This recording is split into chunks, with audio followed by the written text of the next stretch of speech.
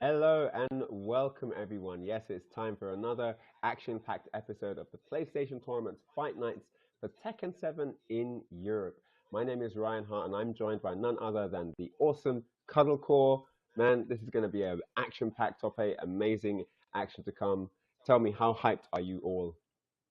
Tell me, how hyped are you for all the action to come? Oh, I'm extremely hyped. This is going to be so good. I mean, obviously we have a lot of the like the EU killers that we usually see. Some might be a little different than what I'm used to seeing, but I also see Mm, somebody in the bracket, Lane, the Elisa player. I have so much respect for him as well. So hmm seeing an Elisa main um in this bracket, I'm so excited as well. Excited for everything, but Yeah. that Elisa is a problem. Yeah, no, definitely. We've got some returning favorites. Lane, of course, and we've got Bode. I mean, let's actually jump in right now and take a look at the bracket and see what we've got coming ahead here. Oh, wait, hang on a second. Check out all things esports, youtube.com/at PlayStation Esports. Run on over to that link and check out all the goodness. I mean, PlayStation doing brilliant things in the world of esports. Big shout outs to them for all the amazing stuff that we have, fortunately, because of all their hard work. But yes, the amazing top 8 to come.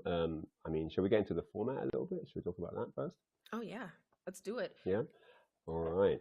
So here we go. Open qualifiers into top 8. Here we are now. It's a double elimination bracket. Everything is best of 3 up until winners finals, losers finals, and grand final, which is of course best of 5. And these guys are not playing for nothing. They're playing for some chunks of change here. Let's look at the prize pool here at this tournament. There you go. First place gets $200, second $150, third $100, and fourth gets $50. So they walk away with some money, probably going to spend it on the PlayStation Store, buy some new games, no doubt. But yes, all to play for here at the PlayStation Tournament Fight Nights. And we're here at the top 8. You guys are going to get the creme de la creme of all the action that's happened in the bracket. Man, it's absolutely insane. Yeah, I'm looking forward to this so much. I mean, first match is going to be DBP versus Lane, and then Kibi Omega, who I'm not sure who they play. Do you know who they play? Right. Bode plays Julia and he does play a sub Leo. I'm not too sure about Kibi Omega, Okay. but yeah, we're going to find that out very shortly. And then, of course, Jod there with Nina, the best Nina in France. Yes. And then Xeon with his amazing Armor King. And Kaisaku Lars with, of course, Lars. And then Fergus with Asuka. So yeah, that's what that top 8 lineup looks like. So yeah, it's going to be really sick, actually. Yeah. Lots of amazing, and I like the character diversity that we have in this top 8 as well. Literally everyone plays their own characters, so it's going to be really exciting. Yeah, that's something that when we talk about top eights, um, character diversity is such an important thing with Tekken. If I'm watching Tekken, I want to watch everybody use who they know, who they specialize Mm, in. If I'm gonna look at a character, I know that player for that character, and so I know this is yes. gonna be so good because then we see these really nuanced interactions as well. That I love things like that. It really does 100%. show how much of a specialist all these players really are. So yeah, that's one of my favorite Yeah. things to see in a top eight bracket for sure. It's always interesting to see what kind of characters people emanate towards as well, right? I mean, we've got a game with 40 plus strong characters in the game, and there's a fairly balanced system. So you can really play off of what you personally like. You don't have to go with a tier system. You don't have to think, well, this guy doesn't win, I'm not going to pick him or her. You can literally go with who you actually like, which is rare in fighting games, right? So this is a really unique opportunity with Tekken when we look at the players and their individual character choices. And if you guys want to get involved and show what character choices you are involved in, you can sign up over at compete.playstation.com and you can share with us your character pool in these tournaments. I mean, there's not only Tekken, there's a bunch of other games on over there as well, all regular. You can win cash prizes for all of them. It's absolutely amazing stuff here at PlayStation Tournament. So check on that link and get signed up. And it's free. What more could you ask for?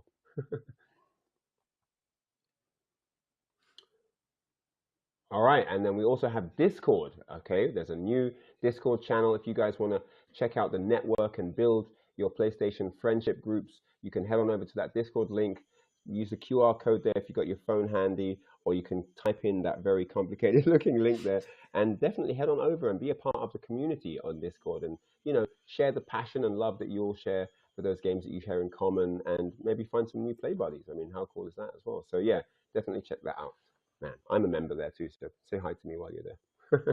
Yeah, like definitely getting Yeah, involved with your community and the competitive aspect and just talking to people that are like you is just such a treat, especially in that Discord. So totally join it. And with that, we also will be going into our first match, which will be DVP versus Lane. What do you feel about this match, Ryan? well, Lane, I haven't seen him too recently. I think the last time I saw him was at the Red Bull Golden Letters event, and yeah, definitely a strong player, always on point. Alyssa's not as common as we, might say with some other characters. So it's difficult to know exactly what he's going to bring to the table, but he's always very solid. I think he likes to kind of space out his opponent and then get aggressive when he needs to. So I think it's going to come down to what kind of momentum he can build early in the set. If he can kind of ascertain an understanding for what the opponent's going for and get on the top, I think he could easily steamroll this 2-0. But yeah, there you see the profile, 30 years of age from Barcelona. There you see the socials if you want to follow him at lane_TK. And there's the Twitch channel as well, Christian Segura. So yeah, definitely check him out. Indeed. And his opponent, Lane TK, DBP, a man who in the German community at least, definitely, or European community I should say, needs no introduction. Definitely renowned for his Bob play style, hailing from Berlin, Germany, 23 years of age, at DBP_TK. Very, very aggressive Bob player. He knows his matchups. He Quite knows what he young wants to go too. for. It's Yeah, he is interesting actually. because the He way is, that he yeah. plays, there's sometimes a way that players play where you're thinking like Hmm. you play like you're a veteran. Like there's a way, and there's a Yeah. type of confidence that DVP has that when I watch him play, he doesn't second guess himself on certain decisions, and that Right, is right. definitely something that I see in A, players that are confident, but B, those who have been playing a long time. So the fact that he already Hmm. has that and he's only 23, I respect that so much. Yeah. I think Bob, he likes to play a movement-based gameplay. He likes to utilize the wave dash, like to gain control, especially distance control with the movement. And I think Alyssa's going to be looking on counter hits and interruptions to stop him feeling comfortable on the ground. That's something that Alyssa specializes in, and it's a perfect counter strategy if you can get it going. So yeah, we're going to be looking at Alyssa stopping momentum as it comes in. As we've said, DBP is an aggressive player. He likes to get in. He likes to mix up the action. And I think that, yeah, Lane is going to have to be very good on defense to kind of stop the offensive power of not just DBP but also Bob as a character. Exactly. And something that I always feel about Elise is people always talk about her defensive options. We talk about her movement, her spacing, right? But defense is never just moving or spacing. It is the buttons that you place around that movement as well. Your 100%, responses to that. So I definitely can see this is going to be a clash: aggression versus patience. Yes, Because yes, I and can, it needs to be. it has to be. You're right. Because Bob has the tools to clip her to stop her coming in, but Elisa also has the tools to stay outside of range and long range with punish him on many a thing. I think this is a very even matchup in terms of the characters. At least I've never seen these two players play, so this will be a treat to watch. Yes. Yeah, I'm yeah, so no, excited. totally. Obviously, if you're looking at archetype, Bob is definitely the kind of steamroller powerhouse style character. He goes in, he's the initiator, he controls everything and kind of runs over the opponent. But then Alyssa, she does have that great defensive option. She does have that great backdash. She does have the defensive tools. But when they flip the script and suddenly you see Alyssa on the rushdown or Yes. Bob backing up and running the clock and turtling, that can also create some interesting dynamics too. So let's see if we're going to get any of that in this set here. Match one, Right. ready to get underway.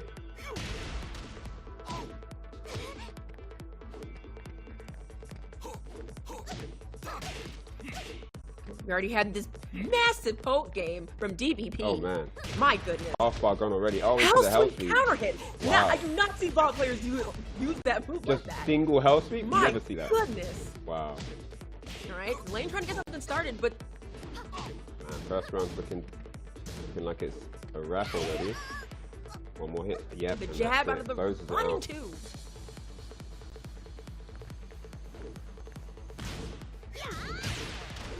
Oh, does the back three into the power crush, the classic?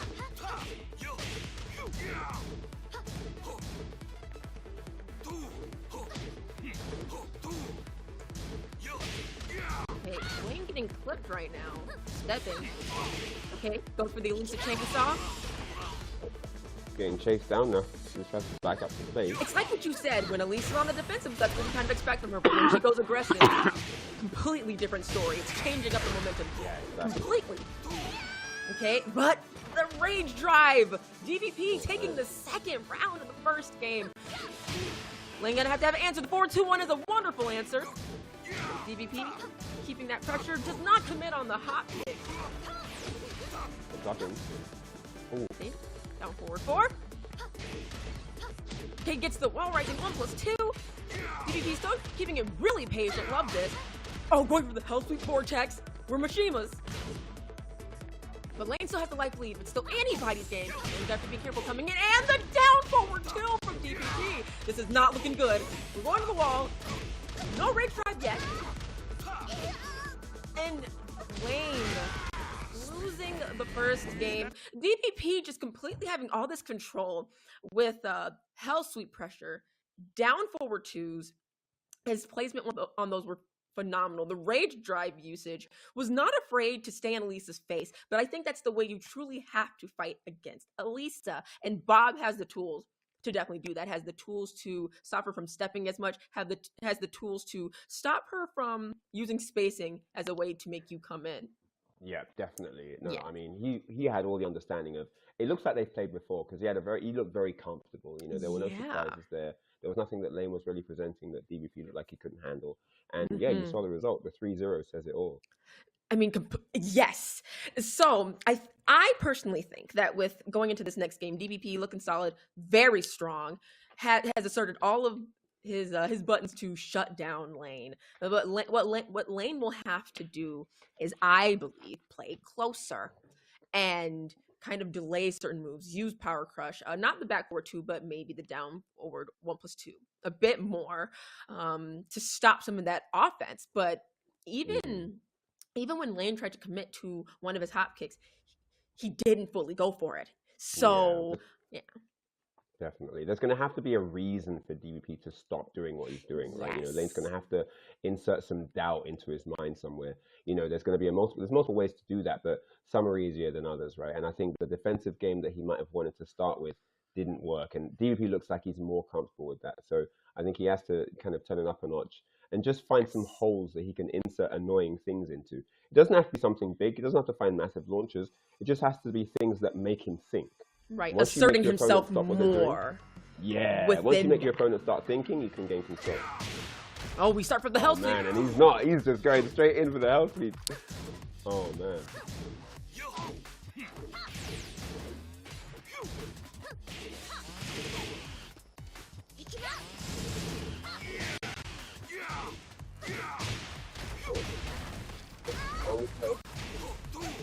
Oh, and that... Picked up, yes. Okay, now, Lane now back on his feet. Goes low. Ooh, back out. Now he's got DVP at the wall. This is perfect. This is what Lane needs. Beautiful combo.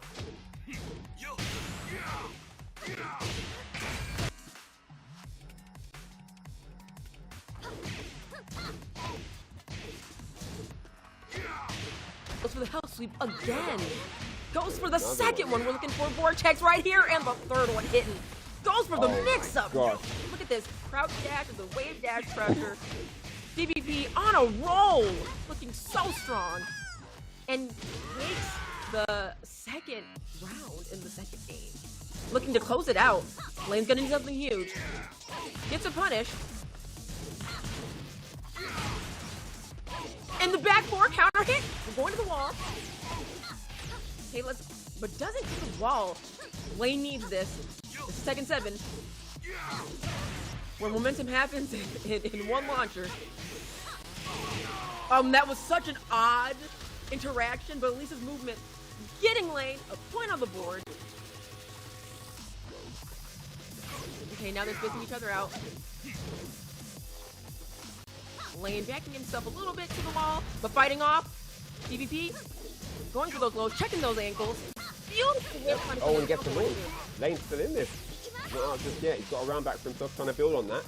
Pressure at the wall now. What's he going to do with him? He's just got him at the wall, not doing anything. Yeah, he's trying to keep the position, but he's going to have to do something because DVP will fight his way off. Look at that chainsaw down 2. Bringing it back, the momentum. It's Lane building tying ever it so up. slowly. But it's happening. He's got 1 round to do it. He's got to win this round to stay in the set. Beautiful. Oh, the hop kick over the low. Smartly done there for Lane. He said, you're not taking my ankles this time. Tried to get the chainsaw mixed up. DVP not biting. Trying to fight off that wall. That DF2. I like the way he's maneuvered around now. He's put Lane by the one. Gets a wall splat as well. The 4-4-2. And just so Down quickly, 3-4. Lane gets positioned on the wall. Oh! Lane ducking. Oh my gosh. He doesn't Nice have the hop combo, kick. but there's a hop kick. Lane now with a chance to steal. Ryan, this is going to be real close. It's going to be real close. He gets a flat follow-up. One more hit's going to do it. Where? And he goes low with the down 4. And what a brilliant comeback from Lane. Stayed strong, Ankle stayed check. firm. And now it is 1-1 Cuddlecore. That was such a great adjustment from Lane because he was literally down like a couple rounds and was about to be sent to loser side if he wasn't going to, wake up, right? Turn around the momentum. And then he does. Starts to hop kick, starts to use that chainsaw pressure. He really starts adding more moves to the scenario like we were talking about earlier. So Lane completely turning it around, commits to the hop kick, gets the chainsaw pressure.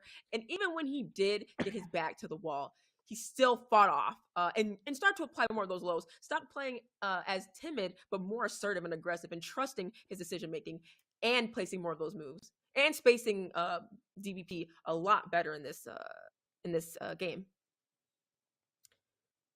Totally. I do think that DBP will then need to slow down the way that he's playing. It's like back and forth. So Lane was slowing it down, DBP was the aggressor. Now it's reversed. So now let's see how they'll do in the final game to determine who will advance forward. Oh, on Sook. Bob is so good on Sook, but I think pretty much every character is because wall to wall each time. It's one of the best things about this stage. You get pressure instantly, and everybody pretty much gets a wall to wall combo. That's what you want. So whoever's going to get the first couple launchers, that's going to determine a lot, I think.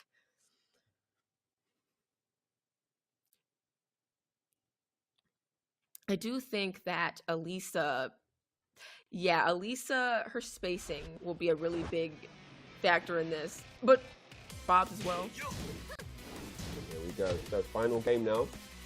Bob starting off strong again, trying to be the aggressor, pressing with jabs now, trying to fish for that damage. Oh, does not back. duck the string. The full string there. Nice. Beautiful step. Kind of gets an odd combo, but okay, Lynn's got to file this wall here. This is where DVP has been getting a lot of damage. Definitely. That wall damage has been hurting. Oh, he gets caught though, trying to step. Beats the low. Okay, so Lane has the advantage right here, has the life lead by a little bit. DVP can come back with one rage drive. Oh my god, and gets Elisa's entire back. Beautiful step by DVP. Beautiful step again by Lane. But these really weird interactions are happening. Beautiful whip punish. To the wall. Yeah, again, these really odd interactions are happening, but it's kind of not surprising. They're like roly-polies in this game. Definitely.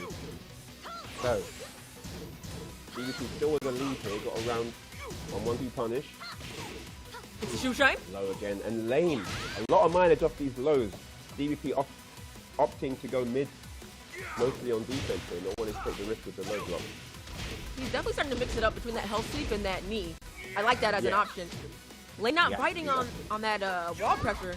Adjusting. Oh, and there's finally the low parry. Is that enough of eating lows? Yeah, he's like, Don't I'm tired my of this. ankles anymore. Oh, No my. Ashy for you. And the health sweep. Okay, what's Lane's option? And DVP going for the vortex. So Set nasty. point here for DVP, looking to move forward here in the upper bracket. Oh! Beautiful. Full punish, yep. Unfortunate on the range. Goes for the mix-up. DVP not biting. Goes for the health sweep again. He's not scared. Another one. What's Lane's option going to be?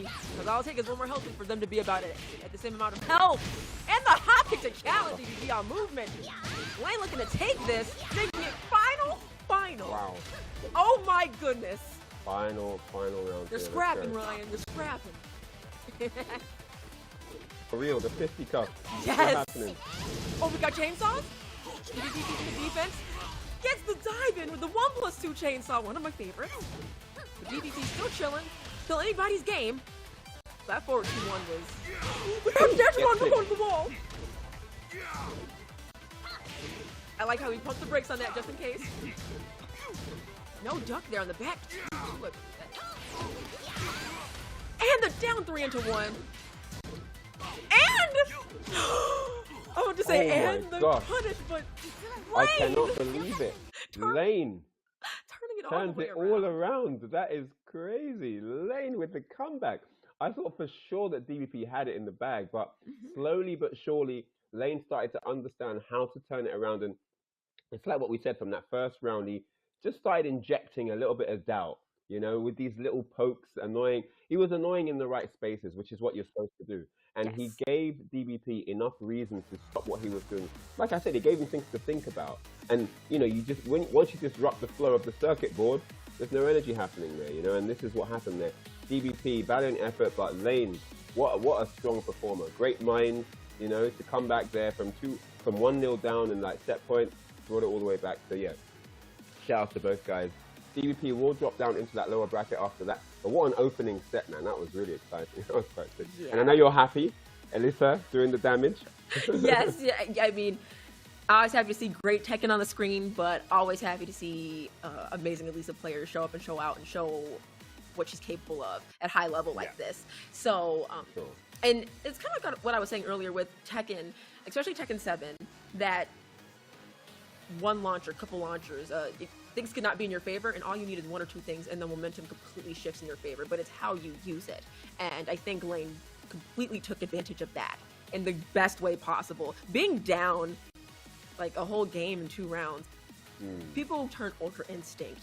That is a skill that is learned. Yeah.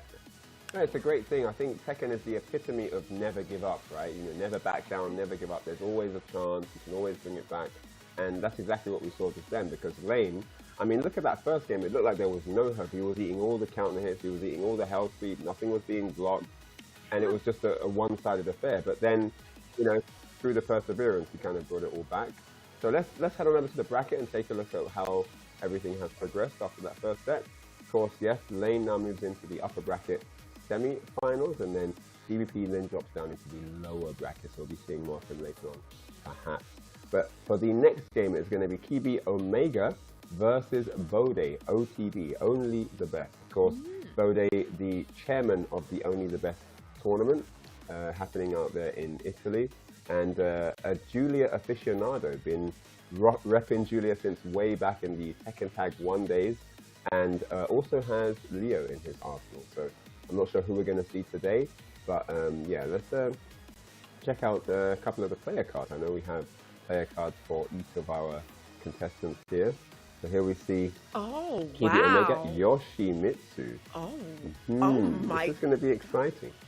This is going to be exciting. So remember we talked about character specialists? Yeah, so Yoshi versus, I believe, I do think he's going to start with Julia. I mean, I've seen him play recently. He was repping Julia.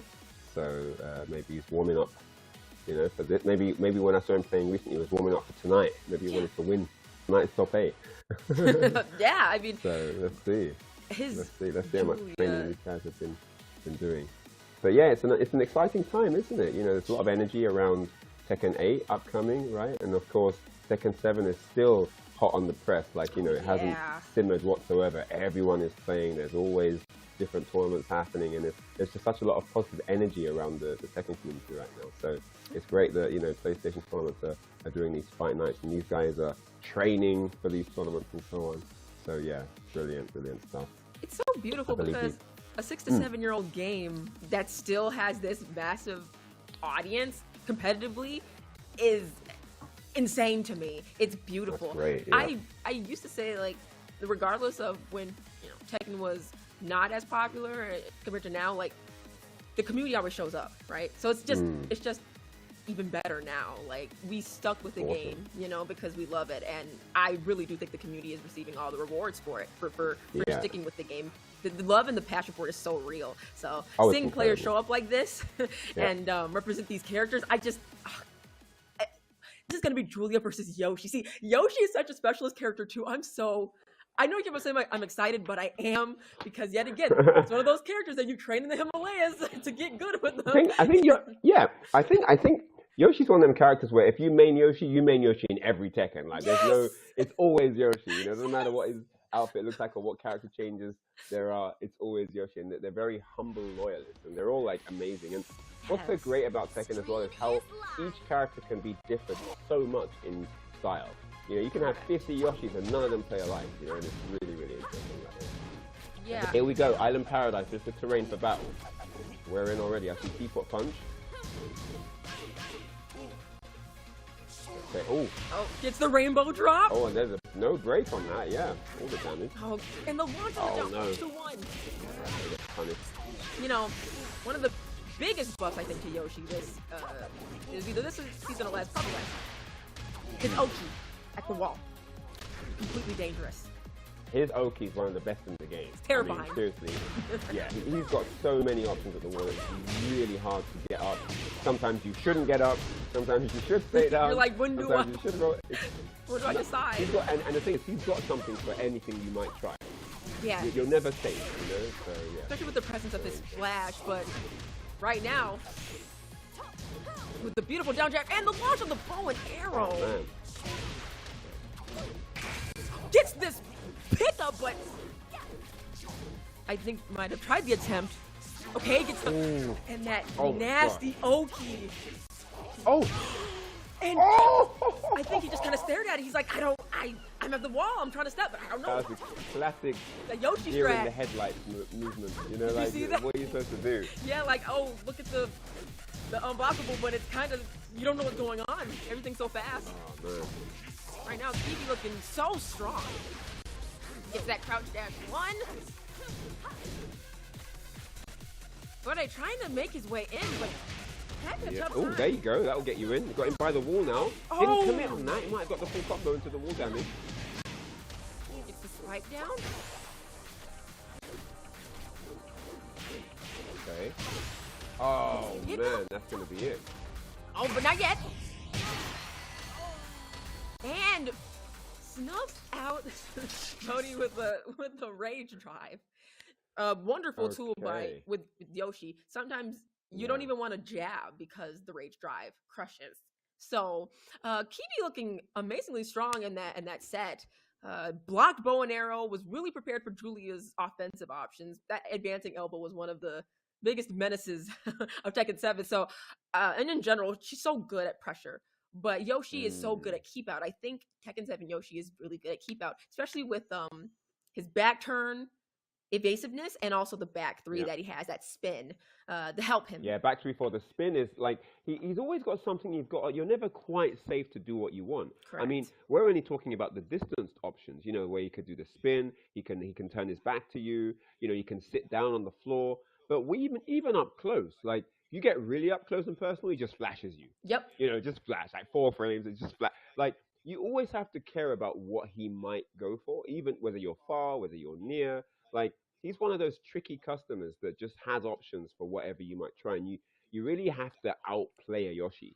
Yeah. You know, you can't just do anything you want. You really have to think about what the Yoshi's thinking and kind of figure the counter from there. And makes it a very interesting match when you watch. I mean, that last one, it looked like Bode just didn't have any comfortable footing anywhere. It was always not really, it was never ideal, you know? And so, yeah, that's what Yoshimitsu does, man. Yeah. Yoshimitsu does. You're right. He puts you in those uncomfortable situations. It's always a knowledge check with him. You think you're able to press? No, you're not. Flash. Get flashed. Yeah, like right there.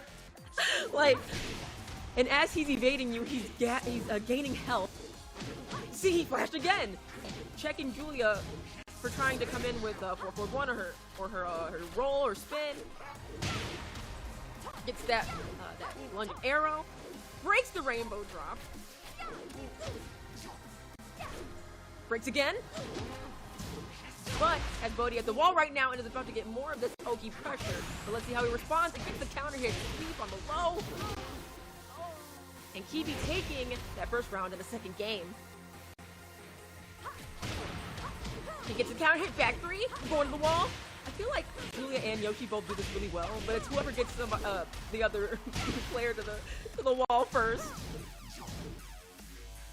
Okay, let's see how Kiwi fights off the wall. Bodhi looking to take this. Pressure right here.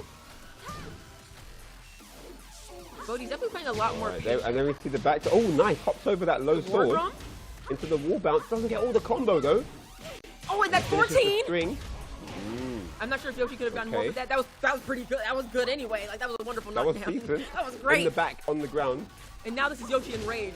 And and again, hopped over the low. He's got a perfect knack for that, man, every single time. Yeah. Oh, beautiful back four. Okay. We're going to the wall. Yep. This is Julia. Just scoop up the Baskin Robbins over to the wall now. All the flavors, Ryan. All the flavors. Oh my days. With that raspberry ripple, let's go. Yeah. Okay. Anytime Yoshi is like on you like this, I think Bodhi is responding very well. Doing sick. I mean, he's obviously adapting off that first game. He sort of worked out that he has to kind of play a more pinpoint game. He can't just throw anything out. He has to be very meticulous and accurate in what he's going for. Very nice. much so. Punch. I love this patience and the jump. What is going on? He is hopping all over the place. The invisible pogo stick is at work. Oh, he tried to mix him up with the 2-2. Oh my goodness. The defense from Bode right now is ridiculous. Nice block on the low as well there at the end. I really good. And the bow and arrow still goes for it. the bow and arrow. Great. I love how Bodhi just kind of waited, right?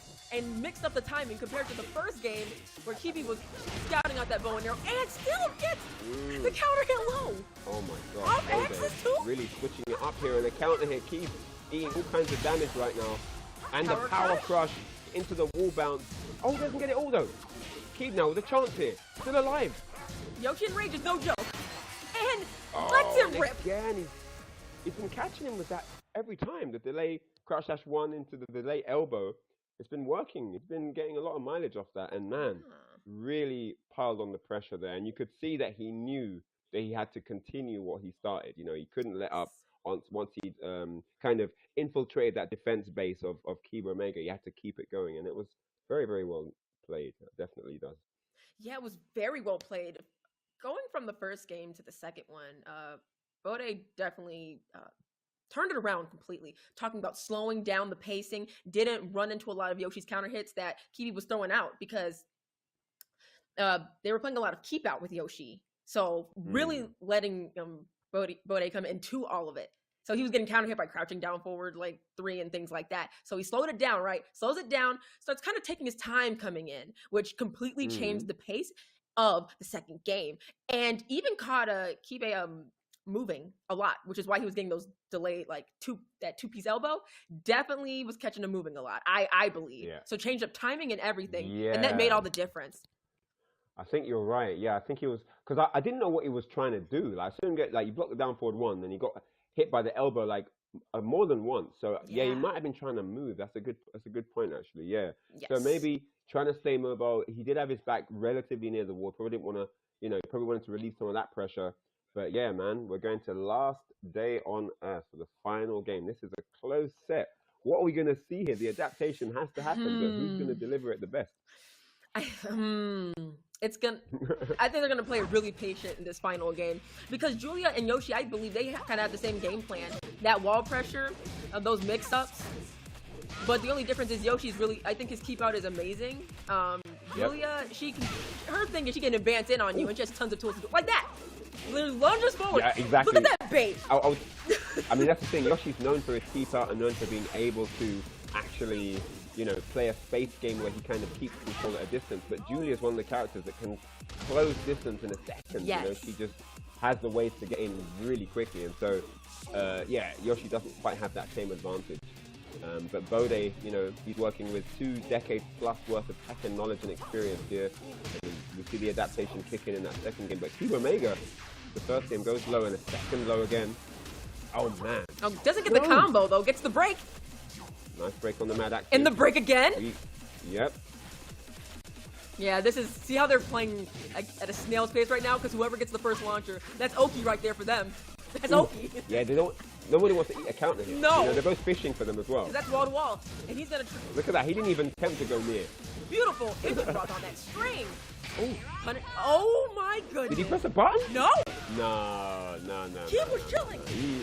He didn't flinch. He didn't flinch. He was coherent, man. It's the punish on the power crush. I don't really see Yoshi power crush used just kind of out there like that. I love that. Ooh. War drum. Look at this wonderful Oki again. But keep fighting off the wall. Crouch dash. Press there. Okay. I like how Bode stayed on the floor. Oh. Tried to flash between the hits. Flash? Would that have flashed the finish? Oh my days, that would have been counter hit as well. Oh my goodness. Wow. Oh, okay, that's a nice juggle there. Good damage. We'll try and find the wall. No, doesn't quite get it. Bow and arrow though, wakes up with it. And the spin with the back three and gets the and misses the punish. What is going on? Everything is missing. The roly-poly character. Yes. And there's that flash we talked about. Goes out that poison. Good purple. Trying to place moves to deal with Julia coming in. Oh, this is not a good place to be. You know what? This is war drum. This is war drum range. And the spin again. But this is reverses it. Puts Bode at the wall. That was so wise by Keeb. He just needs this round. He's in rage now. He's going to get to use it though. And tries to fight the delayed 4-4. The delayed 4-4. Oh my god. And Bode scouting out the flash and punishing it too. That's huge against Yoshi. You have to. And the flash, he said, you know what? You might have. He said, I'm still going to do it. I'm just going to change up the timing. Hold my beer. He's in the mix now. He's in the mix. What's it going to be? Yoshi. You just never know what's coming. Once a Yoshi player gets started, he's not going to stop.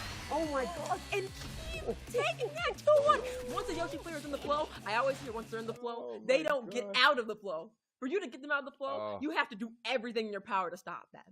And that obviously. Yeah, like you eat one unblockable or what, like you eat one anything and you're just in this roulette wheel after that. You don't know what's coming, you know? And I could tell, especially where he was on the stage, because, you know, he kind of had that position where the wall was kind of being backed up to the wall. And we know Yoshi likes to party at the wall. We know he likes to party. We know it. We know all the circus tricks come out, pull a rabbit out a hat, cut a woman in half. Like, as soon as Yoshi's at the wall, it's just all the tricks come out, innit? Yeah, completely. Every single trick in the book, they throw the whole kitchen sink at you. And but that's one of the exciting things of Yoshi. No Yoshi player does the same setups or Oki or anything like that. It was so exciting to see with Keeb because there were ways that he was fighting off the wall, and Julia's known for that wall pressure, right?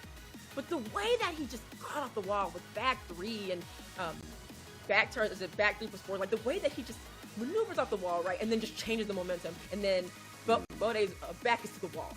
That is the mark of a specialist with that character, willing to take a couple health points, right, to get off the wall. That's health management. That was beautiful. Exactly. Big shout outs. Shout outs to both players. Shout outs to Bode. The adaptation was sick. You know, actually brought it back after that first game. But then Keeb with the adaptation again afterwards definitely sort of understood the way Bode was approaching him, not committing to certain things. And once he got stuck in, he kind of stayed on top of him all the time. You know, got that wall pressure, maximized any damage he could get. And it wasn't a match where they were both greedy for launches. They were happy to play tit for tat. They were happy to play that ground footsie game. And Keeb, once he got going, man, a few of those launches were really accurately spaced, perfect timing, and great stuff to Keeb Omega, man. So Bode will drop down into that lower bracket, and Keeb will march forward in the upper bracket. Guys, if you want to take part and be involved in any of these tournaments, your link is compete.playstation.com. But let's check out the brackets, man. What do you see, Cuddle? What do you see? I see Jod versus, is it Zeon? I always forget to say his name. Zeon? Zeon, yeah. I call him Zeon. Yes. Yeah. So, Jod, yes. What a Nina. Oh my god. So, I've gotten to play him before, but also I've seen just his performances overall, and I love his execution with her. I love the way he's so methodical and surgical with the character. Nina, known as one of the most difficult technical characters in Tekken, period. But she is. But like we talk about, specialists, regardless of like the tiers or anything like that, you can always make a character work. Those nuanced situations or those unique things that you know about the character that others might not. And then Zeon, is that Armor King? Correct? Yes. Yes, I remember watching one of his fights before. Just a great Armor King player. I love his placement. From Italy. Has Twitch at Zeon_VS if you want to check him out. But I really like his Armor King as well. I always like his placement with certain moves that he does. He doesn't overextend too much. And yet again, Armor King, one of those characters where you don't see him often, but when you do, you know that person is a bona fide killer. I do appreciate that. Yeah, Yes. no, I definitely appreciate that about him, for sure. Yes. I mean, Italy as a country has always been very renowned for being quite a Very technical strong. user base. They like to have characters where they can be specialists and kind of bring their own flavor to Tekken, and it's always been cool for that. And yeah, Armor King, like you mentioned, the character we don't see too much of, but always a party when we see him, always fun, right? And then Jod, bringing Nina to the forefront of European Tekken competition. We don't see too much of her either. I mean, we've had, patches of Nina representation across the iterations, but she's not a character we see a lot of in Europe, right? So Jod, coming up and stepping through with this great execution. We've seen some amazing performances from him around the world, and yeah, I can only hope to see more from this up-and-coming young talent. So it's absolutely incredible. Yeah, the way he plays her is not any way I've ever seen before in my life. And everybody uses these characters so differently, like we talked about. So, like, there's a way that he plays with her that's so unique, but that's what makes Tekken so special. Or fighting games in general, where you can play the same character, but everybody's gonna use that character so differently. And some of these players are the reason why these characters are put on the competitive map, because they're so dang good with them. So, can't wait to see that here with both of them. Yeah, exactly. I mean, I think this particular match is quite tricky for Armor King because the way that Nina likes to approach her aggression and her like offense is to kind of poke you in a way where you don't have comfort when you want to retaliate. You don't have comfortable, like, you're not going to just be free with fast frames to attack. She's going to stay on top of you and kind of chip you down. And that can be hard with a character that doesn't really have like a get off me tool, like a easy, like a back one with Steve, or one of those get off me tools that you kind of have to respect. I mean, of course you can risk a hop kick, but the risks are there for a reason, right? Because they're risks. So yeah, it's going to be tricky once he gets on top of Xeon, but I think Xeon will like to play an aggressive game that allows him to do what he wants before that happens, right? So you might see him going for something big early into the game. True. I think with Armor King in Tekken 7, he does have great get-off tools now. Back one, down forward two, like he just did it right there. That. Yeah, back one is good. Yeah, definitely. Oh, go for the tombstone. I said go for something big. Dina's going to go all the way to tombstone. That was like round one, like tombstone. Beautiful punish. He's going to go for something big. He opens the game with tombstone. What? Beautiful back 2-2. But like you said, like getting Nina off of you is going to be the trick right here, right? Yeah. Like that. Oh man. Yeah. Beautiful. There's the dog upper. That's something big. It's just she kind of makes you play in an awkward way, right? If you want to get around her too. Yeah, you're right. And exactly that. Like you don't have the freedom to just go for naughty throws and stuff like that. She's kind of all over the place. Especially when you're a bigger character too. Yeah, and look at that. I mean, straight after getting her off, she was straight back in with the wall pressure, So especially with that Hayashida step, the things that you think you can attack her with, you can't. Nope. Yeah. Everything you thought you could. Oh, you think you have plus frames? You can have plus frames. Let me go back sway on you real quick. Not anymore. Beautiful jump for two by Jod. We're going to the wall. Nice done. Over to the wall. Yep, big damage here. Capitalizes. Look at that chop. Down back 3. And the down forward 2, a wonderful way to get Nina off of him. Okay, what's that Oki situation? We got throws? Oh, wow. To the stop? Stomps away. Oh, but still, Nina and Rage Drive, you know how that is. I can smell a Rage Drive. I can smell it. Oh, the sweep. And we sweep the floor. Oh. Would that have killed? Because he made it a counter hit with that. I don't know if it would have killed. He might have had a slither left. Oh, the divine cannon. That was mad. That backplay we're talking about. And already 50% gone. And the sway again dealing with half off. With the homing move? Oh my god. Punish. Yeah, I'm trying to use that downward one to get Jod to, kind of slow down, but Jod is staying on him. Gets the chain throw. And Jod taking it in a convincing 3-0. That was very fast-paced. Jod not giving Xeon any room to breathe, and you don't want to give Armor King that, right? It's what you said in the beginning, before this match even started. You said getting her off of you is going to be the biggest challenge. She's smothering. I mean, that's what she does. Yes. She's difficult to get off once she starts her flow because you know, like Nina players that do that kind of thing, they're experienced in what they want to condition you with. They're not just randomly pressing buttons. They know exactly what to expect in terms of reaction for the opponent. So Yeah. they're kind of already in the flow. Once you change stuff, they already know what that means, and they already know what to switch to after that as well. So you saw Jod. It was very comfortable. He knew, you know, once he started using the sway, okay, I can do the launch here, this combo. Once I get to the wall, this is the kind of pressure I'm trying to activate. And it was quite smooth sailing once he got going. So yeah, I think it's uphill for Armor King once she starts doing that kind of thing. Right. It will force Armor King to use moves like down forward 2, down forward 1, a lot more wave dashing to actually realign with her, because every time you think you can attack her and you're a little far out, she's already got a sway ready with a launcher if you even overextend by a little. So wave dashing, kind of staying within that range, not giving Nina too much space, I think is really important here. And definitely maybe asserting himself more with those, one with those lows, more with the down forward 2, and definitely not being afraid to try and grip Jod up, because that's one of Armor King's best tools, is his grabs. It's a 50-50. That's the thing. If you see, yeah, exactly. And if you see her using Hayashida step, you're kind of encouraged to go in with a tracking move, something that kind of grabs many angles. But then most tracking moves are relatively slow, so then you risk being counter hit, and then the mind game begins, right? So one of those things. And look at this great start from Dion. Looking for the delayed hop. In the backboard. Stunner. All right. Looking good here. Yeah, and that's what you need, right? That's how you deal with it. Get the mids, right? Yep, I'm escaping the throw. Watch the ponytail. Oh, and this nice down forward 2. Great evasion there. Doesn't get all of the damage at the wall though. Breaks. Wall save life here. The walls definitely do. What a combo! Oh my, with a pickup. Oh my! Oh, I saw. Did you see that? Oh, doesn't get all of it at the wall. That was insane. Oh! Jod already the had an attempted answer. goal kick. The attempted goal kick beaten up by the up forward 3. Wow! Already had a button ready, placed. He was super ready for that stuff. Yes. Jod now, around on the board in game 2. Dion goes low, looking for goal kick, block. Jod defense too solid here. I like that Dion's being a lot closer, using that movement, that wave dash to stay close. And he's starting to track the movement now from Nina, using the right move to track the side that he likes to step. Oh, beautiful break with the giant swing. Yep. Looking for the clothesline. I love that he's using that particular kick string to keep him at the wall, and the punish. And a parry! Counter. This is Nina at the wall. You know how that goes. Let's see. What's the answer? And the sweep on the ground. One more launch will do it for Jod. Can he get it though? Ryan, he does have rage drive here. And a beautiful mid to close it out. Just a simple mid.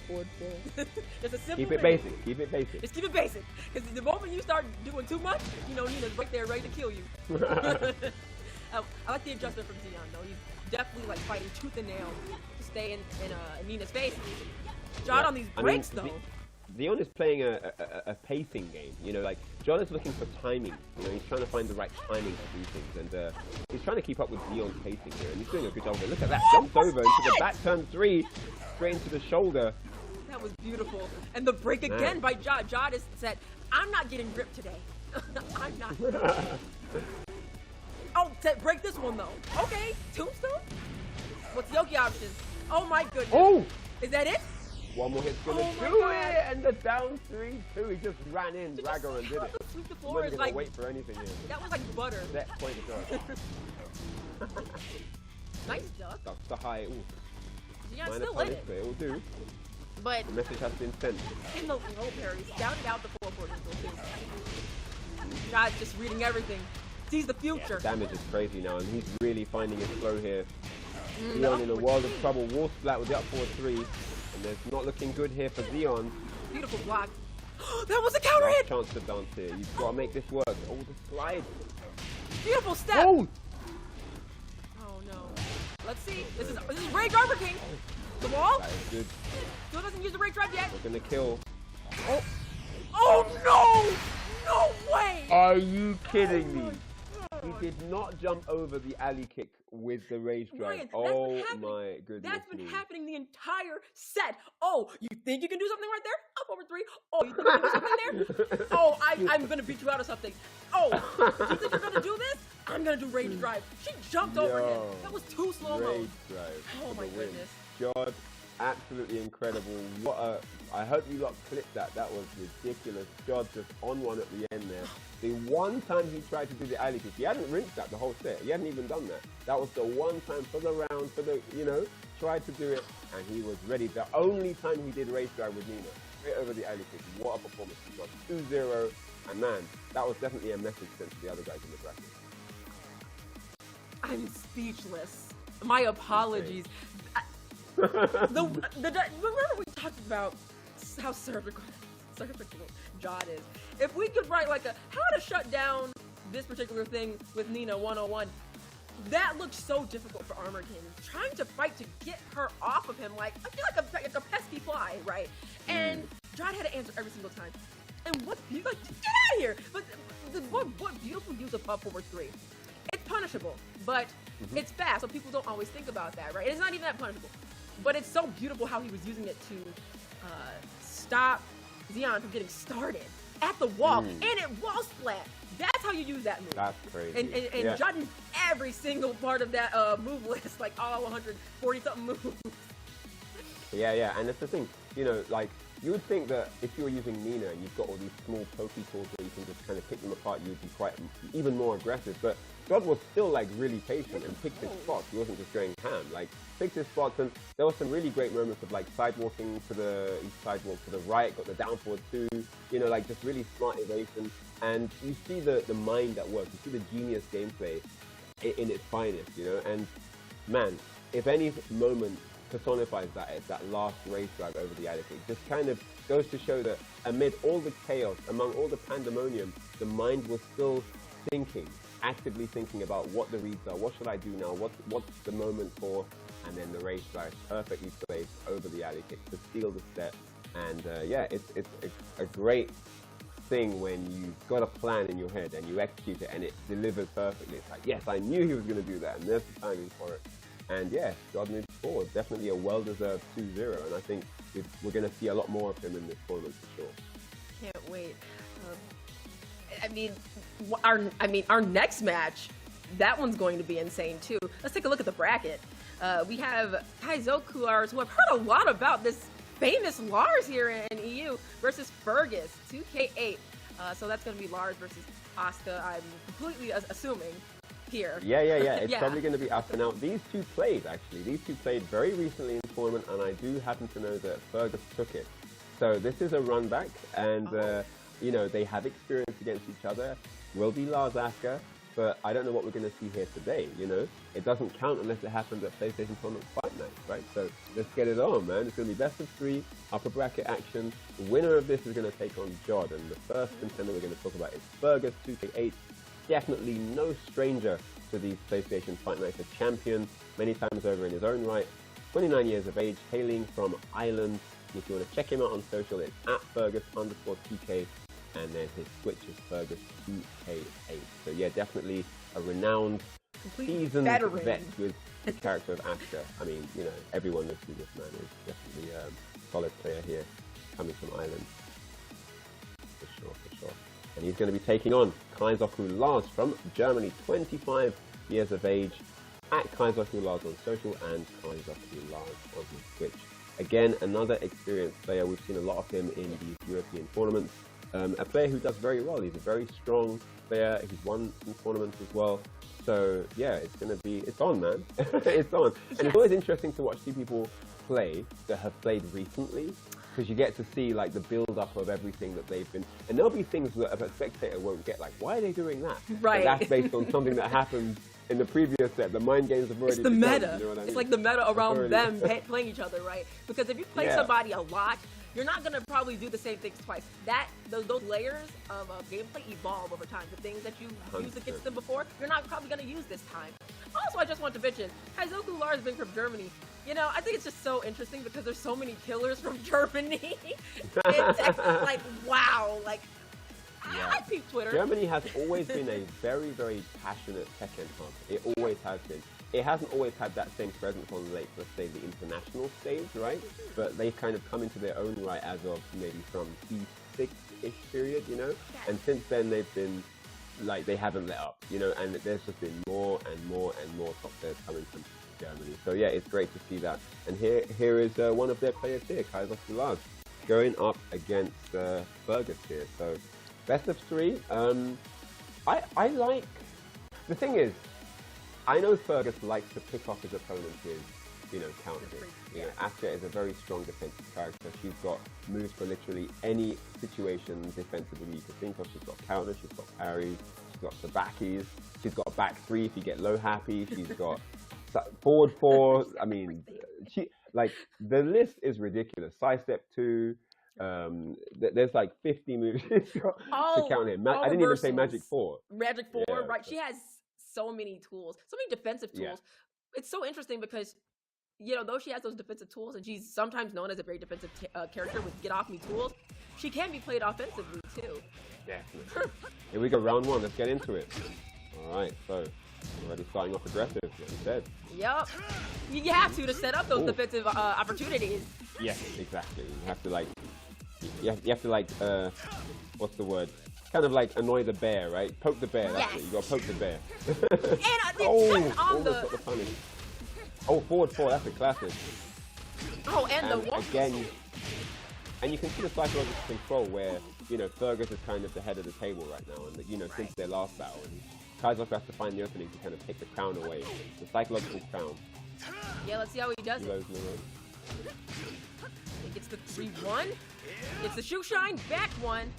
Fergus with that down punch. That's such a good move. I like that. Kaizoku's starting to recognize that the mids are not working out. He's opting for lows now. Trying to open the door for mids to work, but man, great cycle into 1+2 punish. And he loads it. Fully loaded, fully cocked. Yeah, he kind of like deer in headlights kind of thing with those kinds of moves sometimes. With Asuka. It's one of those moments where he's not going to do it. He's not going to do it. And then he's like, he does it.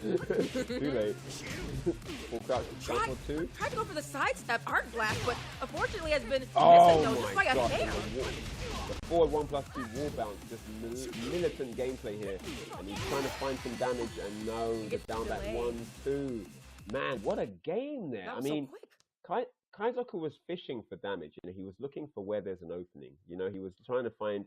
He played it safe, to be fair, in the beginning. He went for the mids. He went for the the custom mids that control space and stuff like that. But when that didn't work, he did try to start going low, but the lows just didn't amount to anything. There are no launch lows. He didn't get any counter hit down back fours. There was nothing that could happen big. And meanwhile, Fergus just carried on playing his same game, and everything worked, Yeah, you're right. It did. It felt like Fergus was more willing to kind of be aggressive and play around how Kaizoku was trying to kind of set up what he wanted to do. Like he kept on trying to go for an arc blast. It was not successful. Nope. By like a hair though. Had the right idea, but sometimes it was just a little off. But it seemed like he kept on going for the same game plan, thinking that Fergus would play into maybe the shoe shine and the back four, but and even the back one. But Fergus was like, I'm okay with just kind of holding this and blocking. And then he kept on diversifying the types of moves that he was using to shut him down. So. Sure. Yeah, sure. Fergus. I think one thing players can do, if you notice a guy kind of has a window into what you want to do, you're kind of seeing into your soul, that kind of feeling. Yes. Just back off. You don't have to run into the fray. Just back off. Give it some time. Think about it. Use some seconds on that clock. There's 60 of them. Use them all. Whatever. But try and think about what is happening to the combination of attacks. When you're mixing it up with your opponent mid-screen, what's going wrong, and give your brain time to work on that, because sometimes your strategy is not wrong, it's just the wrong time for it. If you use that same strategy the next round, it will work perfect. So sometimes it's always it's a timing sometimes thing. It's always good to give yourself time to think. Even if he's slowing down, not having time to think. Kaizoku's at the wall already. Yeah, Fergus is not giving him any time. It's down for one for a counter hit. And takes that first round.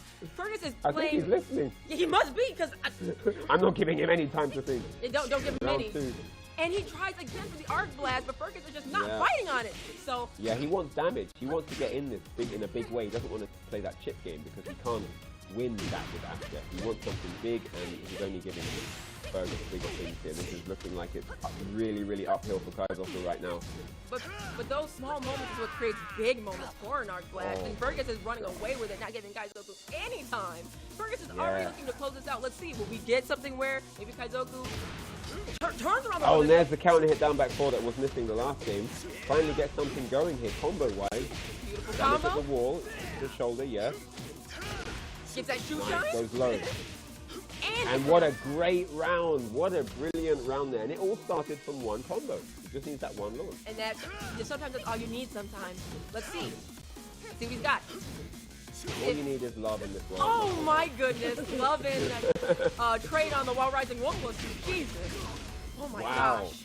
Look at the damage, and he's just making short work of this, man. This is insane. Full touchdown to Tekken, and again the wall bounce. And that is going to be all she wrote. That, Ryan, that 2-0 was very convincing from Fergus, and how he was dissecting Kaizoku with the fast-paced play, the keep-out launchers that were from counter hit. Kaizoku was trying to get started, but it felt like he was very fixated on one game plan, and that was to play around the arc class, which Fergus was not fighting on. It seemed like he wasn't, Kaizoku was kind of more concerned about that than maybe slowing down the gameplay, like you said, like slow it down. You got 60 seconds, make that count, because the long run is what I think will ultimately get you the win or a big moment for a counter hit, but you got to be willing sometimes to poke away first to do that. Slower game to get the bigger reads. Yeah, I think that Fergus identified very early on that Kaizoku had a specific kind of game plan, and once he realized that there wasn't much deviation from that game plan, he just continued what he was doing. And you saw, he had a very good idea of exactly how Kaizoku wanted to approach the match and had answers, and the poking game was perfect because it took away a lot of what Kaizoku could have potentially used. A lot of the pokes that you might use against maybe a bigger or slower character, he didn't have those options available. So he was kind of forced to play this almost like a big powerhouse kind of style, where you're looking for that meaty launch, you're looking for that kind of that windy haymaker move that's going to get you into the game in a big way, and that's kind of all he was able to go for. He was fixated on that. The one round he did get, which was an amazing round, did actually start with a counter hit low, down back four, and then all the way to the wall, right? So, but when if you're Fergus and right, if I just stop him getting all the big moves, then I can win, and then that forward 1+2 wall bounce at the end, that was just clinical, absolute. The placement on that was amazing that he put on in that set. So there we go, that's that set done and dusted. Let's hop into our brackets and take a look at where we stand currently. I know that the first round is all done and dusted. Lane, Kiba Omega, and Jod, Fergus 2K8. That's what the upper bracket semis looks like here. And in the lower bracket, Bode has defeated DDT. So DDT will unfortunately be bailing out at this point. Shout out to him, top 8 finish, and Kaizoku Lars is going to be taking on Xeon. So we'll be getting the results of that match momentarily. But yes, the next match here is going to be Lane versus Kiba Omega. Man, what an amazing match. Alyssa versus Yoshimitsu. What do you think of this matchup from your experience? Man, Ryan, it's I think really good for Alyssa, but I think that Yoshi definitely has the tools to, like we talked about in Keep previous match, like if you want to play keep out, you can move in and out, you can kind of bait Alyssa, you can also play kind of a more patient kind of game as well, but also I think Yoshi has really great tools once he does get her to the wall, but I think Alyssa's really good at spacing him. So Keeb, I think... Is this dude 17? What? I didn't even know he was that young. 17? Is he officially the youngest player in PlayStation Tournament Fight Night? Is he? Says 17 years of age from the in UK. The UK? I mean, dang. Wow. Beautiful. I mean, yeah, awesome. That's amazing. That is so cool. Socials are Keeb Omega, at Keeb Omega, and Twitch, Keeb Omega. If you all want to check them out, I mean, obviously making waves, showcasing amazing Yoshi gameplay. Yeah, no, that's 17? Cool. That's amazing. I honestly didn't know. Trying to break your explanation there. No, you're fine. I'm quite shocked too. No, but yes, Alyssa does really good against Yoshi, but Yoshi can definitely hold his own. He can hold his own in it. It can be a little difficult sometimes, but he does have the tools to kind of even make things track to stop her. Now we see, Lane, CKQ. I mean, would you not say that maybe on a no-wall stage, she's kind of more, it's more problematic for her to fight Yoshi with no walls? Or do you think that the walls, because I know his wall game is ridiculous, right? So maybe, let me retract that, because his wall game is insane. So I know that if he does get ahead of the wall, that's a problem. So, I think Yoshi on Infinite is not bad. I think it's pretty good. It gives him the room to kind kind of just infinitely move in and out and continue to heal if he needs it. He has other Oki opportunities. Yes, the wall for him is really good, but I definitely have seen Yoshi players not use wall and sometimes even prefer it because it can still put you in vortexes and mix you up kind of close up in helicopter. This is that one where the personal player style comes into question because, you know, it's sort of like that Master Raven thing where on a no-wall stage he becomes this limitless running away character that can kind of waste the clock down and kind of put you into a zone where you end up running into hits, right? And Yoshi has that value as well. On a no-wall stage you can do that, but then with a wall stage you can play the guerrilla style where you get aggressive and pitfall. So it's really interesting the way that the character actually changes dynamic. Like a matchup changes dynamic, not just because you can use X and Y moves more or less, but because the other character becomes a completely different character as well. So those combinations are really fun to play around with. Yeah, I agree. The characters change, like even, I want to mention Anna too. Anna, she's crazy at the wall, but Infinite, she has infinite vortexes. So you're constantly guessing. So these characters definitely change from Infinite to walls. Are walls wonderful and create that pressure and aggression? Yes. But I think no walls is still just as important. It creates a completely different dynamic for how you approach. And sometimes that's what you need. That's why players sometimes, even if their character isn't like this movement heavy character, players pick Infinite for other reasons too. Like you said, Master Raven. Yeah, she's mixing you, snake dashing in your face. And it changes. We saw that like a couple tournaments, you know? Yeah. Try press a button, you get clipped, counter hit, now you're in the vortex, you know? And that's kind of how that quickly crumbles. But yeah, Yoshimitsu also very capable of doing that as well. I mean, Alyssa can play the spacing game. Obviously, it's a bit different. You're not running into certain mixes like that. But she also has that advantage from the distance as well, that really works in her style of movement. Whip punishment, long range. Yep. Yeah, exactly. So let's see what we're going to have happen here. Alyssa being at range 1 is going to be one of the most important things versus Yoshimitsu, in my opinion. They're filling each other out. Facing each other out, they don't want to be the reason they lose, right? You don't want to run into counter hits, you want to wait for the right moment to strike. Runs in, would have been a guaranteed sword strike. I like the reversal. Reversal there. Yep. No break on the throw. No break on that. Keith tried to spin that back 3. Yeah. Wow. Tries to go for the flash. Lane not biting. Looking for that flash. Goes for the forward 1+2. Gets the hit. Beautiful block. Nice block. Keith definitely got the wall, but there's a beautiful block as well. Gets the slide. We're at the wall. There's only so many you can block though. And now suddenly everything is working for Keith. What? Why did that miss like that? After the unblockable, nothing hit. Maybe the angle off axis. Look at that. Oh my goodness me. Oh no. What happened? I don't know. I'm not sure he noticed that the clock only had 3 seconds left. He could have just blocked it all. I sure didn't. What a turnaround for Lane. That was insane. Did he try to outspin the race guy? That's what it looked like. I think he did. I like the attempt. I don't know if that's even a thing because at least to realign him. But I like the attempt. That was pretty hot. That had some neck cracking. Oh, look at speaking of. And another unblockable. This time he gets the jump, and it's a perfect. Like art from Key. Creating that Oki situation, just making Lane guess that entire round, and spins and gets a down forward 2, makes that running move. And now he's getting more aggressive. He's sort of identified when Lane likes to attack, and he's found his timing there. It's that down back 3. Down back 3-3. Only 2 are guareguared. The rest is just a random guess. I mean, he can be mid at any point, right? So that's kind of how that works. But he tried to go for that reset. Break. There's a trade, yeah. 30. Going for a ride today. Ooh. The low nice parry. Low parry. We're going to the wall. Ready. Yeah, this is gonna be nasty. Yeah. The damage. Yoshi is just so nasty at the wall. Look at that. Like it's just optimal max damage everything. I think at this point Lane's gonna need mid checks. Down forward 4, back 1, down forward 1. He's going to have to start playing a little bit closer because Keeb is using his spacing. The stress in this game, man. Lane under pressure here. I mean, Keeb might be 17, but he's trying to age Lane by about 10 years. Yeah, naturally. Tekken already does that to you. Yeah. Okay, we got the down back 3. All right, let's go. Get a little toe trying to keep it as safe as possible. Oh my days, backflips out of the sword strike. I'm loving how Lane's just throwing it down. And the hop kick. Nice hop kick. Force the error. To the wall. Disrespect. Okay, Okay, gets the running 2. Gets the plus range. It gets a down 3. That was Counter. smart.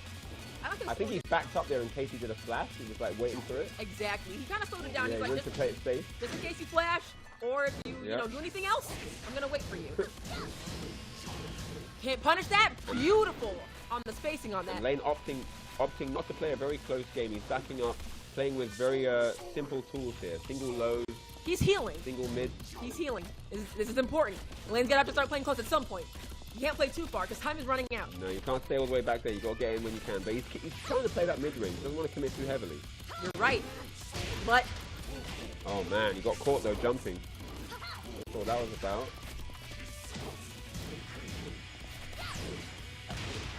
running 2. Down 4. We're at 14 seconds. But oh my goodness, this is close. Very close. This is close. Hop kick! He got him! He pressed the button! And that's going to find the wall. And that's going to be it. 2 seconds left. No! Oh. And he wanted to steal it. There wasn't enough seconds left on the clock. No. He couldn't get the energy back. You're right. He had the right idea, but Lane had already pretty much, from that hop kick alone, had enough health that he kind of had to do maybe one more point of damage to make that. If he did wake up suicide, I would have left the seat. You think it would have worked? If he did wake up, when there was 3 seconds left, if he just did wake up suicide, I would have left the seat. That would have been insane. That would have popped up. It was interesting because Keep had the right idea, but Lane has been so good in this tournament, the match against DBP and now with Keep, where that hop kick is paying off completely, placing it where he needs it. It's good at that, yeah. Yes. I mean, it's not a bad move to do. You know, what's the punish, right? It doesn't hurt that much. Rising 4, you know what I mean? So it's good in that sense. Yeah, Yoshi doesn't get really anything for it, so it's worth the risk. And that's something that we talk about all the time with Tekken. Is it worth the risk? How much health do you have and how much time is left? These are all factors that, you know, players who've been playing forever, or if you're 17 and you're just that goated, that you know those things. And so funny. And it's like clockwork for them. How it just works so naturally and when it all comes together and scrambles like that. And in that case, Lane taking that first game in a massive scramble. That was sick, man. Yes. I mean, like you say, you got players that have been playing for 17 years, and then you've got players who actually are 17. Yeah, I'm like, wow. Yeah, Keep here. I mean, you know, Yoshimitsu doesn't really have that massive big damage low. You know, he needs time for a lot of damage, and so if you've got the health advantage and the clock's running low, it really doesn't favor Yoshi. He has to get something going quickly, you know. Yes. But yeah, big shouts to Lane. Managed to resurrect that game. Again, we've seen Lane bring it back from the brink of defeat. He's very good at that. He looks like he's on the back foot, like we saw against DBP. Everything failing, and then suddenly he turns it around, you know.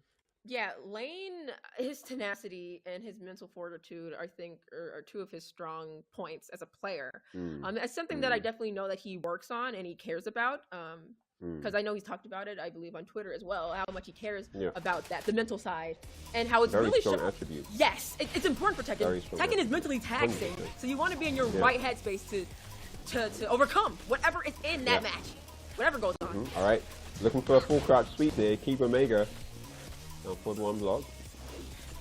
Oh, we got the backflip for spacing. Cracking move for you. Nice break. Oh, puts himself at the wall. Nice throw there.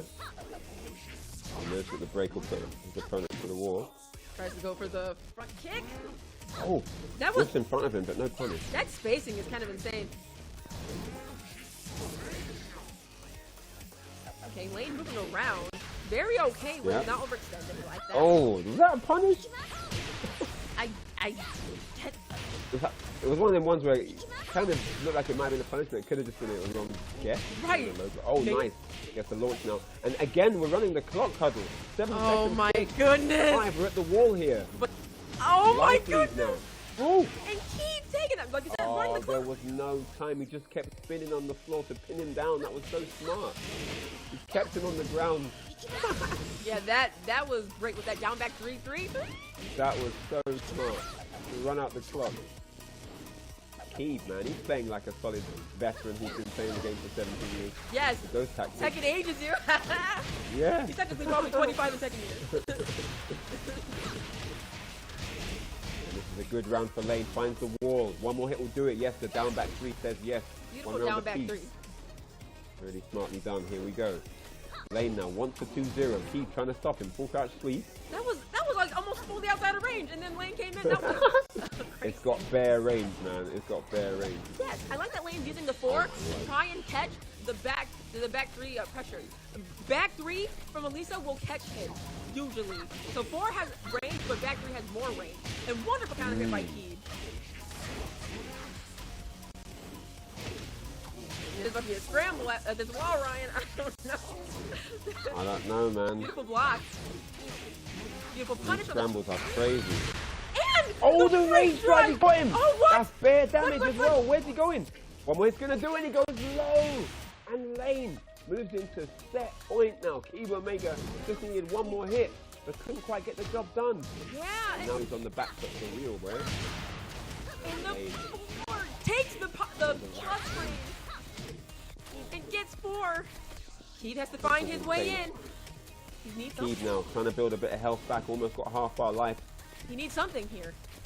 He needs a launch. He needs damage. Because Lane literally is going to play the life lead now. He doesn't have to do anything. Oh, no, he didn't punish that whiff, man. He could have got a launch there. There's a counter hit. He wants all that damage. And we're at the wall, too. Here. Oh, my God. What a rage. And now Keeb is in rage. And this is where Yoshi shines even more. Uses it, spins the drive. Running 2. Keeb playing it safe. Oh, and flashes him from down 3. Smart. Keeb probably feeling, what a block on the down 3. He said, you know what, you checked my feet enough. I think I'm going to launch you now. Keeb trying to make the comeback. He said, look at this. Yeah, he's actually doing it. Look at this.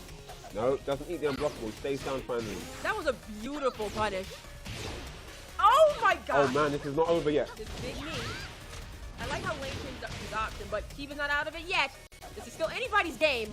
Keeb trying to put himself in rage, it seems. Okay. Drive is spent. The race drive. And Keeb takes the second game. Lane looked like he was running away with it, but Keeb keeping it so composed.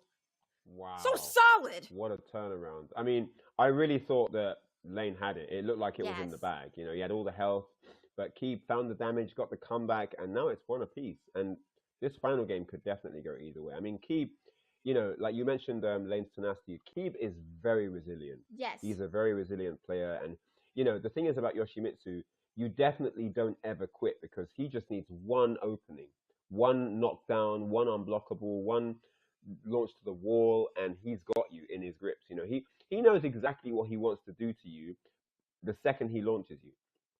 When you've got a full bar and he launches you, he knows how he wants to end the round. Like, that's how Yoshi works. Yes. The flow chart is just so guaranteed once he gets going. Yeah, it's the complete flow and momentum that the Yoshi player feels. Because once you find those pockets, those areas of like your opponent where they don't exactly make a decision on what you're doing, you're like, oh, you're not challenging me here? Okay, I've got something else for you. Okay, you're not really waking up into my my Oki? All right, I've got something else for you. If you're gonna stay down, I got down back 3-3. If you're gonna stay down, I've got this overhead. Yep. What are you gonna do, really? Yeah.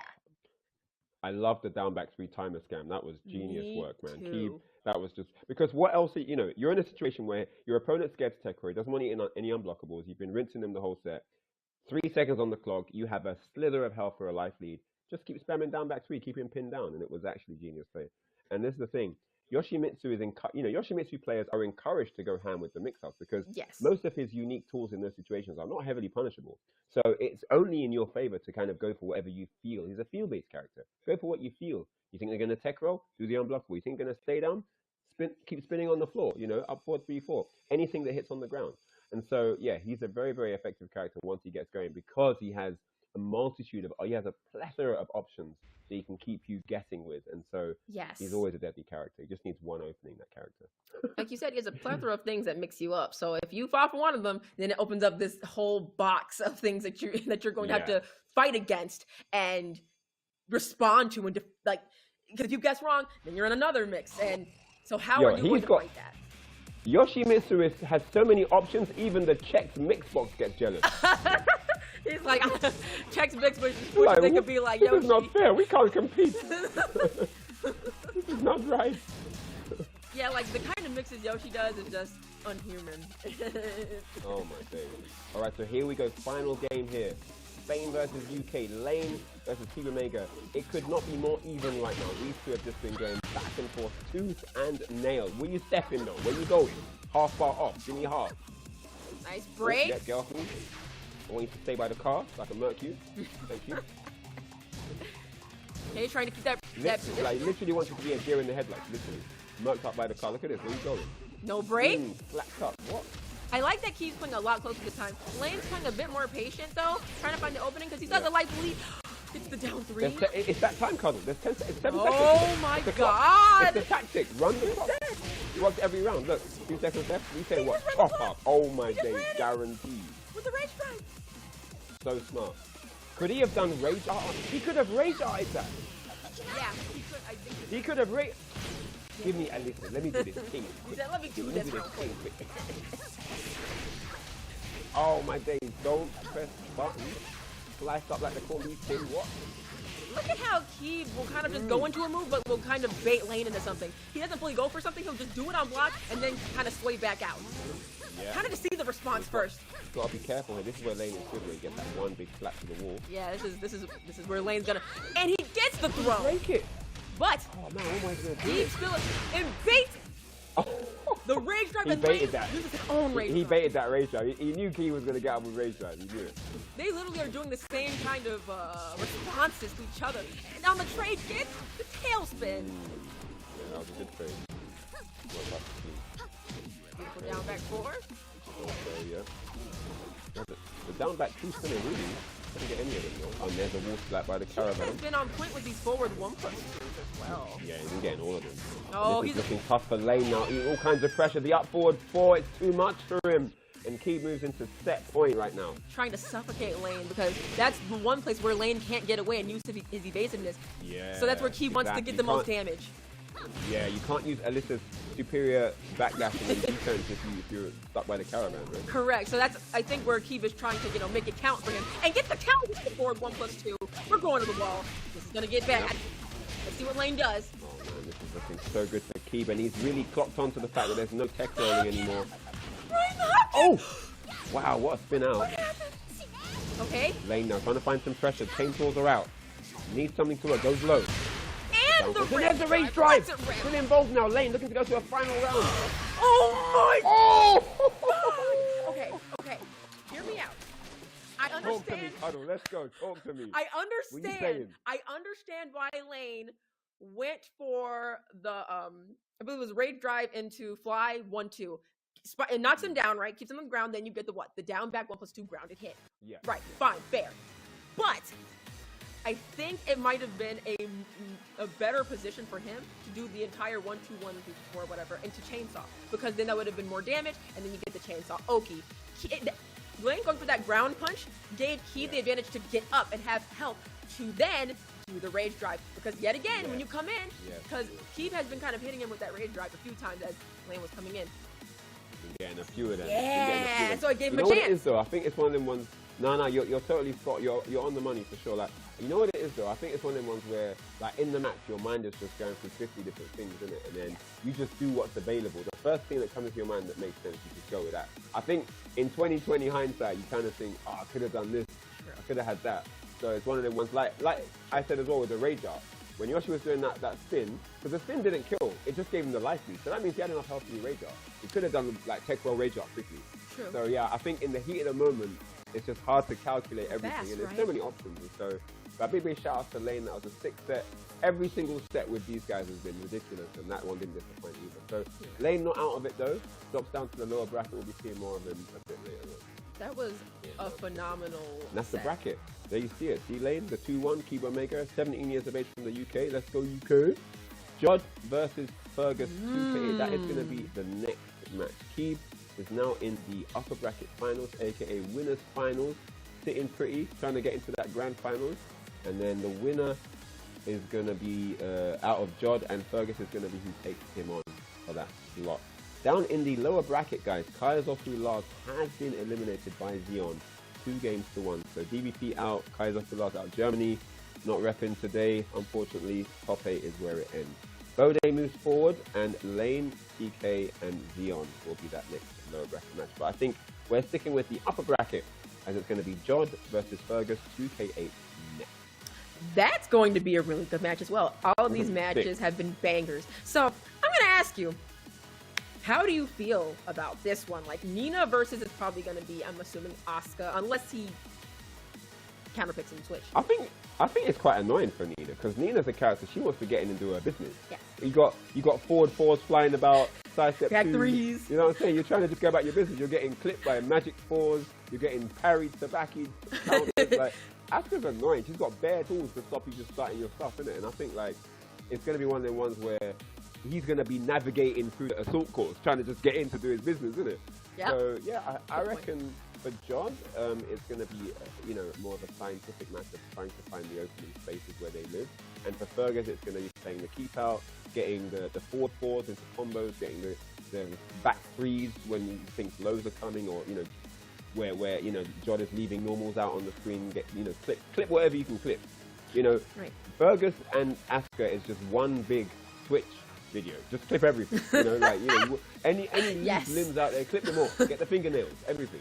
And that's what it is. So for Jod, I think if he can establish how to get in and how to get on top of Fergus, it's going to be tough for him.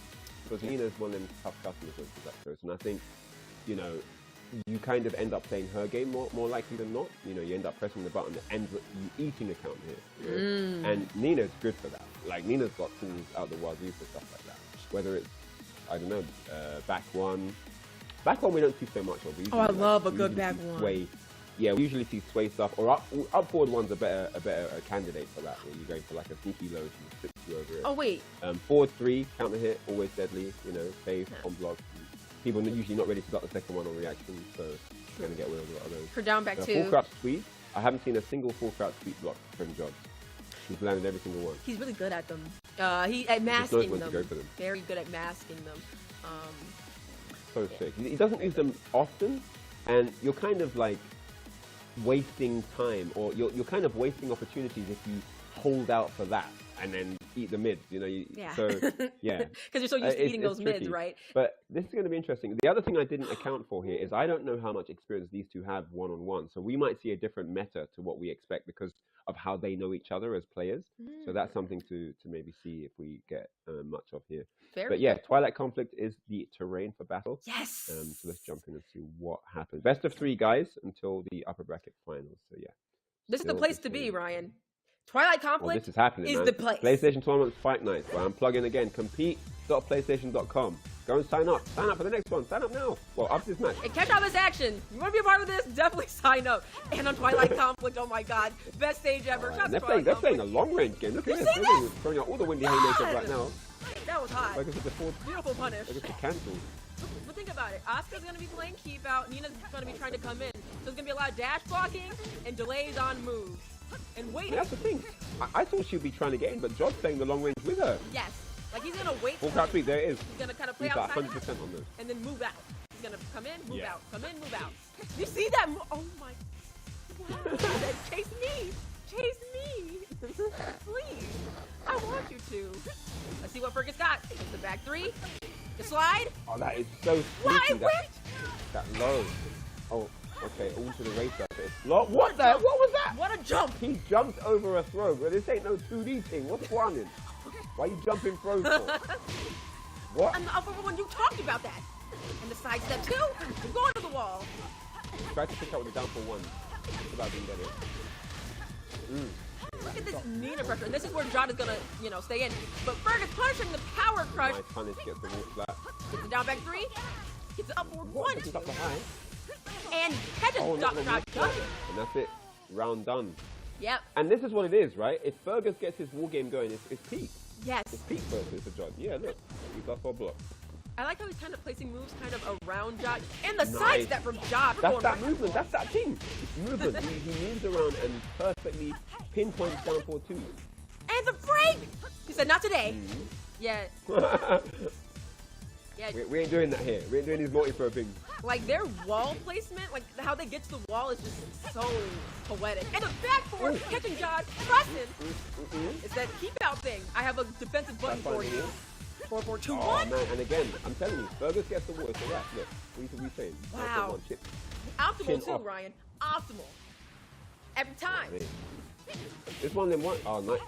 Okay. John's He's been opting for that 5-step 1+2 he hasn't landed any of them. I'm not sure what he's reading there. I like that John's staying a lot closer now, too. Because, you know, playing far away is going to get him a little, in a bit of a pickle. Yeah, mid-range has been good for Jod, though. The mid-range, you know, where he's able to... But when he gets too close, then this is what happens. He gets into kind of Fergus's favourite area to live in. But this could be it, though. Oh, sweet. Oh, there's the race there. Cross frames, and then goes low. Smartly done. Ties it up. 2 apiece. He stayed composed, too. Just that 2-piece, that KFC round. And that's after that 2-piece. Look at the whole combo. We're going downstairs. Check out the basement. Wow. And just like that, John looking to take all this momentum and run with it. Look at this, the down back 3. He'll kind of like hit him and then wait. Hit him and then wait. He's clutching now. He's clutching. Look, he's backing up. Look, I've got the life lead. I'm out of here later. Because all it takes with Oscar's one thing. We already... And he weren't even interested. He was like, I'm gone, bruv. I don't care about your counter. But he was so far away, he didn't expect it. Uh-oh. Race drive. Fergus is looking for the down 1+2 or the 1+2. Fergus wants to damage, and there's the sweep. No, the sweeps are guaranteed. I'm sorry, them sweeps are unblockable. You said, hey, if they're from John, they're guaranteed. The sweeps are unblockable. You just can't see it. The sparks are there. It's unblockable. You just can't see the sparks. No one's blocking it. Nobody. It's the John hell sweep. But so look, if we analyze that game, he tried every tactic. The first game he tried full long range, didn't work. The second round he tried mid-range, or second couple of rounds tried mid-range, didn't work. Right. That last round he did his little thing in the corner, got his combo, and then breathed. He was like, you know what, I've had my damage, I'm out of here. And that worked perfectly. Just that last round when he went downstairs. After he got his first combo and got the energy, he just went out. And it forced a game plan that Asuka doesn't like. The most hated game plan for Asuka players is when they have to attack. They have to come in. They don't want to. They want to be able to have that as an optional. Right. You kind of want them to run into your stuff, but he made a game plan where Fergus had to attack, just thrown into uncomfortable waters, and then look at what Jod did. It worked perfectly. Yeah. So let's see what Fergus can do to adapt this game. But yeah, interesting mixture of game strategies in that first match. Yeah, it's what you said. Especially in that last round, Jod's like, you know what? I got the combo, take you downstairs, do like a hit of like a point of health, like a health or 2, take that away from you. Now I'm going to play outside of your range. You're going to have to come in on me. And Asuka players do feed off of that. Nina can be a string heavy character sometimes, and that's where those sabakis and parries would come in. But Jod, knowing that, it seemed as if, he would hit Fergus here and there, and then kind of just back off because he's like, I know you could back 3 me, because he did get back forward for, I think, doing like a jab into like a sidestep or like a sway, and then he got back forward. He got counter hit for it. So then Jod slowed it down. He's like, okay, if I'm taking hits like this from here, I need to slow it down. Then start playing close, then ran away. Like you said, Asuka wants you to play into her game, but Jod did not bite. And that's the thing as well. Like in these two, you got the personalities that come into the mix as well. Obviously, there's the character archetype, but then there's the personalities behind the characters. Correct. And you could tell that Jod had a much more comfortable time being able to control the space like that, where he was able to just freely run away, intercept moves coming in, and kind of get the win like that. And that was a very interesting game. We've got another similar stage size here, Violet system, slightly bigger. But yeah, I think this is going to be a similar thing where you're going to see that exchange of moves long range, and then they're going to close it down. Yep. And I think by the wall, the biggest threat is Fergus. Yes, I agree. And at mid range, like this, is Jod. The Fergus he shines the most. I think Jod, yeah, exactly. Jod's had the most impact at mid range. Yes. Long and close has been Fergus. Yeah, look at this.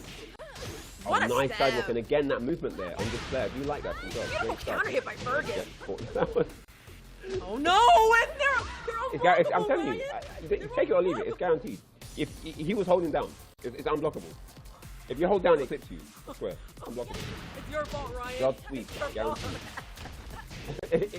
You can't see the spark. They've got to put those in. And now Jod getting this crazy Look at this. He's making him duck. Okay, Fergus trying to use that backboard, but Jod not riding on it. Sidestep Trying to two. get Let's counter go. hits from everything, bro. The upward threes are coming out. Oh no. Oh my word. That was. Sidestep two. He's not having it. Jod is not. You ain't kidding me with none of this. A nice block on the down back four, but he gets a counter hit. Back four. This is Oscar and And Rage. that's the thing with Asuka. Everything counters. Everything combos and counters. But it's spent now, and but Oh, he got Ken him. shot ducking. Oh my goodness, the steal. He's trying to steal it. That was beautiful. Beautiful composure by Fergus. I love how he used the 3+4 to catch Jod ducking, because he conditioned him with the down back three. Oh my god. The plays. Definitely. The plays. That conditioning was L'Oreal, boy. pH 5.5. Yeah, that was. I just. Hayashida. The layers that they're adding to this as they fight each other is just Isn't it? so poetic.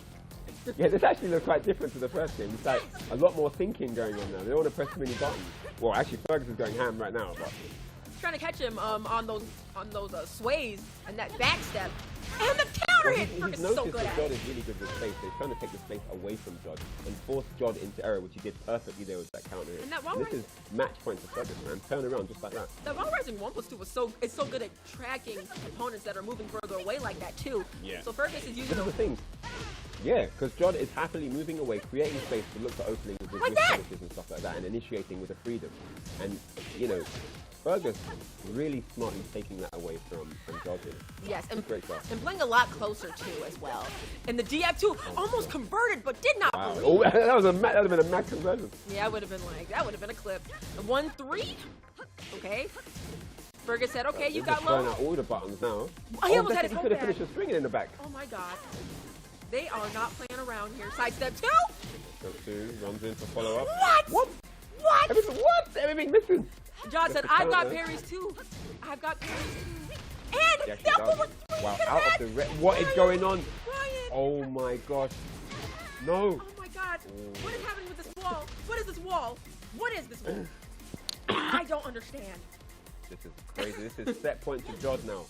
To put Fergus in the lower bracket, something we don't see too often In here. the There's whip. Divine Cannon! Three. Oh my John god! waited outside the frame. All of that adding up right now, coming together. Finds the wall as well, big damage. Pops him up. Okay. Oh, and the counter hit. And he goes for What? it. He's Guaranteed. going to the 4-2 after this. Oh my Before god. it gets into the rage Ryan. drive. Look at the damage! Ryan. Struggle! Ryan. Where did the bar go? Oh my. Where did his life go? Fergus. Oh my god. Ultra Instinct. It went Ultra Instinct.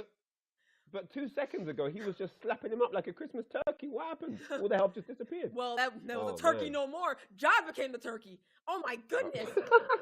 What happened? Oh, I can't believe it. This match is so good. That match had so much thinking going on. That's it. Not so much the first game. That second game, you could see because Jod was backing up for space, trying to create Yes. the optimal opening to get his thing going, and then Fergus trying to shut him down. He shut the space down. You saw them closely edging towards the wall every so often, and then Fergus just got to do what he wanted. And the end of that game, oh my gosh, it was all Jod the first Yes. half of that last round. He had And it. then once Fergus got it going, man, he just took over and just stole it basically. Great stuff to both players, man. I can't believe it.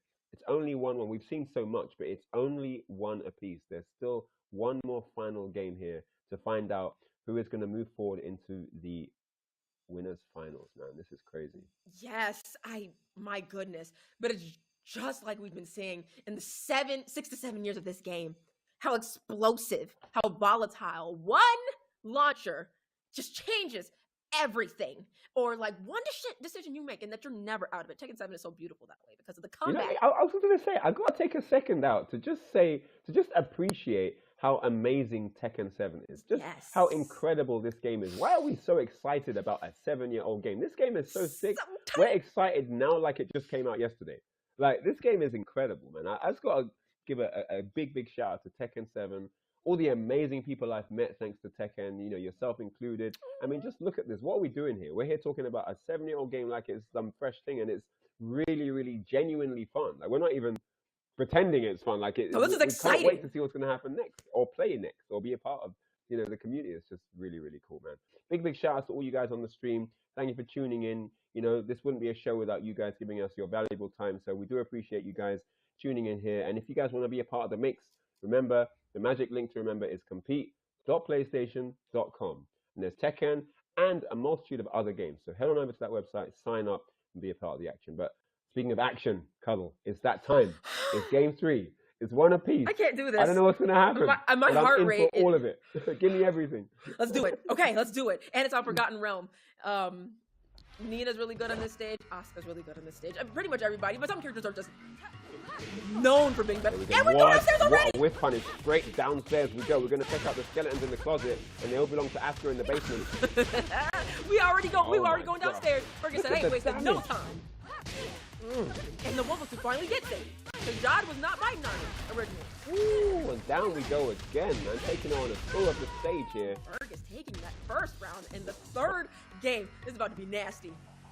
Trying to give Jod something he can't forget in this realm. Oh my goodness me. Oh, missed the Punish, oh my Down we go again, and look at this. We're straight down fucking elephants and things in round 2.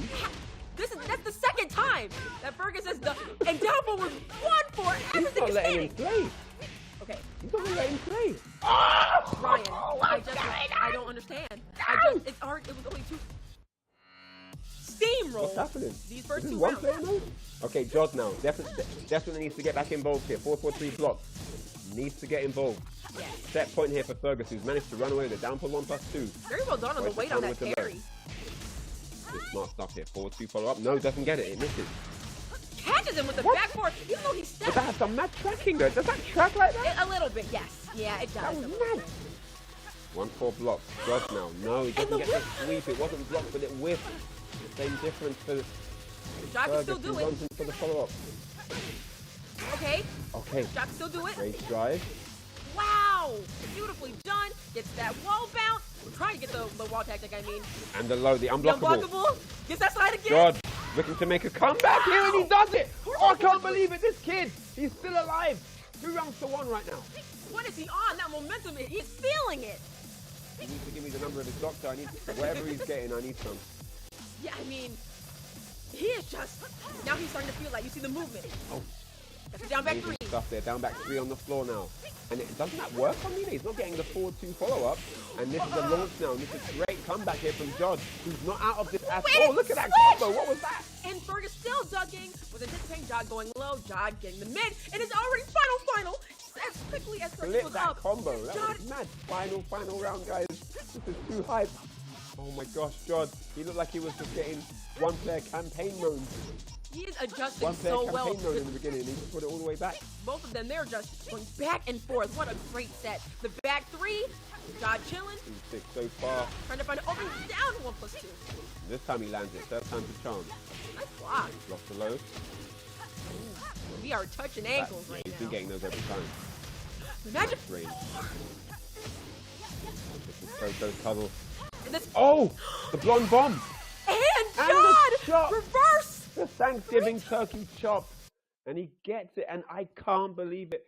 3 straight rounds brings it back in a profound manner. I can't believe what we just witnessed, man. Those first 2 rounds were easily the fastest, Nina's done quickly rounds we've seen in these tournaments. And then Jod didn't give up. He managed to bring it all the way back, man. What a run. What a sequence there. Crazy. Yeah, as quickly as Fergus got those 2 rounds and completely steamrolling with that offense, Jod then completely reverses it. 3 twos of but that's the beauty of getting momentum in Tekken 7. And once you take it, it's all about what you do with it. And Jod made every moment count.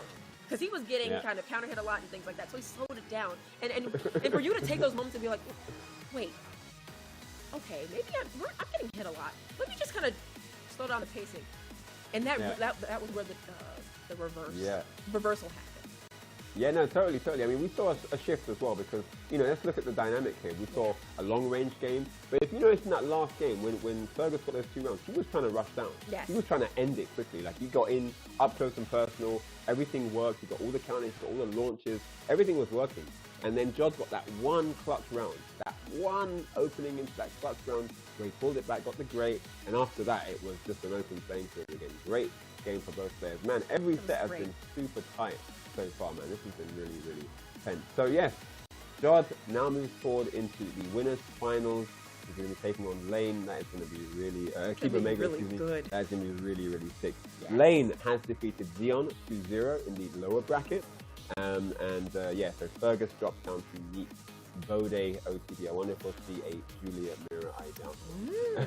But the winners final is going to be Keeb Omega versus Jod. Man, two players have been definitely working hard. Those semi matches were so close, you know. Really, really cool stuff. I'm really impressed with Keeb Omega. I didn't know he was only 17 years of age, so it's just very impressive to see him here. I mean, he's here like representing the UK. He's in the winners final. I mean, you know, Jod playing out of his also, mind. A young up and coming, you know, player from France. I think he's like early 20s. 25, I believe. That's what I saw on the card. So really, really cool to see him do well as well. And then Fergus still in. He's so yeah, really, really thick bracket, man. Oh my goodness me. So I believe the next match will be Keeb Omega versus Jod, our winners bracket final. And this is going to be best of 5 matches. So it's going to be a slightly longer set, time for adaptation, you know, different strategies, etc. and so on. So yeah. But guys, once more, if you do want to take part and be involved in the battles, head on over to compete.playstation.com. There are multiple games on over there. Check out the link on your screen now. And seriously, like, this is free to enter. What more could you ask for? You get to play from the comfort of your own home. You don't even have to travel anywhere. You know, this is the most economically viable format you're ever going to get. And who knows, you might make some friends, win some prizes, and have a whole lot of fun. So definitely check on that link. But guys, before we get to the upper bracket finals, we've got a lot more awesome Tekken action coming your way, so don't go anywhere, but we're going to take a very short break. So we'll see you soon, get some refreshments, and check back in with us very shortly.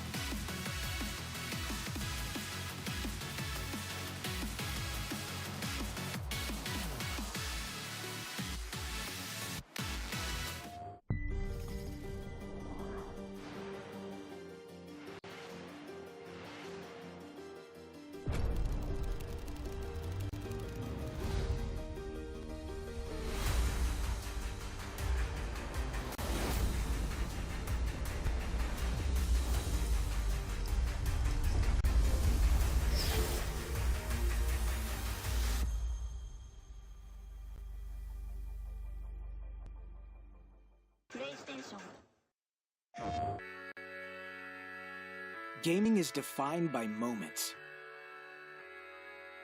It is intense. The joy of victory and the thrill of overcoming challenges. Welcome to our home of competitive gaming, where we can all experience exciting esports moments. The final 1v1 of the game here. And celebrate the pros and the rising stars. I do want to see a female in the MCS. Bringing you guides and deep dives. Horizon can go up, but she can't go up fast. And tournaments where the community competes. Wait! Did he go? No way! Whether you're in a heated match, Back, let's go. or watching along at the edge of your seat. A duo taking down a trio. Let's create moments from the games you love. Join us and subscribe to our channel to follow everything esports on PlayStation. PlayStation. Hello everyone and welcome back. Yes, if you're just tuning in, it is the PlayStation Tournaments Fight Nights for Tekken 7 in Europe. I'm Reinhardt along with Cuddlecore, and it has been absolute pandemonium here in top 8. Been some amazing matches that you've missed. You can check out the VODs if you want to, because you're not going to want to have not seen some of the amazing stuff that's been going down. And by the way, speaking of YouTube, hang on to that link at the bottom of the screen, youtube.com/@PlayStation Esports, for all the amazing VODs of all the amazing matches that you haven't seen. And if you want to watch them again because you've seen them and they were just too awesome, you can head on over to that link for that purpose too. But yes, that's the link you need, youtube.com/@PlayStation Esports. And yeah, you can keep track of all the cool tournament bits and bobs that happen throughout the PlayStation network of events. So yeah, but with that said, it's time to check out the bracket, because the top 8 bracket has been wild, man. There's been so much that's happened so far. And here we see the carnage that's happened here. Talk to me, Cuddle. How do you feel about this bracket so far? Oh my goodness, this bracket was insane. So we just got off of the Jod versus Fergus match in this nail-biting final situation, right? Where we thought the momentum was so in Fergus' favor in that final game, then Jod completely reversing it. It was a beautiful display of character specialist, but also how momentum really is a determining factor and how you use it in a scramble in a tight set like that. Omega, the 17-year-old Yoshimitsu player from the UK, oh my goodness, how impressive.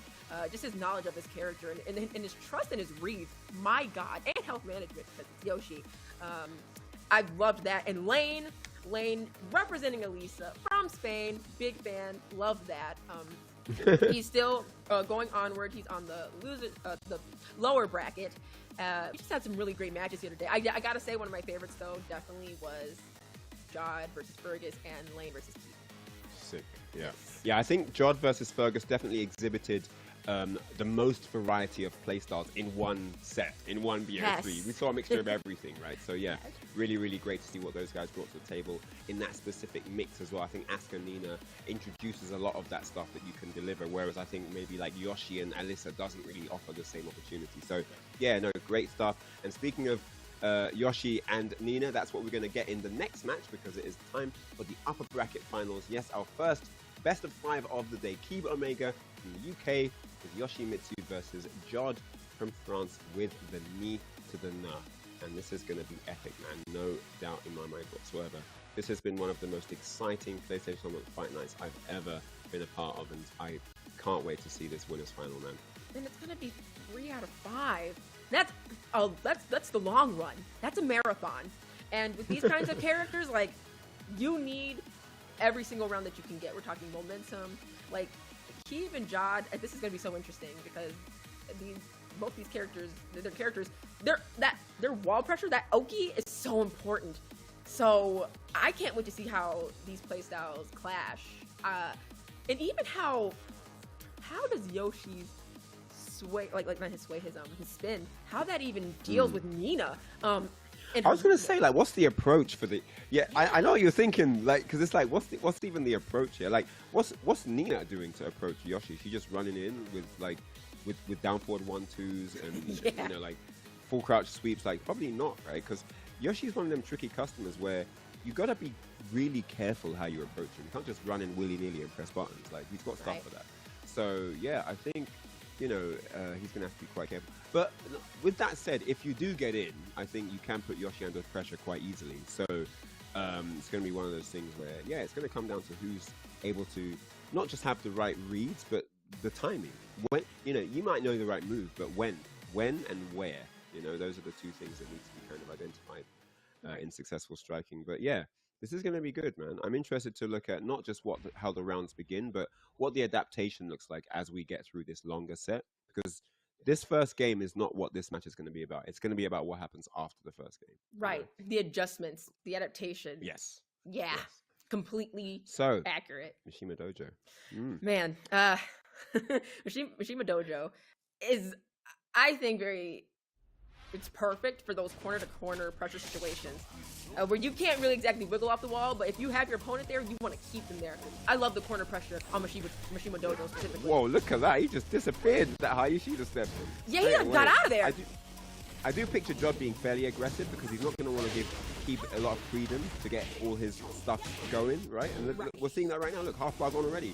Pressure at the back of the wall, up force one, denied. But look, this is the aggression I expected here. You do not want to give a strong Yoshi space to dance, right? You know, room to just look at this. This is what happens. You have to give him a little bit of time to dance. The party tricks come out. Now we're at the wall. I mean, that's scary. Look at Judd's life. That was one. Look at that. All of that was one sequence and then a finish. That was that one chance, and this is what Judd was trying to avoid with the kind of hyper aggression at the beginning.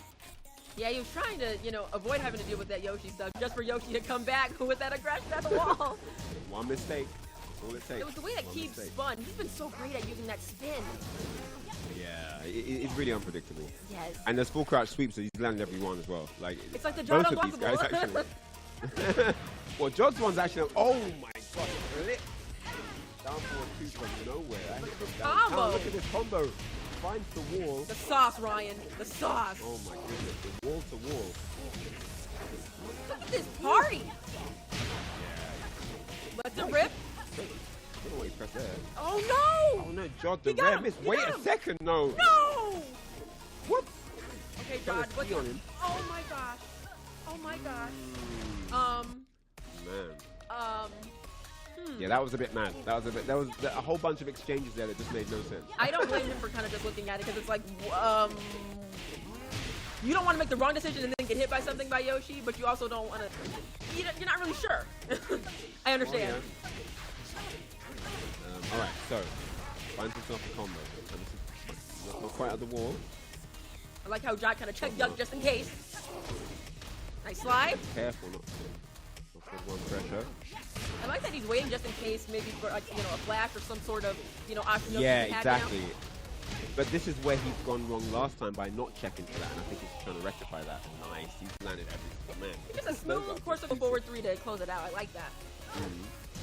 Go for the sweep. Okay, Jod slowing it down this time. We've seen this before. We've seen this movie.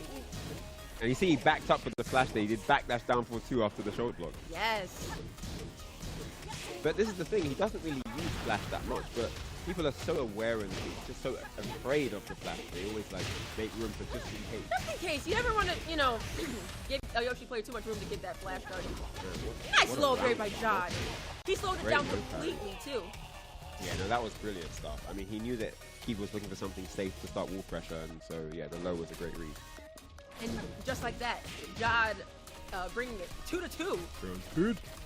And I like that he's using that string, that 4-4-3-4 string, because it's not that punishable. Not 10 hits! 10 strings? Wait a second! Wait just a second. Oh, full crouch sweep. And the no sword stance, too! In it. And finds the he wall said, I'm really trying to party now. Oh! What, Brian? What? Okay, that was a party and a sauce and a half. He was right there. It was whiffing. You didn't even see it. You didn't even see it. You couldn't. Okay, oh my I God. get it. I mean, Nina was quite hot on this stage playing, Yes. She was appreciating having a little fan there to get some fresh air, And then suddenly it just punched her in the face. It's like, what? Because what's going on? We're all looking at it, right? Boxed up like that? Jod's looking at it, you're looking at it, I'm looking at it, and I'm like, okay, I mean, I probably could press right here. You can't even see the sword, so you're like, I don't even know what the hitbox is, right? The hand was out. The hand was spinning like a friendly windmill, and then suddenly you just get slapped up. All your life gone. It wasn't even like a slither left, just perfected up. 7 golden in your chaps. What's going on? That was wild. Like, in no sword stance, I think, we talk about Yoshi stance's unpredictability, massive move list. stances. No sword stance, it really makes you second guess when you want to approach or attack, because you can't see what he's doing. You can kind of make reads because you play Tekken, but we didn't see the sword. We did not see it. In hindsight, I reckon like a little sidewalk into the back, Maybe, or at least a side beam, like at least a side position. It might have caught him. It might have clipped that when you start moving and clip your hurt box as you start walking, innit? Maybe. But I don't know, because she was right there, but it wasn't hitting. No. It's only when he tried to attack that it like got hit, innit? So mate. But it's just like I'd love to replay that scenario and like practice what you could, because I think he could have walked round. Maybe, but it's kind of like that's a tricky one. It was kind of like when he has sword. It's the same thing, but the only difference is you can see it, and he can change the speed, the different speeds of which the intervals of how fast or how long the sword's windmill stays out. So that's the same thing. You just can't see it, so you don't really. Yeah, you don't know. You know what I mean? I was just thinking that as a Yoshi player, how do you not absolutely cry of laughter when those moments happen? Like, imagine it. He was just watching the screen. The hand's already spinning. He's just watching. He's got his controller there, and just suddenly the opponent dies. That must be hilarious. Oh my god. Oh, you feel good about it. Like you said, oh, you must be betting up. The satisfaction. Perfected up as well. Oh mate, that must be ridiculously funny. Because you're planning your next attack, and then the guy just dies. Like what?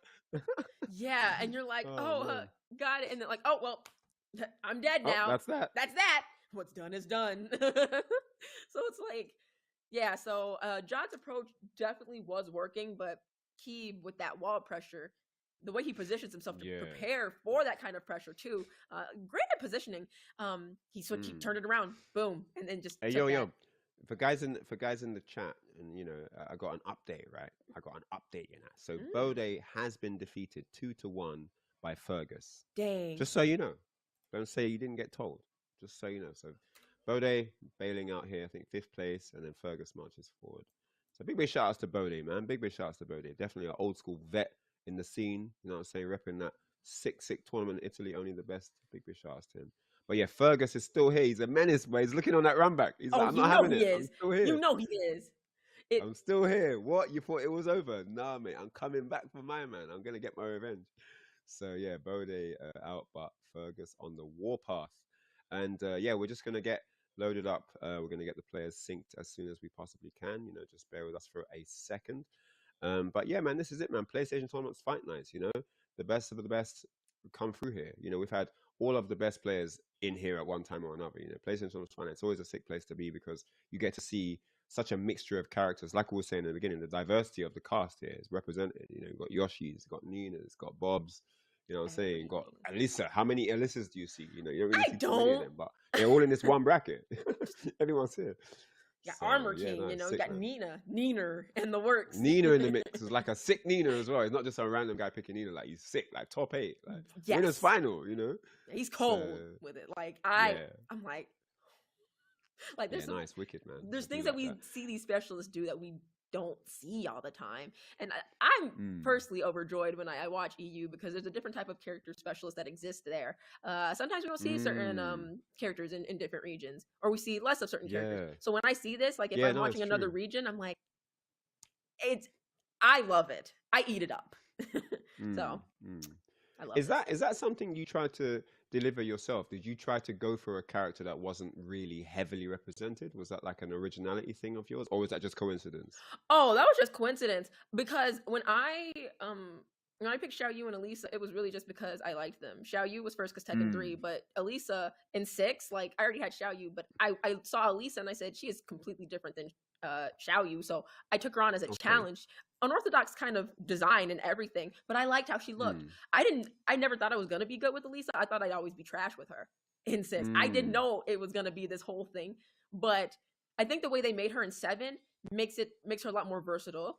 And what she can use in Tekken 7, it makes her a well-rounded solo character. She doesn't have to, because in Tag 2 she was not that great.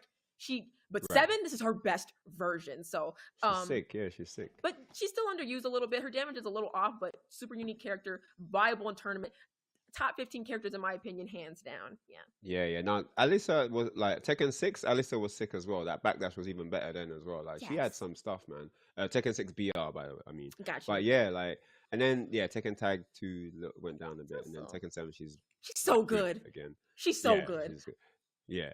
So no, it's Yeah. nice, man. It's really good. I think America as well. You guys do have some variation, like even from way back. Like you've always had a guy that picks a certain character. Like that's the Yes. if you want to learn this character, you go to that guy, or there's always been that. So Ryan, yeah, no, it's Jack, good, man. I appreciate it. Miguel, I appreciate that a lot. Bob, you name it, Julia, like those are, man. So the old school players, they've all used them. Even though I didn't play those characters, I always had a deep appreciation for how they dissected the characters and made them their own, and still use them to this day. Like it's just things like that is what makes Tekken so special. It's so cool. You know? I mean, I know sometimes games that have heavy, like have deeply saturated character lists are sometimes frowned upon. Oh, there's 50 characters. Oh my god, there's 40. But it just allows for so much personal expression. You can really be in your own lane. Like you could just be yourself. You don't have to. And then, like I was saying with the Tekken balance, Tekken is such a balanced game. You don't have to ride off of the tier list. You can pick who you like.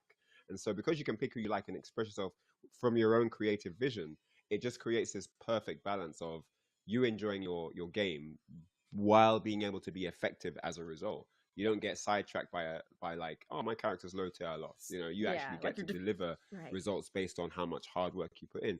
And Tekken is definitely a game that favors hard workers, right? If you put the work in, you're going to see it delivered in matches. There's no doubt about that.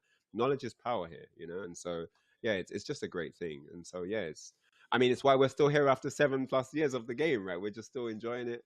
We can't wait for more, So I'm excited. Definitely big shout outs to Tekken 7 once more. And preach for real, because really the roster, the size, like it does, and the move list and everything, it creates so much creativity and expression in how you play the character. It's funny you mentioned that, because I always talk about that and how it's art, it's artistic, how you get to choose that.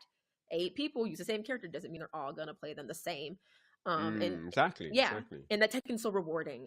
When you said that, I said yes, because when you study something and you study situations and it pays off, Tekken is such a game of knowledge checking. Yeah. If you know what you're doing and you know how your character responds in this situation, if you watch your matches and all that, it pays off, and you feel so good because this game is dang hard. It's good, but it's difficult. All right, I'm Bandai Namco right now. You can change any 3 things you want about Ling Xiaoyu. Talk to me. You could change any 3 things you want, but only 3. Okay. What are you saying? I got you, because I just talked about this with a friend. Okay, go. Her standing 3 needs to have better range. My standing 3 should not touch the tip of your head when I whiff punish you, and it doesn't hit you. That's inaccurate. That's one of them. I think she needs another mid. What? Got bare mids. Keep people in check. Oh man. My Kazuya's gonna get rubbed even worse than before. Yeah. No. What kind of mids you want? What you want? Electric mid? Yeah. What do you want? What do you want? Maybe something a little better with her back 4. Her back 4 is like a hit confirmable mid that tracks to her left, and she already has it. But I think it can keep I think I should keep the player closer to her when she does it, because it pushes them further away. So you want her next back 4 to rub me? No, yes. No. And then AOP. So okay, hear me out on this one. Revert the key's in the name. AOP. Like it's OP. It's in there. but her AOP, like one of her moves in AOP, back in the day, like the second season, her AOP counter hit gave a combo. I like her wall bounce, but I like the combo better. I think they should revert it back. That's what I want. My 3 my Christmas wish list, that. I know you hate me, but that's my wish list. Do not let this lady on the design team, folks. Let me at him. Ling Xiaoyu about to be Esther out here. Don't let it happen, guys. She's going to be busted, Ryan. She's going to be busted. It's going to be my fault. Oh, mate. All right, here we go. Round 1. No walls it is. You've got water on the ground. That means infinite Azura. Let's do this thing. Best of 5. Winners final. This is it. Didn't we talk about this? The infinite? We did actually. We actually did the no walls thing, innit? We tried to... Wait, Kigo Mega with the 1-0. Ooh, getting comboed. Okay, we got some Okay, shot now. The stab? Oh, no, Tekken guaranteed. No, how deadly that is? Guaranteed. Running up on somebody and just being able to stab, and you can't break that. You have to reverse it before you even get to that. Oh my days, in the back. Nice step. Returns the favor, gets the full string. Okay, we get the flap. Oh, he's so good. Wow! Clip that. He tried to get the Shame we OG. didn't get a good conversion there, but I have never seen that before. That was ridiculous. I'm gonna have a heart attack. This is so good. That was OD. And Key being in rage is like him playing with another health bar. Yeah, exactly.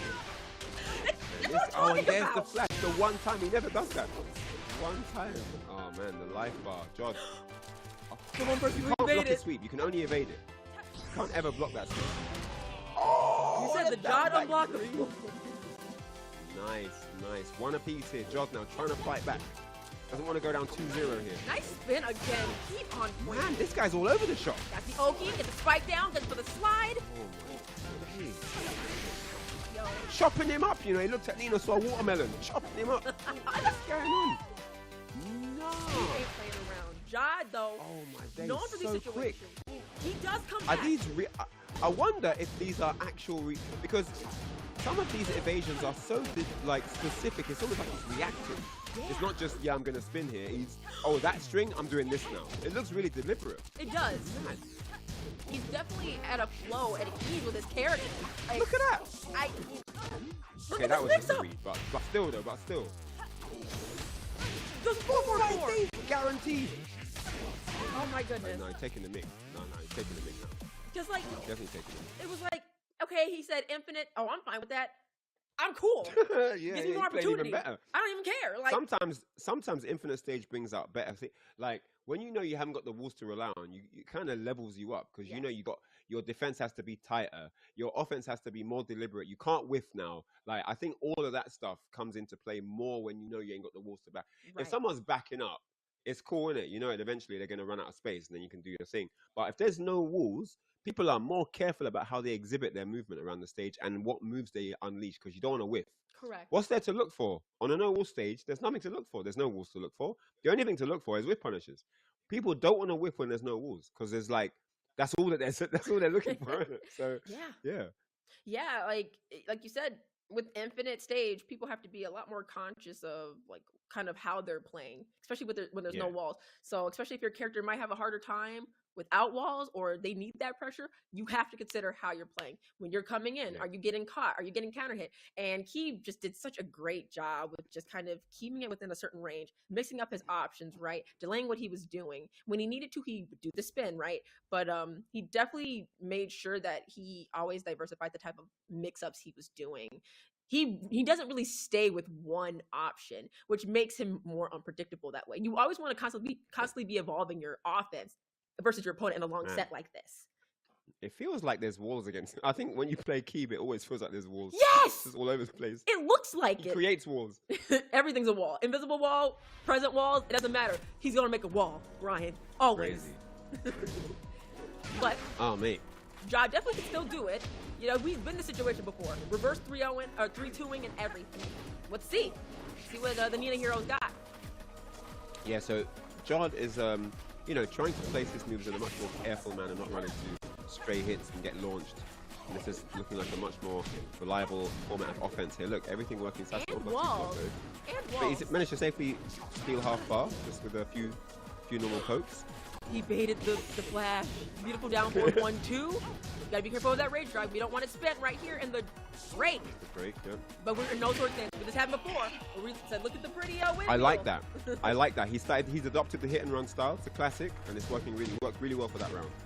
But it's not sustainable. So let's see what changes here. Sometimes you don't want to play in a Yoshi's game. You kind of just move in, move out. I love it. Weaving in and out is one of the best strategies, I think, hit and for run. competitive Tekken. The hit and run, yeah, definitely. Yeah, especially when you're Nina. And her range is a little weird, and so he's playing the keep out and she has to run in on him. Jod's gonna slow it down because of that. Yeah, and also Yoshi doesn't want to run into people. Was that count? I think he That's pressed trying to be into counted. it. Oh, Yeah. I like that Jod is using up over 3 now, the classic, and the down forward 1. And now he's starting to break down some of those walls of defense. And this is great, looking great here for Jod with those 2 rounds here. Okay, so he's playing outside of range, then moving in, moving out, moving in and moving out. I love this. Oh, he tried to go for the double. Of course, like a forward one, and we got a hit. Beautiful combo by Nice Jod. combo. I love it. In the low parry, stands up the low down parry. 3. Going for the flaps. Should almost be it. And the Just get one down more hit will do it. What, in the back? Guess he must have woken up weird. The down forward one again by Jod. Simple, safer options. Does not give in to Yoshi's game of running in. It is now one Jod to Keep. Jod looking like he's taking momentum and he's seeing the game plan come together. He's seeing where Keep is cracking. Yeah. Yeah. Yeah, and that's it. The moment you can make your opponent start thinking, then, you know, you change everything about the momentum and stuff. So, yep. Yeah, it's if Jod continues to play the way that he did in this last game, he's in a good position. Now we might get walls again, and if we get walls, that's gonna be really good for Jod. I think Nina and walls is probably better than Nina without. She has to do a bit more work. Kind of reminds me of Xiao Yu. I mean, I know they're completely different characters, but I mean in terms of technical, how they have to cut a poke and chip away at you, and it takes a lot more for you to get that explosive damage, and you risk a bit more compared to like some characters. So having the walls at least helps with some of that. So I think walls in this case is really good for Jod, personally. Yeah, it looks so. I mean, if anything, that last game to go by definitely shows that it can be done without walls. But, you know, Keeb's got an extra game now that he can use to adapt. You know, he's still 2-1 up. He still has a heavy advantage. Yes. So whether that's going to happen for this game or not, I mean, well, I'm not sure what the stage is going to be, but yeah, is something to be seen. And we do have walls, machine we're building. I don't know. I think Keeb has the advantage with walls. He seems to be able to kind of mix up and keep the confusion level high once he has his wall pressure going. And I think that's going to be something that works into his favor here, especially in a situation where you can kind of play the field a little bit because you're 2-1 up. You know, you have the freedom to kind of express and maybe take even a bit more risk. And so that's going to be something Jod's going to have to try his best to be aware of and have all his senses switched on. Yes. Yeah, things... What a mix-up again. Because he's gone for that before. I love that mix-up. Gets the forward 1+2. Beautiful duck by Keeb. We're going to the wall. This is crucial. Because Yoshi at the wall is never a joke. Oh, that was a good way to get off the wall. Oh, beautiful step by Jod. Didn't just watch it. Said, you know what? I've got something. His reactions are insane. It's a beautiful spin by Keeb, but the unfortunate Oki situation. Yeah, and this is exactly what I talked about. Once you subtract the space to move from Jod against, you know, at least from what Keeb's delivering, it looks like it's really difficult. Yeah. Punish, yep. Try to track him down with the side step 2 there. Yeah, I like that he's kind of just using smaller pokes for circle forward. 3, trying to get in safer, doesn't want to overextend, does not want to give Keeb too much, because Keeb is very momentum based. He's able to, you know. And Oh man, beautiful forward 3, the second hit clips. That forward 3, the second hit clips a lot, you know. It Counter hit. does. Oh, nice break there. No break on the Oh, no break on that one. You know, I like that Jod is using down back too to catch Yoshi moving. Yeah, it's a classic one. Usually, you know, Nina's opt for that after the 1+2 break. You know, on the upward 1+2. It's kind of like a beats all options type of situation. So Long range too, and counter hit. yeah. So very good point. It's very good mid check. And the Oh, that one. Speaking of punish. mid-check, what a beautiful divine cannon over to the wall here. this Oki, La- this is the walls. He's trying to get that positioning. Look at this. This is crazy. Keep trying to fight off the wall. It's almost like backing up to let him get away from the wall, right? Right, just to push him back on the wall. Yeah. Yeah, I love that kind of positioning. juggle damage. I like that Jod uses that move because it's not that punishable. Oh man, look at the range on that. He couldn't even whip punish. It didn't even look like it was going to hit. Beautiful block. Oh, while standing 2, yep. Oh no! Be careful of the rage drive. And it's spent 15 seconds. Jod gonna play real patient. Gets the first of the 3, the slide to close it out. Jod up 2. Jod's trying to bring it back, man. Trying to tie it up to a piece here. Nice punish. Guaranteed. Man, Jod is gonna just Nice, chill. and again, a great sidewalk. Jod has been really using that superbly well. The sidewalk into down throw 2. Beautiful duck. Also didn't get the more A little late. float though. Yep. Up on the wall. Oh, what a conversion. I like option from Jod, but I do love Keith's response to it with a conversion ready. Okay. Let's go for the DF2. Keep chilling. Oh man, you know, these little, time scrambles are stressful. Let's see how Keeb uses his rage drive, because Jod is chilling. He did the power crush, and then again, Jod just closing out so simply. Does all this work, right, Ryan? And the, during the match and everything. Just down 4-1. I don't have to do anything else. I put it all together. DF1 it is.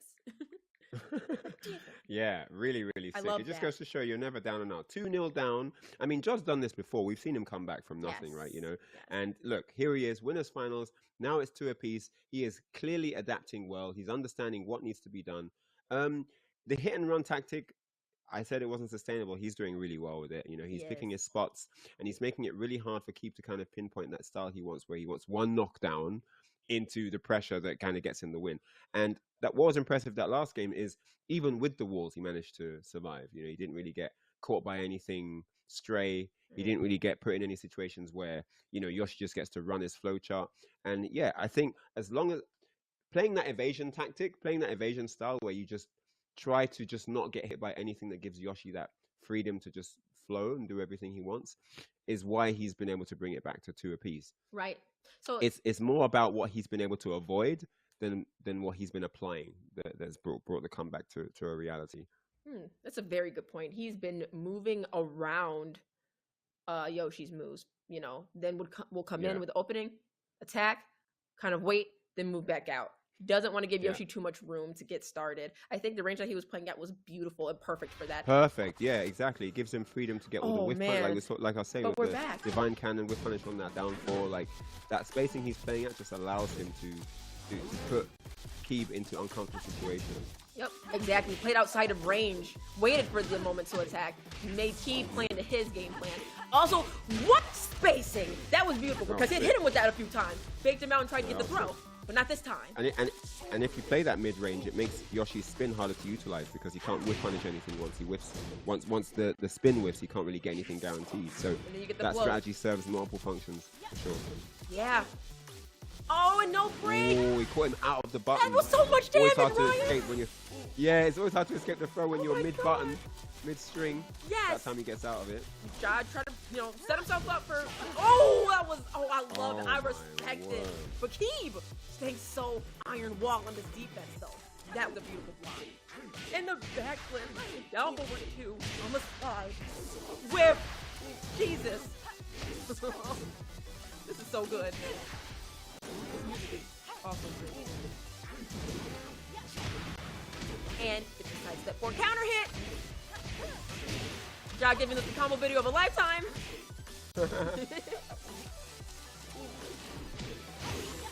And there's wonderful damage. Great awareness on Keith's back being turned. Jod just destroying his back.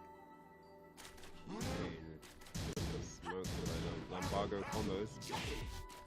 DF1 we're playing a little bit more One's compact pressing now. Pressuring. He's keeping it micro, he's keeping it small, don't overextend. This is looking good. He's slightly opening him up now. Goes low. Okay, goes for that mix-up again, but And, mixes it wow, up. and he's mixing up the offense really well here. And Jod, A nice a little bit step. of confusion going on, and he just switched it up. He's just found a new flow here. He wasn't doing that before. He's like, oh, this works, I'm going to keep going with it. Keep has so many different like options to condition you, and he's very okay with going for it. Like, very confident. I love this. Yoshimitsu's just a great character for that in general, right? He always has things he can introduce that he hasn't used a lot of beforehand, But Yeah. Jod now trying to stay in this set point for Kiba Omega to move into grand finals here. This young chap, 17 years of age, looking to make it to the grand finals on the winner's side. This is phenomenal stuff here from Keem. Oh, he Now trying to set tried! up, looking for the wall standing 2, doesn't take the throw. Oh, he tried! Oh my Oh my goodness God. me! Oh, He's dead. grand finals. What Wow. a turnaround there. Well Went up played. 2-0, went down 2 games to 2-all, but that final game he definitely controlled Jod in a very comfortable manner there. all the way to the end. And yeah, Jod was always on the back foot, even on the round that he won. And big shout outs to Keeb, grand finalist #1 today. Jod will now drop down into the lower bracket.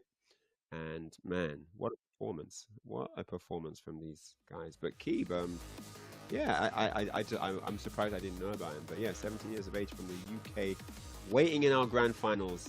And this chap is no joke, let me tell you. That Yoshimitsu is looking fierce, man. He's got it all. He can play a long-range game. He can play that rushdown. He can play tit-for-tat, mid-screen, hit and run. He's got it all. So, yeah.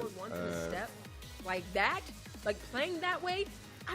Sorry, I did not mean to cut you off. I just wanted to say, like... No, I was finished. I was done. Yeah, go ahead. Go right ahead. Oh, no, I was just going to say... I'm interested to know what you think as well about this. I just wanted to talk about the fact that Keeb's pacing was phenomenal. There were times where he would really go fast-paced. He was mixing you up 4-4-4. He's moving in and out. He's got the back 3 ready. He's spinning. Well, okay. And then he's like, you know what? Okay, I've lost a bit of health. Let me play up close. And he slows it down completely. He'll just play the pack Tekken where it's like down 4-1, sidestep. And then you play into it. Down 4-1 again. And then he sidesteps. And he down 4-2 or something. Like, yeah. And it yet again, I keep saying it, but it's like veteran play. He's added, like my coach always talks about these layers to gameplay. And okay, so this is the first layer. And okay, your opponent teaches that now. So what is your second layer, your third layer? Are you ready for those? And when I think about what he tells me and seeing it like that, I saw at least 5 or 6 different layers there that he added to that fight, which kept him so unpredictable but so solid at the same time. Yeah, and that's the thing. You'd think that for such a young player, he wouldn't have the experience to understand when those layers need to come in, because it is a question of when for these things. You might have the knowledge. You might know that, I need to be aggressive, or I need to be patient here. I need to be passive. I need to be assertive. You might know those things like as a textbook answer on paper, but when do you deliver that in a match? How do you know when it's time to introduce something else? And that experience usually comes in after a number of years, but this kid is 17. How does he have this knowledge formed so well already? So one of the things that's very, very impressive here. So yeah, great to see, what's being delivered by all of these guys. They're all young chaps, So yeah, it's really, really cool. And I'm just interested to see how the rest of the bracket's going to unfold. Shall we jump in and take a look at the bracket? I mean, Carnage has been phenomenal so far. I mean, these guys are really, really representing well. But there we see it. So Keeb Omega is our grand finalist #1. Jod, 2 games, 1 game short, drops down to the lower bracket, and he's waiting in the lower bracket finals for the winner of Fergus versus Lane. So yeah, Fergus obviously with that 2-1 over Bode, and Lane with that 2-0 over Italy's Zion. So yeah, this is looking good. Top 4, guys. Top 4. Keeb Omega, Jod, Fergus, 2K8, and Lane. Wouldn't have it any other way. What an amazing lineup. 4 different characters. 4 amazing players, and yeah, this is really, really interesting. So next match will be Fergus versus Lane, Ireland versus Spain, and wait, hang on a second, isn't this a run back? No, I'm thinking of Fergus Jod, right? But these 2 didn't play yet, so yeah, this is going to be interesting. We haven't seen this today, have we? No, we have not, and Fergus is going to be fighting for that run back, fighting Lane. So oh, he wants it. Oh, I'm come on, as players, as competitors. If something happened that close, it's revenge time. You gotta play him again, isn't it? It's you revenge. Gotta find out what happens in the runback. Yes, we'll see, because then we have Lane, right? Lane has been slaying it with Elisa in this bracket, just really showing just her max potential. And really, he's been so good at adapting and changing pacing and placement of moves. Her hop kick, one of the best tools that she has. His placement on that, his back 4-4s, like his awareness, right? So Fergus and Lane, this is going to be such an interesting matchup, because I personally think this matchup is kind of even until Elisa starts phasing out Asuka. But Asuka has every tool to challenge her. I think it's even until we start getting to the movement part. My thoughts, at least. I mean, one of the most pivotal attributes for any strong player is their ability to come back. And we've seen Lane throughout this entire bracket. Phenomenal performances every single set, because he'll literally be on death's door. He'll be a slither of health away from being knocked out of the bracket, and we'll see him deliver great comebacks, using that rage drive to absolute perfection. maintaining the wall pressure until the opponent has no health left, and then winning from there. He'll scrape he'll scrape a round together from nothing, where the guy has the whole bar and he has no health, and then he'll win the entire game from there. And both of his sets leading to this point have had those moments, right? So it's going to be really cool, because I feel like Fergus is the kind of player that we're used to seeing that behavior from, where he's losing and he brings it back. Right. But Lane is that guy where you just can't count him out. And so if Fergus gets his game going early, which we've seen him do, I wonder, can Lane deliver that same level of comebacks that we've gotten used to seeing from him in the sim bracket versus Fergus 2K8? That's the question mark that I have in my head. It's going to be very, very... Because it's going to come down to that. You know, you might be able to take a guy's health, you might be able to juggle a guy, you might be able to throw a guy, but can you put him away? Right. Can you end it? It doesn't matter what you know if you can't end the round. Yeah. Can you finish your plate? That's always a big thing. Yeah. Closing it out, following through. Brussels sprouts, you got to eat the Brussels sprouts as well. Are you going to eat them veggies? Because it's like, because you have to finish the whole plate, right? Not just the fries, not just the meat. You got to finish the veggies. Oh, magic 4. All right, so here we go. This is a great start from Lane, starting stronger than I expected. I expected a sort of more defensive approach to the set, but no, straight into the money. You see how that whip on the down back 3 happened? That's the kind of weird like interactions and like movement that's going to happen a lot in this. Versus, yeah, especially versus Allison. Look at the movement there. Exactly. Great point there. Nice magic 4. Good damage again. Gets the toe punt. Get off me. Trying to buy some time and space. Pressure to the wall now. Lane backing up though. Doesn't want anything to do with the wall damage. It's that Rage Oscar. That's why. And the down 3 counter. You want to take the chance, right? Yes. And a great first round here from Lane to open the set. Brilliant stuff. Yes. And that's the first round. This is 2 out of 3. And you know, it's not what we said, like you don't really get many Askas in tournament. You don't really get many Alissas in tournaments. So true. Or Oscar, actually. Anti-Alissa strat might be a bit rusty. Yeah. At some point. Tried to punish. Is that a punish? It might be. Oh my god! Because it looked a little bit slow, but it also, you know, like obviously, I mean. I'm not actually fully sure about that. Usually, I would think that maybe something else would have worked there. I'm not too sure. Yeah. That one Oh man, out of the rate. Oh, and the armor on the shoulder block, and it is 1 round each. Slightly more patient approach there. Second round worked off. What paid off really well there for Fergus. I said 2 though. Fergus is stepping with Lane and using side step 2 to catch his step. Wow, look at the conversion off that as well. Look at that damage. Yeah, he doesn't want Elisa to get started. And the hop kick from Lane.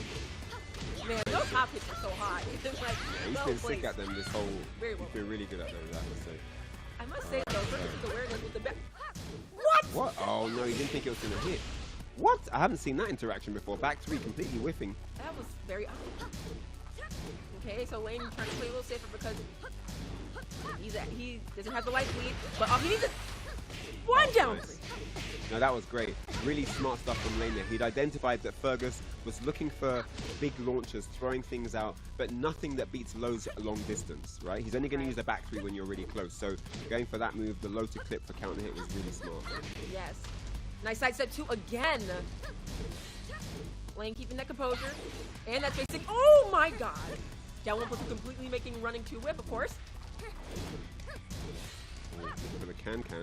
Lane trying to bring up the chainsaw. Gets the running to the duff. That's a lot of damage. Oh, almost sidestepped around that. I like that Fergus is trying to use that forward 4 to stop Lane from stepping, but Lane just stepping then blocking. Not allowing himself to get hit too much. Not on the big things. Yeah, he's trying to evade all the big damage here, not get counter hit. Oh man, and speaking of avoiding the big damage, and he loads it all up, but no, Lane stays down this time. And the can! You know, he's seen Fergus's other matches. Oh, he definitely has. Yep, not getting up for that. But even when Lane goes into chainsaw, Fergus is not swayed by it. I love that. Oh, and Lane. Oh, wow. The layer we talked about. So okay, you want to do that punch parry or whatever that is, that parry this time? I'm gonna do the low. Yeah, and the Alissa, functionality of being able to approach from long range is really throwing Fergus off. Fergus doesn't get the freedom with close combat interactions to open his launches and get his pressure going, Exactly. He has to commit to something from far away, which is why you saw him whiffing the forward 2s and the forward 4s and looking for that damage from far away. That Lane doesn't need to give him access to any of that. Correct. Because he can stay way back and then approach whenever he wants to. And when you approach, it's not just a run in, it's a mix up. It could be low, it could be mid, like there's things to consider from a long range. And that's probably quite tough at this point for Fergus to deal with. Yeah, I think so as well.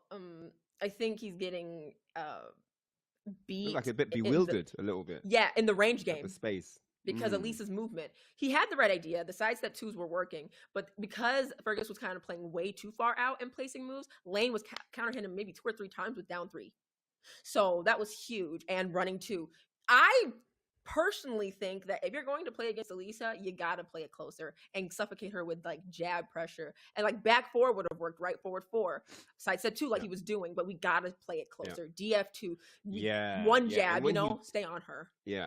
100%. And when he had that going, everything worked. All the sidestep 2s were landing. Correct. Back all of the 1+2s were landing. I mean, he hasn't really been using like down 2 and other like potential counter hit launching moves like that, but everything he was going for was more or less successful. But once Lane realized there was no Fergus hadn't presented any reason for him to stop using the 50-50s from long range, and so that's what he's opting for. He's literally leaning on that now, and that's all we've seen. So it's been working every time. So it's going to be a question of what he can do to, is he going to start stepping the linear strikes, the low, is he going to start stepping around that, or is he going to start trying to decrease the space by just actually living nearer him? Don't let him get that space. When he backdashes, you dash in. Right, you stay in, right? Do you stay in? Try to stay, yeah, exactly. Stay in that uncomfortable space for Alyssa. Oh, DF2, see, perfect. I think it's down 2. Did you talk about that? I think he heard me. He heard me.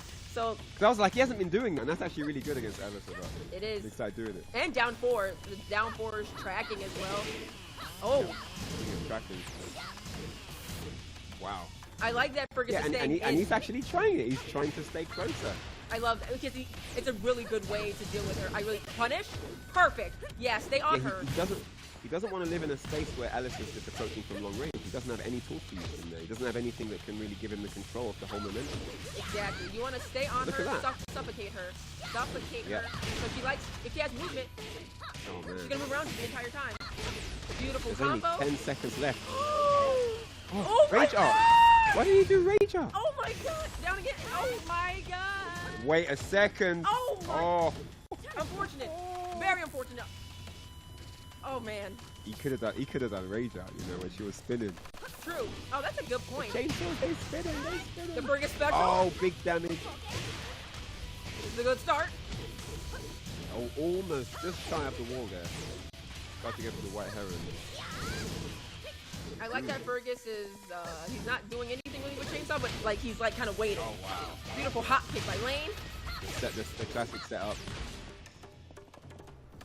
I like that Lane's just kind of chilling right now. They're trying to fill each other out. Yeah, this is actually Lane's type of game where he gets to have the space back and kind of reset the situation whenever he feels like it. Yes, and that you're chasing him and not the other way around. Yeah, this is right? it. Yeah. Oh my God. Oh, okay. All right. Nice punish. Yeah.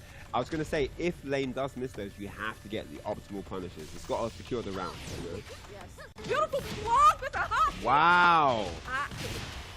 I didn't smell the delay.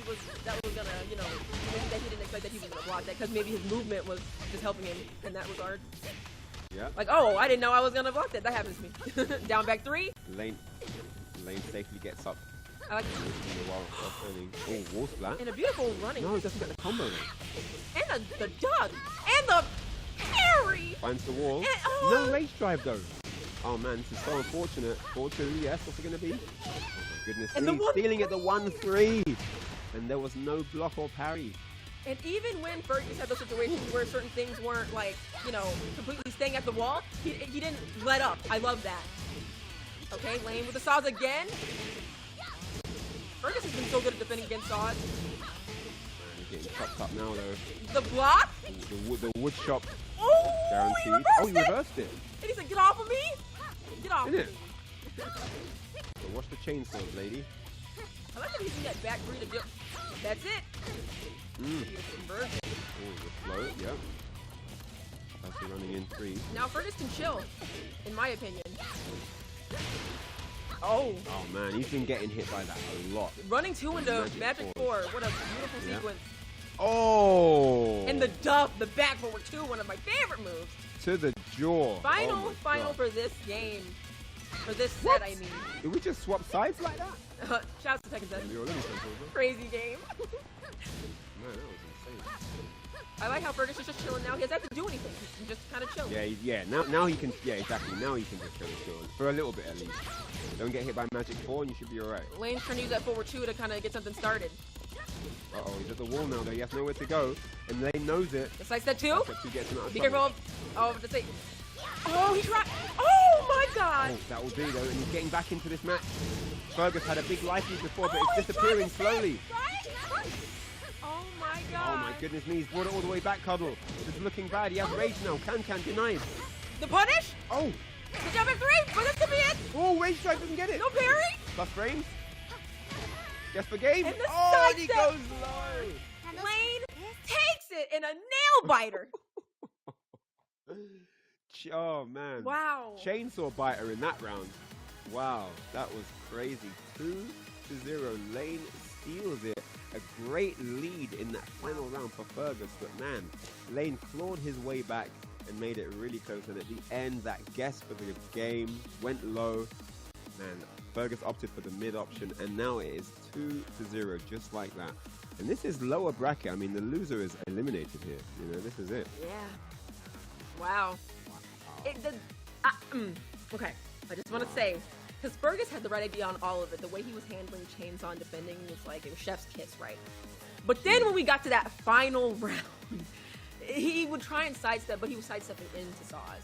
Honestly, in those kinds of situations, sometimes the power crush is all right. Because Lane wasn't really going for Chainsaw down one or anything, right? So it was like okay for him to like challenge me with a one jab or like a down jab, something, or just kind of wait. But him sidestepping into it, I think that those 2 times where it happened, it cost him in terms of momentum. It cost him the game. Yeah, I think that because he had done, I think because of what he had done before, he thought that he was going to do that, you know, the linear one that he could step, and then he didn't, and then that's why he kind of just ended up running into things. Sometimes not changing your strat is actually a strength, because they just expect, okay, he's seen that I'm good at defending against this, he's going to be ready this time, let me get ready for the next option, and then it doesn't fun, right? So yeah, it's one of those things, and that worked perfectly for Lane, and what a close set that was, man. 2-0, Lane takes it. The strategy was good, and yeah, I mean, it could have gone either way. That last game especially was anyone's, like that could have easily been Fergus's game as well, right? Completely agree. Let's jump into the bracket and check out what the progress looks like, because we are whittling down here to that grand finals. But before that, it's going to be the lower bracket finals, man. Lane versus Jod, Alyssa versus Nina, and this is just. I think we've seen almost everyone play everyone here today. But yeah, this is going to be really, really cool. So much hype between these two players. It's hard to really break down Lane's style, because he doesn't really fit any one mold. He's got like a mixture of things, you know? You know what I mean? He's kind of like, he doesn't just play defense, he doesn't just rush down, he doesn't, you know, his timing is really good. He seems to have a very good consistency of, you know, being mentally strong. You know, he's always able to bring it back. He never looks like he's out of ideas, or, you know, he's limited for what to do in a stiff situation.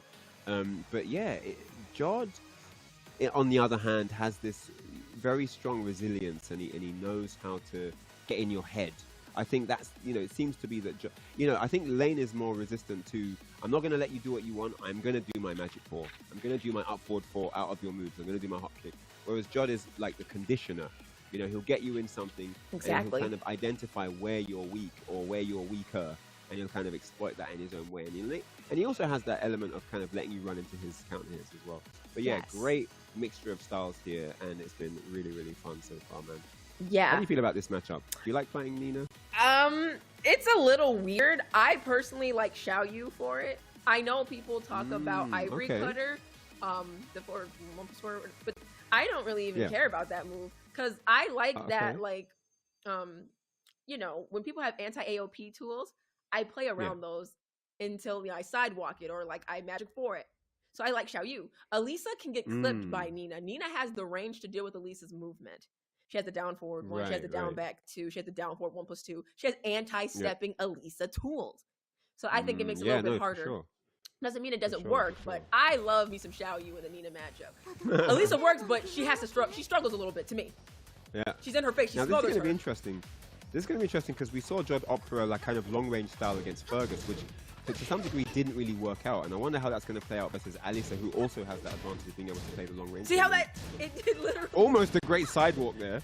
But it hit it like kind of flips. At the very end, yeah, got hit. Oh, there we, Wonderful I think that's what he was going for the first time. Red hop kick. I think it's because he stepped to the right instead. Yeah, Yeah. that seems to work well. Okay, at the wall, we got that positioning. Let's see what Lane Very does. careful movement, trying to keep him pinned down by the wall.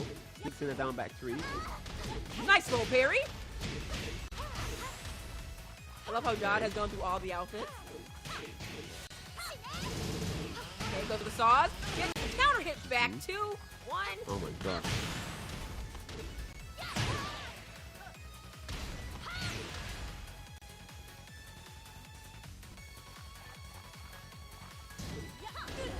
The low berry, he said, I got one for you too. Mm-hmm. Back 3. Yep, the down back 2, like I said, keep her at the wall, so she can't wiggle off. That's the Elisa special, so you gotta stop her. How you gotta stop her? It's all about how you're gonna stop her from moving. Make her fight you straight up. I like how Lane is playing this though. The back 2-2. Yep, see? All those anti-step tools, like I said. That is what's playing here. All coming out now. Yep. You know, it's exactly what Elisa's going to be trying to go for. And it's just kind of, you know, you plant the seed. You know, here's this back 2-2. Let me show you this. Make sure you're ready that you can't do exactly what you want. I'm ready for you. You know, and you kind of make, even on block, you kind of condition them to change their stance. Yeah, exactly. But I do like that Lane's adjusting as that's happening. Okay, spends the drive, gets the slide, the challenge. Oh, and he goes mid. Two straight rounds here for Lane. Close stuff. I love that he used that as a way to close it out. That was sick, yeah. Well, he's lining up going low for the match, isn't it? Yep. Like he did against Fergus. Yes, yes. Lining that up early. Oh, the last 2. Gets the flapping wings. Jod getting a round on the board. All over. Now Fortuna interrupt and gets the hot Wow, and hit. he's so good at that, man. He said, I'm not dealing with any of this flim flam. Forget this. Okay, Jod with the block, but still gets hit by the final hit, it seems. Man, Chainsaw stands too good. But Jod has the wall positioning.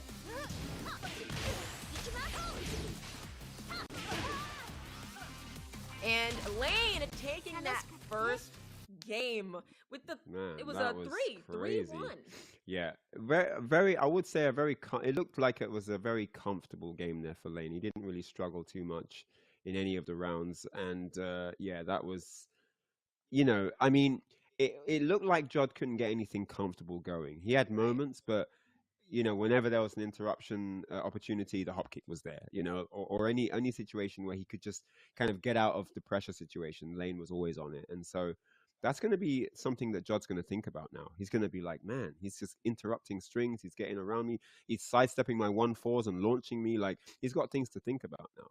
Right. You're right. Jod has a few things he's got to think about with Lane's movement, his challenging with hop kick, where he's placing even some of his chainsaw offense as well. So the way that Jod has been playing this kind of more like kind of outside of range, move in, move out.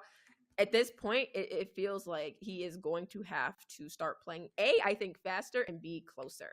And then, you know, kind of like the way he played Keeb, where like you kind of, you know, hit them a little bit and then see what they do, which obviously Jod has been adapting each time we watched him play. So in the next game, I'm very sure he will add that next layer where he'll dash up, you know, in Elisa's face, down 4-1-2, down back 3, then wait, see what he does.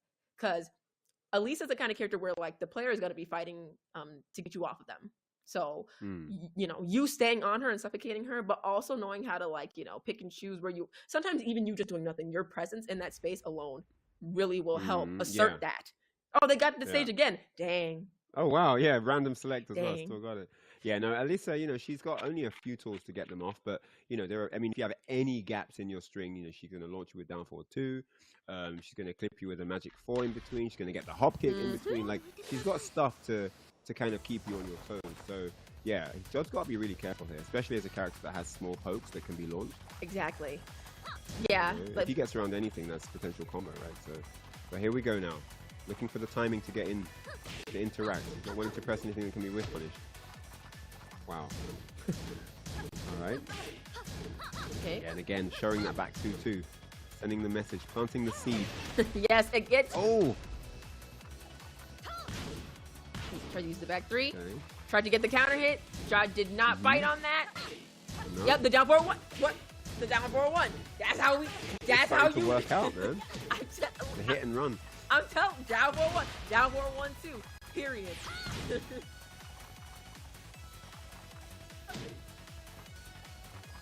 Okay, spacing. Beautiful break, and there's 12 seconds left. But Jod is going to have to be very careful. Once Lane is in rage. Oh, the unblockable low! The Jod unblock. Oh. Oh, wow. All right. 2 seconds left. Oh, nothing. Yeah, the round's over. Oh, he tried! But that's okay. Lane with a point in the second game. Well, those running bomb bombs, whatever they're called, are making their mark. They're all right, man. Yes. And that does a lot of damage as well. For sure. Combo. The wall. The shut up. And use the back 2-2 to stop Lane from stepping. Laptop, yep. Wise. 1-1, one apiece. She's just a robot. She doesn't feel anything. It's okay. She can put herself back together as well. All right, so up forward, yep. Nice duck by Lane. Nice, yes. Underneath, high. Lane Oh no, which one is on that? in the Oh, underneath though. forward 2 into the down forward 2. I love that setup. Very, very nice high toss there from Lane. And the shoe shine. Lane just feeling so confident, compact. 2 rounds to 1. Yeah, he's literally looking on like game lead, round lead. He's chilling. Okay, we're using the down back 3s. That was a good option to get her out of stance. I like that. Because 4-2 and a chainsaw, people every character has a different option for it, but you gotta be careful. Oh yeah, 100%. Unpredictable. Nice duck. Oh, nice duck, but doesn't get the punish this time. Lane using that back before to try and get Jod off of him. But Jod getting hit by the forward 2-1, one of the best moves. Oh I my love it. goodness me. Like at 1+2. Jod trying to fight out the corner here. Looking for magic ball, looking for anything. Nice punish. Oh! The side step It's the comes up homing? to- it's not the fast move, but it's safe on block, and I think that's what he's using. But man, his legs are getting chopped up. They're ashy. Legs need some cocoa butter ASAP. Oh my days, those legs are dry. Yeah, those legs definitely were very ashy in that match, Ryan, because Wow. the ankles were not checked really too much. Yeah. Yeah, and usually with Jod, when he's handling like, or at least conditioning or like dealing with lows and low pressure, usually he'll maybe use like upward 3 to crush or something like that. But we haven't seen that much exactly. here. You know what I Upward mean? 3, Yeah. or even up 4. Like there's a couple of options that you usually see the Ninas go to when they kind of predict a low coming. Even up forward 1 as well, combo starter. Correct. But yeah, that round there were none of those things. None of those things happened, and now we are looking at a 2-1 score line here. It's best of 5, guys. Not over yet. Best of 5. But yeah, 2-0 score line. Versus Jod. He's got a lot of work to do if he wants to stay alive here and have a chance at going to the grand finals, man. But it's going to be uphill for sure, man, because Lane is looking really effective. Nothing works for Jod. It seems that nothing is sustainable. Every time he gets something started, Lane has an answer, and he doesn't really let him get anything else, and then the round's done. So this is going to be tricky, man. Yeah, I think Lane is. Oh my God! And so Anna, the sister comes out. I think it's the Williams sister comes out to play. I think this is a very decent matchup for Anna. I think This could be interesting. I didn't even know he had an Anna as well. I'm interested to see what's going on here. Yeah, and now he's locked in with the character. So for the whole set, yeah. right? Yeah. And so sometimes when we talk about strategic choosing and counter picking and when being down 2 and going for it, sometimes it's hey, let's go for it. Yeah, I mean, sometimes there's, it is what it is, right? It's just a situation. Let's do it. And, yep. Down forward 4. I think Anna has a lot more, options to kind of stop her from moving. Because she can kind of realign with her course of forward as well. See, and then she can keep her at the wall. He's doing well so far. This is a solid round so far. Don't want to jinx it, but a great start for Jod here so far. Ryan, he's ducking in his face. Oh my god. That was beautiful. Oh my gosh, it was. trying to close the round, but he can't find the hits. Beautiful duck by Jod. Wow, that was sick. He said, you know what? I'm going to use Anna. Down forward 4 hits from every range. And it kind of, it's hard to step sometimes. I'm going to do it. Yep. Exactly. He hasn't even used any full crouch options yet. Nope, not at all. And the Cash Judgment down 3 track. Yeah. So, yeah. Perfect. He's got a perfect repertoire. He's worked out enough of the strategy with Nina to know what's needed with Anna. Beautiful. You know what I mean? God, yes, that was you're brilliant. Right. Great duck. What a duck by Jod. We're seeing the experience he got with Nina played out in a counter strategy with Anna. This is looking really effective so far. You're right. I mean, he Straight, downloaded a lot of the information that happened in the first 2 games. Now he's applying it with Anna in the third. Jod blocking. And the scary thing... that was a sick block. The scary thing about downloading your opponent with another character is when you pick a character that's successful, you don't know what they know about you. True. Because you're only seeing the answers in this new character. But you haven't understood because from just beating them, you didn't see what they were picking up on. You see what I'm saying? So very, very interesting here. And look at this Anna performance, man. Everything connecting. Great combo. Oh, I like how he just kind of waited, dashed in, waited. Oh, gets the power crush. The power crush. Get the double. And the down forward. And the down forward 4 takes the game 3 straight rounds. Let me repeat. 3 straight rounds. A one-sided affair there with the Anna. Anna Williams coming out to play. Man. I love that. I love that. Building the offense, using the stance 3, down forward 4, exactly. That great tracking move. And then towards the end, starting to use the full crouch forward 2 for the power crush utility. Like very, very smart gameplay. Yes, very much. And Anna and Nina are 2 completely different characters. And I really do feel like Anna has so much offensive pressure. Nina does too, but it's very okay, poke, okay, explosive. But Anna can be explosive from the jump. She's a great first to 2 character even. So she's explosive with her damage. She does it's moves that do that. Her moves. I think her damage is way higher than Nina's. You have to work a bit more with Nina. Anna, you have the versatility of the movement and things like that, but also with you have the privilege of damage and mix up. And I think that's huge with her. And she has moves that track way better than Nina sometimes. Nina the tracking is really effective here. Yes, yeah, for sure. like I mean, going into we saw a stance. brilliantly timed quarter circle 1. The sort of track to the right when Lane tried to move around. Correct. Got a great damage off that. Found himself 3 elbows and then the wall pressure afterwards. Really, really good stuff. Let's see what happens here though, because obviously, that first game Lane was sort of blindsided. He didn't know what to expect from Anna, and he's seen what's on. He's seen what's on the menu now. He's seen what it looks like. Let's see if he can adapt or if we're going to a 2-2 scenario. But it's going to be on Jungle Outpost 2. Let's get it. All right. Yeah, because like you said, when somebody switches from a character they've been using for the first 2 games, beautiful sights up by Jod. My goodness. The booty? Down for 2. Isn't it? The back 4? Ooh. The back 4 again? Stop moving?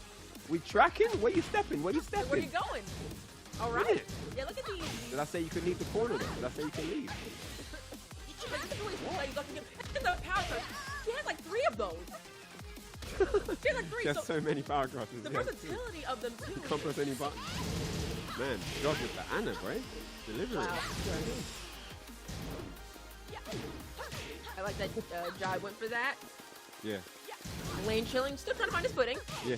He didn't know Nice if it down. was the whole thing or not. He just stopped blocking us. He said, he didn't even go for a funny. Are you like, oh, well, I'm just going to chill. Down we go. Down for 4? Is this going to be 5 straight rounds? What's going on? The power crush to deal with the my chainsaw? goodness me. This Anna is a menace. And 5 straight rounds. Power crush. Sorry, rage drive denied. Yep. I can't believe this. Literally just using all of Anna's tools just perfectly. She actually made up 2 land in a tournament match. Power crush? Oh, okay, that's a great way to deal with it. Wow. Nice duck. Magic 4? Ground punch? Okay. The elbow. Let's see if he can bring this back. And there's a counter hit. And that is exactly what he wanted. He has access to rage drive as well. There it is. Into the booty. Oh! The booty. Oh no! And Lane whipped it down to 4 with the rage drive. Lane said, I'm gonna start, making some reads. Signs of life. Wow, still alive here. 2 rounds to 1 though. Jod desperately wants to tie this up. Needs 1 more round to make it a 2-2 affair. Beautiful block. Oh, but at least the back dash. Nice hop Oh, the kick. hop kick. How did he know? Lane. The lane's So special. smart. Okay, get the wall rising 1, 2, 3 with the chainsaw. Better guess. You gonna guess? Oh, Nice step. time to guess. Nice Oh. forward by Jot to deal with it. Yep, smartly done. Moves Shoe on, shine? pushes off by the wall though. Okay, but Anna in rage is always a menace. Down forward. Man, Lane is so I knew. Lane is so good at knowing when to hop kick. Yeah, his placement and do the down 3. Look at that. His move timing is sick, man. His patience and move placement is phenomenal. This is Gosh, important. This is an important round elimination point here. Oh, the He needs delay! to win this round. Oh, behind Oh, and there's the Lane hop kick again. Exhibit A. You thought you said hop kick. Ridiculous. God, in a lot of trouble The right mix. now. Pressure against the wall here, blocking chainsaws for dear life. Equal block. Nice block. Checking them ankles. Getting ashy. Oh, Oh, no punish. there was no punish at all. Nice. Beautiful patience by Lane. Oh, he stole Ryan. it. He stole it back Ryan. with the rage damage as well. That counter hit, and Did that you is see 2-2 with Anna. I can't believe it. Oh Jod, my God. he's still alive. Oh my He's God. still alive, Cuddle. I. Wow, I can't believe he's still in the game here. This is ridiculous. It looked like it was done and dusted at that point. You know, Oh, I gotta man, say, I Jod. love how he, Jod was Ooh. patient. Like when he got like the down for like 1, 2, I believe that was, and then he kind of just waited because he knew Lane could hop kick, right? And then he kind of just waited, said, "Okay, I'm gonna wake up. Okay, now I'm gonna do down forward 4. Boom, boom." I mean, it must be so scary doing lows on lane. You never know when this man's Yeah. gonna hop kick. Like you His never timing know. is really good. And the risk ain't even all that deep. Like he's not minus 50 or something, you know. So yeah, Yeah. oh mate, great stuff there. Amazing clutch play there from Jod. 2 apiece. The Anna keeping him in the tournament, man. Nina not working out on this occasion, but the Anna has come out, and it is now 2 apiece. Imagine if he'd started with Anna. Man, Crazy set. yeah, Crazy that. set. But to know that, like, when we talk about Tekken 7, we talk about the fact that having 2 characters, 3, 4 characters sometimes even is so necessary. So Yeah. even if, like, you know, like the Williams sisters, Jod is known for his Nina, but having an Mm. Anna too is so important, or having Having- another character, you know what I yeah. mean? Because they are so And like different. you said, it's a completely different character as well. It's like, you know, they might have the same surname, but their move list couldn't be more different, you know. So it's Completely really, different. really sick to see. But this is it, guys. Infinite Azura, no walls to help. And this is going to be the final game. Who of these 2 are going to the grand finals? Let's find out. Oh, Trade to open the set. What an intro. I love it. And they're both so good on this stage, like we talked about earlier True. too. It's all coming Yeah. together, Ryan. It's all coming Oh, together. my days. History in the making here. I Match love fine. this roll, this empty roll. Beautiful. On the punish too. Not in California, but it's definitely rolling. Oh, chopped up. The Ashies. Beautiful stuff by Lane. The awareness on the screen. And that is it. Yeah, great movement there. Knew exactly what to go for. Sidewalked around into the guaranteed punishment. Nice down Oh, forward and two by there's the down Lane. for 2. Yep, you can't have any gaps in your strings. Yep. Down for 2's coming for you. Yeah, that was a beautiful spacing and the block. Okay, Job's gonna need something right here. Lane's looking to, you know, literally run away. Yeah. Definitely in a different lane right now. Let's go. Down forward 4. Oh, those add up. Count the season, Yeah. whichever season that buffed that. Do the math. It all hurts. Like, All look hurts. at this. All right, so here we go. Backing up for space. Lane just controlling the distance right now. Beautiful block. Not giving Jod any space control whatsoever. Deciding when interaction happens mid-3. He's dictating the pace here. Look at this. Lane in Great full step. control right now. There's the race drive. Made him waste it. And the step Nicely again. done. Perfect calculation gameplay from Lane here. Set point now to move into grand finals. And Oh. caught Lane moving. Maybe ducking. Okay, gets the get up kick. Outstanding, yep. Get up kick. Put him on his back. Oh, the And there's hop the hop is kick. dead. The Lane special.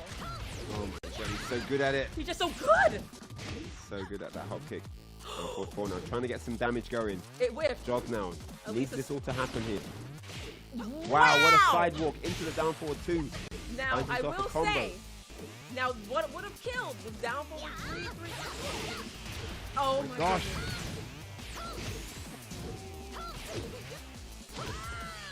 Oh, that was beautiful.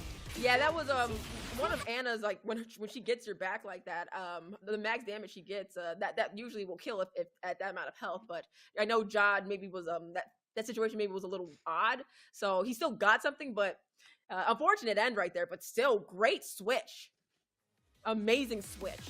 That was perfect. That's what he needed, and it literally brought him to a final game. Lane, though, ultimately taking it with an adjustment on sidestepping, spacing, stepping, it's everything. Just it all came together, getting him a spot in the grand finals versus It was a great performance from both players, no doubt. You know, obviously the Nina not working out on this occasion, but Anna came out and paid dividends, getting those 2 games to bring it to an even-Steven situation. But then Lane in that final game, with no walls, just all the freedom to play and do all his tricks. He was definitely feeling the freedom there. He controlled everything. I mean, let's be honest. In that last game, he had all the momentum. He was literally dictating when they get to interact. Like, Jod couldn't get anything going in terms of control. Sidestepped him and it was a very, very smart strategy, especially in a last game scenario where the opponent is kind of aware that they can't afford to take any unnecessary risks. They have to mitigate. They can't really try and go ham on you. It was a very, very smart strategy. So Lane, well-deserved performance there. Big shout-outs to Jod. He's going to have to take 3rd place. Amazing performance from that young man from France. 3rd place again. I think he got 3rd yesterday as well. And yeah, phenomenal performance. That Nina looking absolutely deadly. And the Anna, I must say. But Lane is your 2nd grand finalist for today. Keeb Omega versus Lane. This is going to be a good one, guys. Keeb has been unstoppable this entire bracket, and he's in the winner's side. He has to... Lane is going to be on the loser side, so Lane will have to win 2 sets of best of 5, essentially winning 6 games here to beat the champion. Keeb Omega only needs to win 3 games. Guys, get your predictions in the chat. Who do you think is going to take the tournament today? Who is going to be your PlayStation Tournaments Fight Nights champion here for EU? Let me know in the chat, and let's think about it ourselves. Grand finals. Yoshimitsu versus one of your favorite ladies, Cuddle, Alyssa. What do you think is going to happen here? The way that Keeb's been playing, he's going to be tough to crack. But Lane is really running on momentum and tenacity, right? And that drive, right? He has come back in every single situation, in every single match he's been in, on the loser side as well. So I think with the combination of Lane's momentum and just, you know, the fact that he's feeling it now, he's very warmed up. I think he is, isn't he? Yes, I think he has the he's definitely capable of resetting the bracket now. Indeed, he's just gonna have to play it a little more cautious and use those hop kicks and stuff. The way he was. Let's see what happens, guys. Grand finals about to get underway momentarily. Keeb, just 17 years of age from the United Kingdom. This man is all the way here in the grand finals, rocking that awesome Yoshimitsu on the winner's side. Lane definitely got his work cut out for him, but if any man can do it, it is indeed Lane. We see him come back from death's door here throughout this entire bracket, and he is here now in the grand finals with the Alyssa, a rare character, no doubt, on both these characters' parts, and I can't wait to get into this, man. Best of 5 here. Keeb needs 3, Lane needs 6 matches. Man, this is going to be tense. I do think that the first game might open the door to who's going to control the momentum early on here. You know, that first win always sets the precedent for who's kind of allowed to, you know, be a bit more cheeky, play the field a little bit, take a few more risks and so on. So let's see how that goes early on. I think stage is going to be important here. You know, we're going to have walls, we're going to have open, you know. I think that kind of thing is going to be a big factor, especially opening the set too. So yeah, man, this is really, really cool. Thank you guys once more for tuning in. PlayStation Tournaments Fight Nights.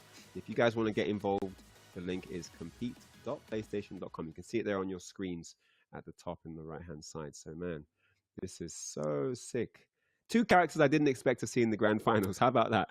Yeah, when we talk about character diversity, this top 8 is what we talk about. Where Lisa, Yoshimitsu, Asuka, Nina, Anna, Armor King, Bob, like Julia, like everything. And that's what makes Tekken so great. So here's this grand final. We're kicking it off. Keeb versus Lane. Let's go. Round 1. Geometric plane for Lane. Let's go. Man. Keeb on the winner's side, 17 years of age. Don't forget this little legend to be representing. That's just so crazy. Just 17. Lane Play on like geometric plane from Spain. How about that? Hey. Oh, What a beautiful back 4-4. that was Okay, goes sick, for the yeah. spin. I like how Keeb does that to get off the wall. Lane chilling, but he knows he can't stay away from him too long. He doesn't Yeah, want no, he him to doesn't want to heal. get any health back, but he does have the space advantage now. Keeb with his back to the wall, doesn't want to live there long. Wow, gets all the down back threes there. Okay. And Yoshi's just so safe in general. There's hardly anything you can actually punish, right? You're Yeah, just there's gonna block him for openings. dear life, hoping for a whiff punish. Yeah. Oh, gets the. Definitely one of the reasons why he's such an effective tool in the tournament. He is. Oh, I love that setup from Lane. That was amazing. Now he can play the light lead. Oh no! No. Wow, what? That is so close to call. Did you see that? That must have been a pixel. Can't say That that must far have been a away. pixel difference. He healed and it brought That is insane. Flip that round, guys. the character specialist. My God. That's how He you knows find his him. health bar. What? Combos missing, whiffing. This is insane. This is what you expect from Yoshimitsu matches anyway, right? Yes, everything just whiffs. Okay, wow. he's unraged yet, but Lane is starting to become more cautious because he's enraged though. Huh? Wait, no. What? Oh no, he doesn't get the punish. Oh no. Still living. Is that going to come back to haunt him? And the Not this round. rage drive hits him. Now you guys got to clip that heel. That was ridiculous. He just been so on point with these spins. Getting a lot of mileage off those. Every single spin is like led to a combo. Wonderful wall rising. Oh. Go for the low. I love it. Tailspin. He's going back to the other wall. With that positioning, but got to be careful. He is in rage. Beautiful punish. And using that rage drive really well. And oh, that look at the range on that toe. Yeah, that crouching down four is one of the best things in this game. Oh. That long reach. So much range. It's hit. Okay. Hit plus two. That hurts, that move, man. It Especially does. that follow up. Oh no, gets him with the low. Lane's been so good with getting these counter hits, just placing it. He's been landing those so well, especially in that Fergus match. Yeah, he's been on point with it this entire time. Okay, he's facing it. Oof. The mid? Oh wow. And this is Keeb just doing Keeb things. They're spinning with glee at the end there. 1-0 to Keeb, just 2 games away from being your champion here today. And this man has been absolutely unstoppable. And man, this is not looking like it's any different so far. But it wasn't a bad game. Lane did have his opportunities. Yes. Like we were saying, there were some greatly timed counter hit combos. It just looked like an unfortunate game. Like combos were missing, buttons were whiffing. It just wasn't a comfortable match, for Lane. It didn't seem comfortable at all. I think that Lane's still trying to figure out Keeb's spin timing. Because, Spin game. What's this spin game? Yeah, because it's like Keeb is spinning in these places that people aren't expecting. So because that is happening, people are whiffing. So it's kind of like I think the way that Lane can consider going forward is maybe when you hit him with something, then depending on what you're hitting with and what he spins after you hit him, using a back 3, using a magic 4, using a power crush, you want to use things that will stop Keeb from spinning. That has been one of the things that has gotten Keeb out of many a scramble and situation is the spin. So. Yeah, no, I know that Yoshimitsu has them spinning alloys on his ninja car. I know that. Everything's spinning on Yoshi's car, for sure. Mm-hmm. Yeah, I feel as if because obviously if you're gonna play Yoshi, knowing where to spin, especially out of certain things on hit, is so important. So and Keeb is playing to that perfectly, but Lane now will have to respond appropriately, because I really think back 3 is the answer here. But we'll see how he adjusts for sure. What do you think? Nice. I do think that, Lane looks like his base game plan works really well. There are just moments where he can't control Keeb because Keeb has so many awkward options where Alyssa doesn't really have an answer. She has to kind of just hold back and wait for a better opportunity. But this is that then allows Keeb to dash in and do what he wants. Yoshi is Yoshi, like I feel like strong Yoshis, and we've seen Keep do that a lot here too. They know how to one stop you doing what you're comfortable using to win, but then how to use not giving you what you want to then start what they want to do. And we've seen that a lot, where you can see that it's not that Lane's making a mistake, it's just he can't get an opening, and then Right. Keep will use that to come in and do an unblockable full crouch low, get a launcher, start spinning. Yeah. So it's about capitalizing on when you do get those openings, and not, Yeah. yeah, like right there, like it's Yeah. like you're like, oh It's man, like what do I do? Because he was about to launch him. Yeah, I see what you mean. like, let's have a look here. Yeah. Yep. I see exactly what you mean. So, great stuff here from Lane.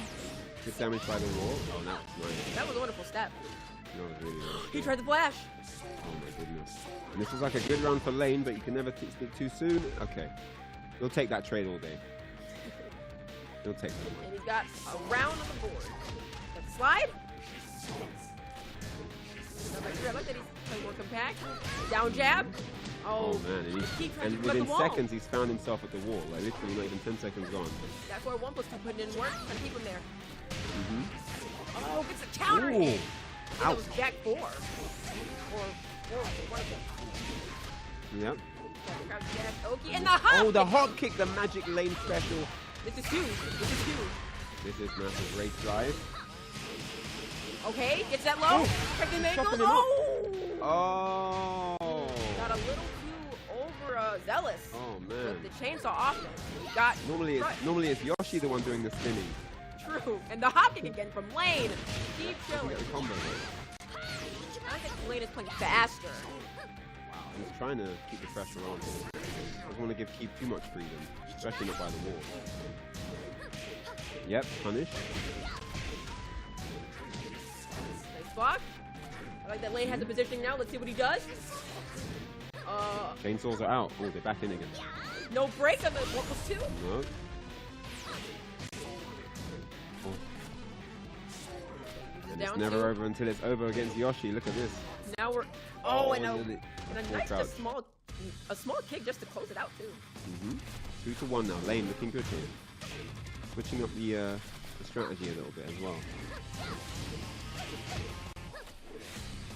Punish. Beautiful punish. Oh wow, it didn't even ring! Oh my god! Counter hit. Oh, what? Trade though. Doesn't get a combo now because of that. Alright, 1+2. Okay, keep trying to see where he can get in. The running two! And the jab from Keeb. They're about even on health now. Keep trying to go for the mix-up. Lane not biting. I love this patience. No brick again. Lane scouting that. Again, yeah. He's starting to recognize now. Keep a little flaky on the throw break and take advantage. And Lane with a Yes. great adaptation that game. I mean, he switched it all up. He kept his play a bit less interactive. He tried to not mix too much up with him close quarters and just played a long range safe game and literally stuck to that. Whereas previously he'd gotten a big move from far, then tried to stay close and pressure him like that, which didn't work. Yes. Keeb was always able to get out, spin out, get a trade, get some kind of counter hit, crush move. And this time Lane stayed all the way out all the time, and he ties it up one apiece. Yeah, Lane really started to mix it up. He picked up the pacing too. He's like, oh, Keeb, you got mix-ups? I've got mix-ups. I got this. Yeah, he started doing Yeah. fly mix-ups. Definitely started coming in harder, right? Lane stopped Yeah. coming in passively. I like The aggression.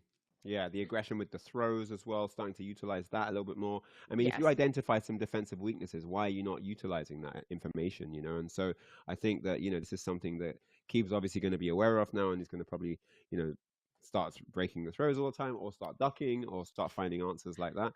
Yeah. But yeah, it's great because I think that sometimes people are too scared to go for things that may be generically obvious. Like, I'm not going to throw, he's going to break it. I'm not going to low, he's going to block it and punish. You have to utilize everything until you identify what your opponent is good at. Do you know what I mean? Don't just give your Yes, I opponent the do. credit without earning it, You gotta So condition yeah, them. it's You gotta great that this test is what them. he's. I like that he's illustrated this.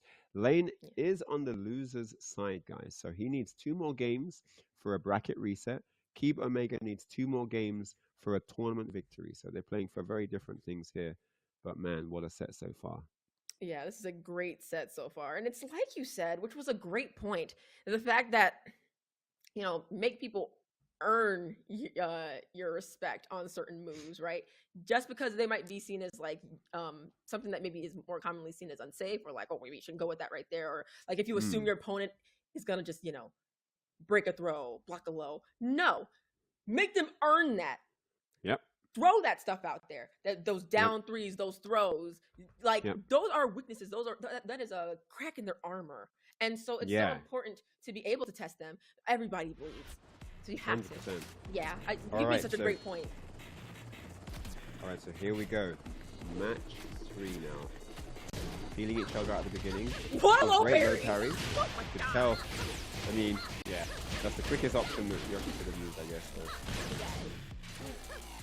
I remember when that used to be punishable by Flash, and but it's not now. Yeah. Oh, wow, that was definitely a classic Alyssa sidewalk there. Yes. Oh, the Oki pressure we talked about that Keith's so good at. And the hop kick from Lane. I just love how he's placing these things. He's not letting Keith get started now. And the ground. Oh, he blocked it though. And the whip though. though. The rage drive. And this is what I'm saying. He's just not in space for Keith to utilize what he likes to do. Look, he's all the way over there, wasting like the rage drives, wasting all the launches, but he gets a launch now though. There's only 9 seconds left though. True. And uses the up forward 3. I was about to say, like, Keith was trying to come back, but there was barely any time left. Yeah, 9 seconds. I feel like some of the rounds have been super short. Like, we start commentating and then it's like 10 seconds left. Like, what? Yeah, they're so fast. The decision making is so quick. But and he's ducking on the fly too, and Lane is scouting it out. Keith's gonna have to do something huge. And the back we caught him. Wall splat. This is looking bad for Keith so far. Oh my gosh, it's all crazy. Perfect there. That was beautiful. What a great round there from Lane, man. All over him. A phenomenal round. It's poetry. At least a poetry. Here we go now. Keith now, you can see, slightly more cautious now. He's not too heavily running in. Guaranteed. Now Keith has the space by the wall. Exactly where he wants to keep him pinned. But can he get something going? The magic 4, he runs into it. Ryan, he had the 4 before. He did it twice. Yeah, he did. Keith is guessing wrong on every single situation, and he's ducking everything. And Lane gets the boot. Lane. See, 1 + 2, 3 + 4. One of the best moves Lisa can do to deal with a low that they think is coming. My God. Yep. It's so good.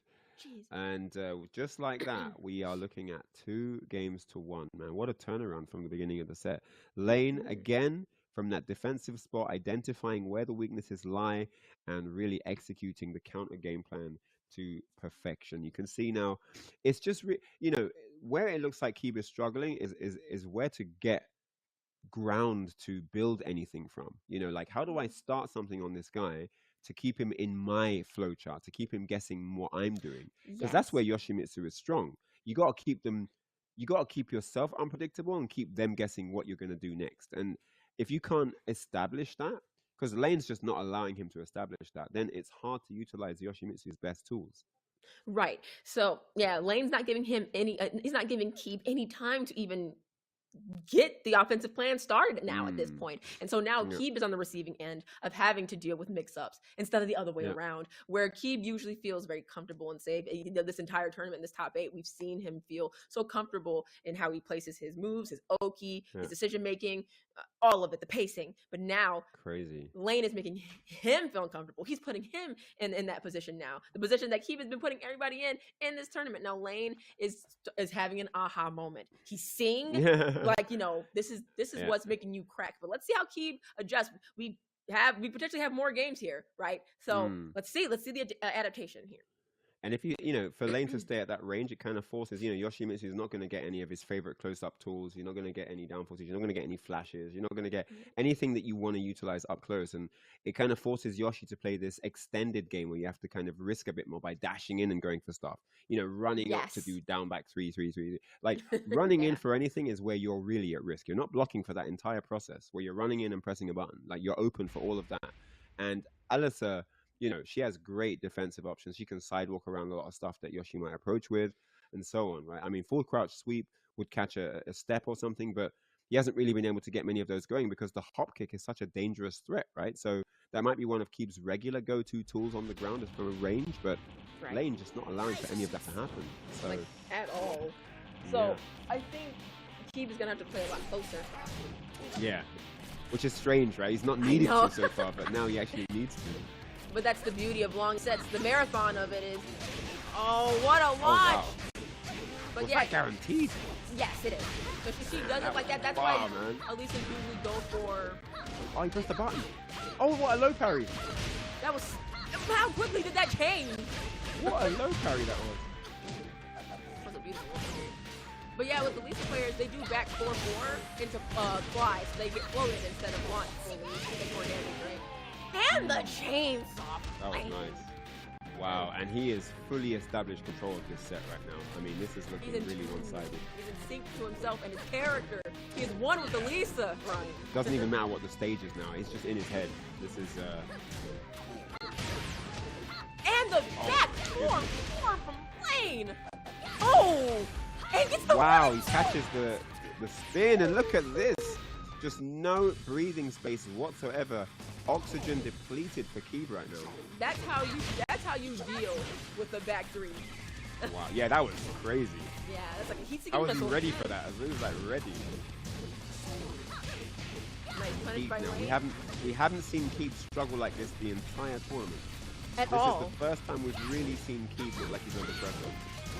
And what kind of pressure is this, man? Lane just a man possessed right now. Oh, nice down through the deal with the spin. Keeb's gonna need something. Oh my god. And the break by Lane. Is this gonna be a slow perfect? No.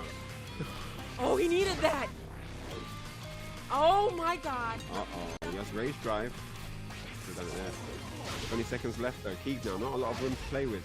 There's a throw, doesn't break it. Oh my gosh. And the challenge by Lane. Resetting the bracket. Reset. Reset. 3 games to 1. And that, ladies and gentlemen, is quite scary. Because that reset, that wasn't just a reset. That was a takeover. Yeah. I mean, he's dominant. taken control of the he just took over the castle. Like I'm the king here. You know, this is my throne. You know, like complete dominance. Every game, every stage change didn't change anything. Lane is just in the lane right now. He's in the zone, and Keeb is going to be doing some thinking. That is not how he wanted that set to play out. He had everything going for him in the winners. He even won the first game. But the adaptation from Lane is really exhibiting his experience now. It's coming through, you know, whereas sometimes, you know, for some of the younger players who might be less experienced, that's, you know, can be kind of like a weakness, whereas their fresh reactions and fresh mind is also a strength as well. There is also the flip side to that coin. So this next set is going to be very exciting, folks. Let's see what is going to happen in this second BO5 for the tournament. Yeah, I feel as if Keeb, this is a good time for him to take a moment or two to really just be like, where did I lose the most health? Where was I losing out on damage as well? Was I playing too far out? Do I need to play close? Like, where was I losing the most health is one of the biggest questions you should ask yourself, especially in a reset. Well, what is he hitting me with? What is he following up with? How does he typically like to end the rounds? Where is he interrupting me? Because there's, you know, Lane has clearly identified some key markers in Keeb's playstyle that's kind of letting him exhibit what he wants to do. You know, he's just doing what he wants, right? At this point, there are no limits. Lane is literally running the show in his own lane, like you said. Yeah, completely. That's I mean, for any player, anyone who's anyone, you know, knows how difficult it is to stop someone when they're in full flow. That momentum. You know, how do you stop a car that's coming at you at 160 kilometers an hour? You pretty much just have to move out of the way, right? And you want to stop them before they get into that 3rd, 4th, 5th gear, you know? And so he has to find a way to get him out of his zone. And speaking of ways to get him out of his zone, we switched characters. You see this? You see this? We switched characters. We've got Geese Howard on deck. I didn't see that coming. What a contrast from Yoshimitsu, but really let's see good what choice. Happens, ladies and gentlemen. It's Geese Howard. Yeah, I think it's a good choice to deal with Elisa. Elisa can still do it, but Lane's been in a situation before where Jod picked Anna on him, and then Lane, you know, fought his way back and ultimately won the set. So tenacity is still on Lane's side. And he definitely knows his matchup.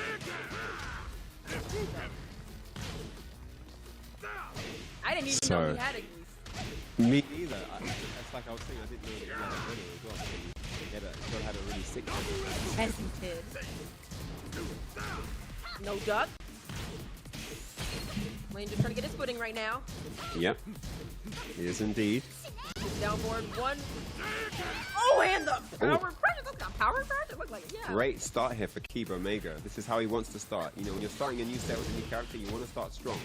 You want to be on the back foot. Very true.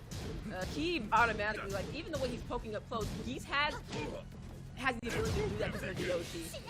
Yeah, that's true. You know? Tools in that regard. I mean, but it's a different style. I think the game that they get from the hooks is two different things. Very true. Yes. Well, yeah. And the parry. Nice. Gets the dragon to a counter into the back three. Spends the bar now. Trying to get as much wall carry as he does all the way to the wall here. Yeah, double up again. What a combo. What a step that. from Lane. So sick. Oh man, Lane has been so good with this setup. If people try and jab, Elisa's fly crushes it, so they can't launch her. Wow, that's a great setup. And take that and put it in. Nope. Nice jab from Keeb. Okay, gets the Jake into the... Hot pick, the Lane special. And over that one. Okay, Lane now has the wall positioning.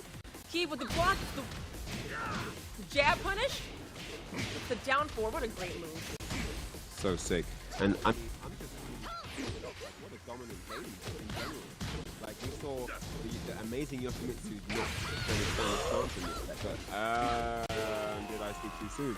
Completely agree with your what point, a great, wow. What a great start here from Keeb with Geese. Yeah, what a great start. Looking so strong. But, you know, Geese's tools are different. So it allows for Keeb to play a different type of game. One that's long range, close range. He can play both here, but he doesn't have to risk as much. Oh, that back three! Oh, Lane stacked it. That was beautiful. I mean, he's got 2 bars in stock now, almost 3. Keep trying to fish with that 2 jab. I mean, Lane if looking he gets out hit for now, it. it's going to hurt. He's in rage as well. If Lane gets hit now, it could be curtains very quickly. And Ryan, 3 sticks of butter. Maximum. See the fire. He's fishing for it at the 2. Look at the 2. Look at that palm he keeps on thrusting out at us. Oh my god. There's enough time left as well. Oh, okay. Access denied for this round. He's still got the 3 bars though, 2 apiece. Lane's going to definitely want this round. Oh, but the back 3 too, he eats it early. Into the screw attack. What a massive change. And sets Lane up for that again with the string. This is the second time that he's hit him with it. Keep getting the sidestep 3, taking the first game of the reset in a very strong fashion. What a round there from Keeb, man. Complete domination that set. First game to Keeb with the Geese Howard. Keeb Howard on deck, 1-0. Keeb Howard. I wanted to say earlier, like, what a clash in counter picking. From Yoshi to Geese. Oh, like, sure. I love it, because I always feel like when people counter pick, that character should be so different than the one than each other. Yeah. It should be completely different. That's true, yeah. Yes. Your secondary should benefit your original character's weaker matchups, right? It shouldn't just be 2 characters for the sake of it. It should be someone that deliberately helps your weak areas, and man, he definitely delivered. I mean, I don't think that would have happened with Yoshi, not from what we saw in the first set. So Geese definitely doing the work here so far. Yeah, and yet again though, like, Keeb is 17. What? I keep saying it, but I mean, the way he's playing, man, that's a whole prodigy right there. And I mean, the way that he's holding his own. 17 years of age. He's already got more characters than some people have been playing for longer, you know? Yes. I mean, the thing is as well, Geese allows him to play kind of a little bit more loose and be a bit more aggressive because he does have the dragon throw that stops Alyssa in her tracks. She can't just throw things out in between strings because, you know, if he stops, at any moment it could be a counter. And then back 3-2, it's great because, I mean, what's the punish for back 3 anyway, right? She doesn't really have, you know, like, I mean, -12, she can't really make him panic. from the -12 punish. Back 3-2 with meter, safe, execute, pressure. You know, it's a 50-50. Like, it's pretty tough. And so I just, from the offensive stance, there's a few more ways to annoy Alyssa with Geese than with Yoshimitsu in a sense. Exactly. Whereas in Elisa versus Yoshi, she can play the range game and she can really play outside of it and whip punish him. And she has all those tools, right? And those mids to check him from a further distance. But Geese, he has mid, long, and short range to keep her at bay. So even that back 3-2 clips her. And so she has to play around him. Like, he can lock her down. Down forward 2. Like, yeah. So, completely different tool set to help him in this matchup. Yeah, definitely. Yes. Great. Yeah, down for 2. Not step in that. Repuken from long range as well also gives her an extra thing to think about. Nice match. Oh man, nicely done. Man, Lane's been on point with those too. He tries to throw him out of it. Oh. Look at all that damage. The break.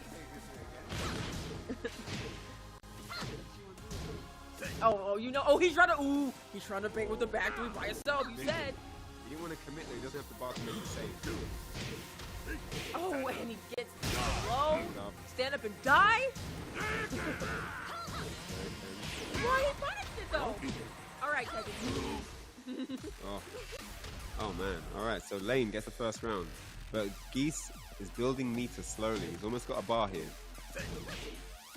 Geese, of course, gets way more deadly with meter. One bar in stock. I like that Lane went for the duck that time.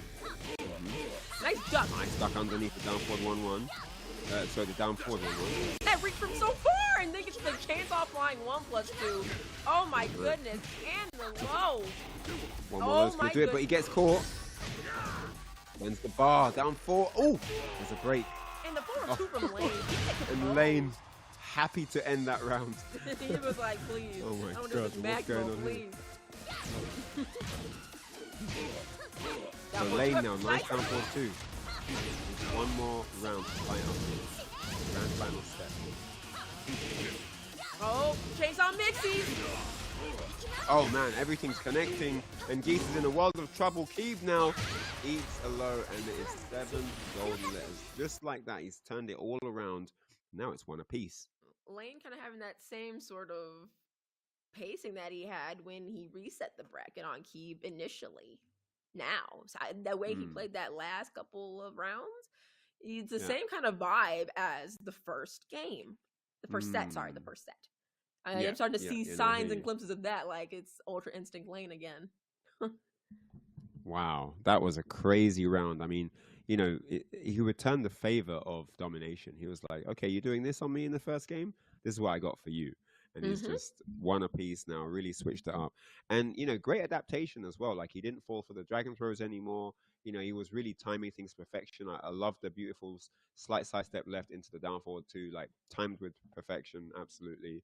And it was great. It wasn't just he got stuff going. He was actively thinking during the offense, and that's the difference with that, you know. And so Lane looking really proficient right now. I can't call it. It's just the Lane adaptation. Yes. He's so good at it, you know. So let's see what happens here, man. Can't call it. Are we going to see? I think he's going to stick with Geese. I think we're going to see Geese play. I think he's going to stick with Geese too. I think Geese, in terms of pacing, the switch was really necessary. Neutral, the way he gets to control it is way different, and I think it just is. He has more mix-ups to go off of without being as risky. He can play the range game better, I think, in this matchup because Elisa really can make a lot of things on Yoshi whiff. That's true. Know. I mean, and also, you know, Geese can get in as well. I think Yoshi was having trouble getting in certain situations because he didn't really have anything he could really rely on to get him in. You know, he was whiffing, he was getting whiff punished, he was getting counter hit on the way in. So yeah, that's one of those things. Whereas Geese, you know, you can kind of condition them with Repuken from distance, get in when it's comfortable, or wait till you've got meter. Like, there's more reason to stop Geese doing what he wants because you don't want him building bar for free. So you kind of want to interact and make sure that he doesn't have the freedom to do what he wants. So yeah, because you know, they always say with the 2Ds. Well, specifically, I'll talk about Geese for a second. So when he has no bar, this is when you want to play your neutral because he doesn't get anything really for it. So, and then when you notice that it was, you know, he got 1 bar, then 2, Lane started playing a lot more compact because if you overextend, that's why Keeb was trying to bait with that 2 jab, but Lane wasn't giving it to him because, you know, you can't afford to. He's just always in the game. Even when you're down, even when he's down and he has 1 stick of butter, 2, 3, he's still in the game. You gotta be cautious. And so Lane played that really well. So let's see. Let's see what we can do here. Oh, the down 4. Okay, to the wall.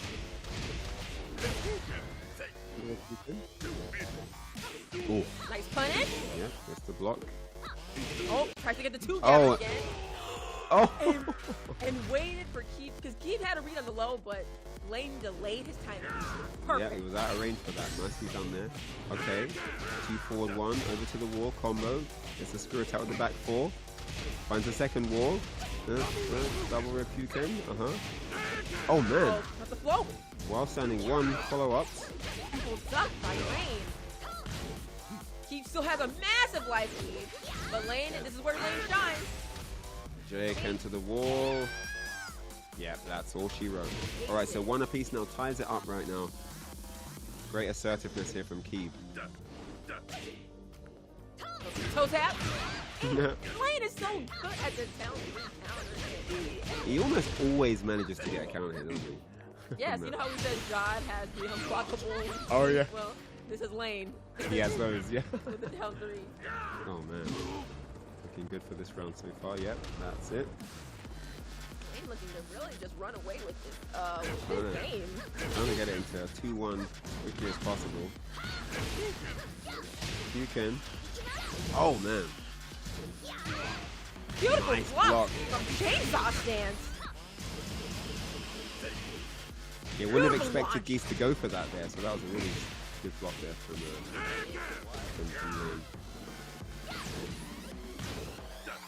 Dawn, yep. Oh, he gets caught. Gets the Stand up. Die. Oh, almost got the running shoulder. Looking for the while running 1 there to stop him getting up. That was Oh, the almost 1 2 chainsaw. 1. Oh, he jumps over!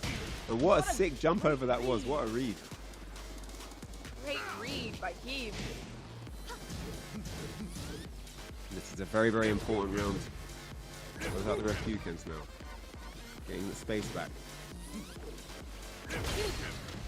Oh, tries to duck jump over. With double spin. Okay, Lane's in now. Wall pressure. Oh, gets the that wall was splat. wonderful. Keep trying to throw him. Lane looking deadly here, but the back 3-2 spends the bar now. Gets himself away from the wall pressure. Finds the other wall as well. Good damage here from Keeb. Looking really good now. Lane in a bit of trouble. And that's going to be it. The wall splat's going to take it. And that is it. Keeb takes the lead 2 games to 1. And man, what we're going into what it could be the final game of the tournament. Man, what a turnaround. Wow. Lane was looking really, really on point at the end there. Looked like, you know, once he had that throw attempt being evaded by the backswing blow into the wall splat for Lane, it looked really good, but man, it didn't work out. And that's the scary thing about Geese. All he needed was 1 opening to get a back 3-2 and spin the bar. That's all he needed. And it was literally wall to wall and a mix up, you know? And that's the scary thing about a character like Geese Howard, especially on the stage like that. Yeah, it's wall to wall each time and corner pressure each time. Yeah. And it's mix-ups. So I felt like Lane started to get really overly aggressive. So Keeb capitalized on it. And back 3-2. Back 3-2 is such a great keep out tool. It's great offensively and it's great defensively too. It does both. It's got the best of both worlds. So the way that he was using it to deal with Lane's offense was such a call out. It really was. Yeah, you could see that, you know, he kind of understood, okay, it's time to do this now. You know, there's been a few moments where Lane just had the read on the read. Very, very smart. You can see he's a very smart player in all his matches. And yeah, both of these guys kind of keeping each other on their toes, if you know what I mean. Like they're not letting anyone get away with anything for too long. You know, there's an adaptation. There's a counter strategy. There's a new character. You know, and yeah, here we go. And it's Keeb now with the Geese pick moving into 2-1 scenario. He only needs 1 more game to be our champion today. Man, crazy, crazy stuff. But Lane cannot be counted out time after time again. This guy comes back from the brink of defeat. So I wonder if we're going to see that again here and go into a final game in a double Luigi situation. Yeah, it is completely possible for this to be a double Luigi situation. Lane will have to add another layer to what he's been doing. I think at this point now he's going to have to play somewhat cautious and play at that range 0.5 to deal with Keeb, and definitely capitalize a bit harder on some of what Keeb is doing, because Lane is using 1-1 to punish, but he's missing out on a bit of damage, and it's really hurting him in the long run, because Keeb is doing like max damage and all this. But if you're gonna punish Geese, you have to punish him hard, or else if you leave him with any sort of health and bar, you could die. So so Lane's gonna have to, I think about that in the following game. Here we go, potential final game here. No music hyper than Hammerhead Station. I love this. For a grand final. And this is Allison on Lane. What a whiff punish. The wall splat. Side steps for the down 4-forward one. Finds another wall. Look at this. Doesn't quite get the pick up though. And again, great counter hit launch with the low from Lane. Or retaliation. Even Omega, man. I feel like everything ends at the wall with these two characters. Yes. Well, with Geese, I should say with Geese. Definitely with Geese. First round nice punish. 2 rounds away. To the wall again, like you said. Wall the wall. And this is great for Keep, because he's building amazing resources. Nice low parry from Lane. Back in action here. Okay.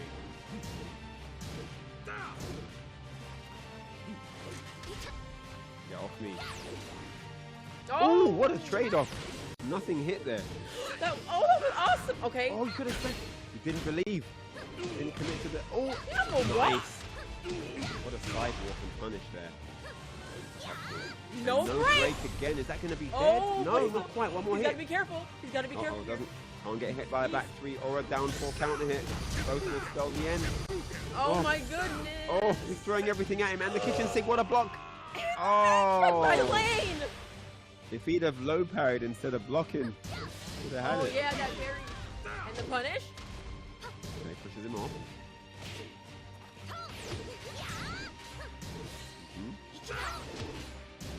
Wow, some crazy trade-offs here. Nice damage there from Lane now. Wall pressure applied. Fighting his footing. Goes up with Chip Kuken into the while running one. Goes up with the Chip Kuken. Ellison trying to get in there. Lane, nice side, but no punish. The reversal of fortune is actually Keep that gets a punish. That was crazy. Oh, look at that.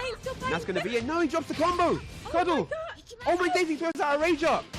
And he doesn't get it. And Lane, with a brief moment of panic there, just threw out the rage up, but it doesn't work. And Keep now on tournament point. Oh, getting the down 3 into the knee. Let's go. Just goes for the mid. Lane with a good chunk of damage here.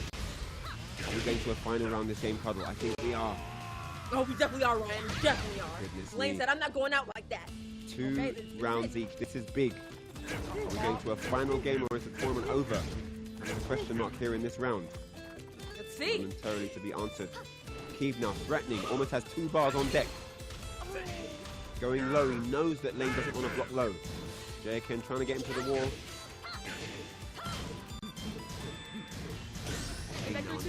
Spends a bar. Very scary for Lane. And again, hunting for that wall damage. 4-2-1 gets him. The pressure, Ryan, the pressure. Lane hasn't been able to press a button for so long. Just been on defense and blocking the whole time, but there's a throw break now. The walk, oh my goodness. But it's still anybody's game. Oh my god. Oh my days, next it might do it. Oh, no punish. There's the race drive.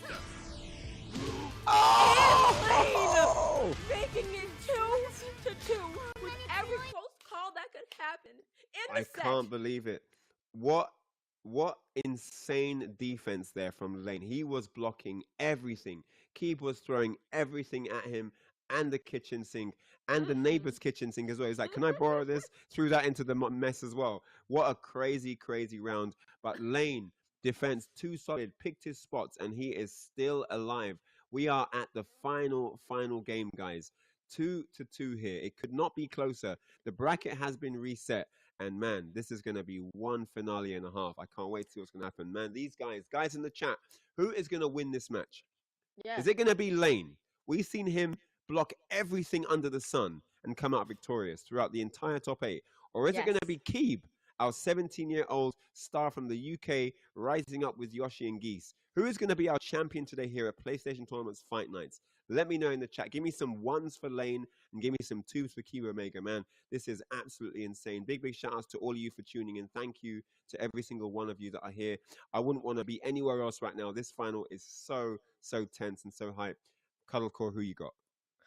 I really fully It's too don't. hard. It's too hard. I don't know. I will say It's this: too hard, right? Lane's momentum has been great, but they're really matching each other's energy. I can't say 1 or 2. I'm gonna just chill on this one and just let it unfold because I am like completely stressed. Yeah, and yeah. the best way possible. Great Tekken, but my God, chat. What's chat think? Do all of them have Lane? Lane's 1, right? They got some lanes in the chat, bro. They got Lane some lanes in the bands. chat for Okay. real. Yeah, I see Homie some Lane. 1s and I see some lanes. So yeah, the Keep crew are keeping it quiet. I think they just don't want to jinx it. You know, the Keep crew, they're holding it down. But man, this is absolutely insane Tekken. This is some real good Tekken. How about that? Some real good Tekken. It's some Both real guys good just Tekken. giving it their all. Just very, very exciting. I didn't know that the Geese change was going to introduce so much hype, but it really has delivered. And we have got a final game for you guys, man. Don't go anywhere, whatever happens here. This is 3 rounds is going to decide. Whoever gets the 3 rounds before the other guy is the champion today. That's it now. It's just this. It's the last day on Earth for one of these guys in the Tekken world. I don't know who it is. So let's see. This is for all the marbles here, final Ryan. All the marbles. All of them. The whole bag. So, wow. let's see. All right. Woo. Let's get it, people. Final game here at PlayStation Tournaments Fight Nights. Keep versus Lane. 2-2. Let's go. All right. Enough for space now. Oh, Refukin gets he down 2 on the floor, not wasting any time. He tried to 1+2 the Repukin because she can jump over it and launch. Yeah, he wanted to do that. Wow. He's been trying that a couple of times. Forward 1+2 though. Whiffs just shy. Dang. Situational awareness. Poking the down 1+2 into the pickup. Stand up. Okay. He's looking for that counter here. Oh, and he's onto him. It doesn't get the down full crash down forward 1. Combo? Yes, keeps him up now. The Hagen Dazs, stupid. Okay, side step 3. There's the punish. Yes, finally gets it. Get off of me. The block. Nice, and this time. The down through block. Where it matters here, right? In a final set like this, yes. Well played by Key first round. Yep, he'd been onto that for a while. He just didn't have the answer ready, and this time he's been ready for sure. Oh, and now he switches up. He goes mid. Is that, you want to block the low? I've got something for you. Running shoulder. Over the double. Ball 1+ twice in a row. He doubles up on it. Oh my God, what a combo. Wow, He said, into the corner. How about that? A wall combo back into the corner. This is just cheeky. He's a menace. Yes. Definitely a menace to this society. Yes, he is definitely a menace. The way that Keep is playing it is very compact, but Lane is definitely making the comeback right now. Man, and Lane puts himself at the wall. Not sure that was a good idea. 2 bars. Says that Geese has momentum here, and the advantage pick up. The running shoulder. 1. Oh, and Keep has 2 bars. Oh! And that is it. Mid. Wow. Very well 1 to played. 1. Yeah, like they went for the mid option because he figured Keep would go for that low parry. That was a great choice. That was a really smart choice there. But it's 1 to 1, and look at that. Sidestep to the back 3 into a great launch, but doesn't get the combo. And Keep now the wake up 3, maximizing on the opportunity. Look at the conversion here. All that space depleted. Oh. Back to the wall. Trying to interrupt that while standing. Beautiful step by Lane. But a beautiful punish. Yes. Really weird wall situation. For that one. Lane is onto it, and look at this. Doesn't even go with the downfall to this time. Straight into the hop kick, and that is it. Tournament point here for Lane. Lane looking to try to close this out.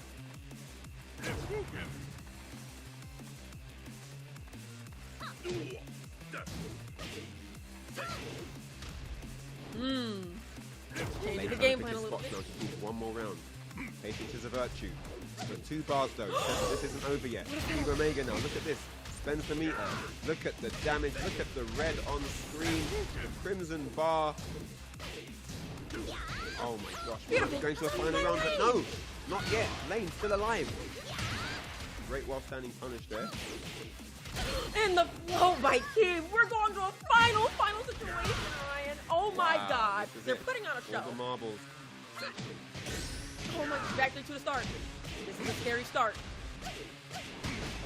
Momentum is in Keeb's favor right now, but Lane can bring this back.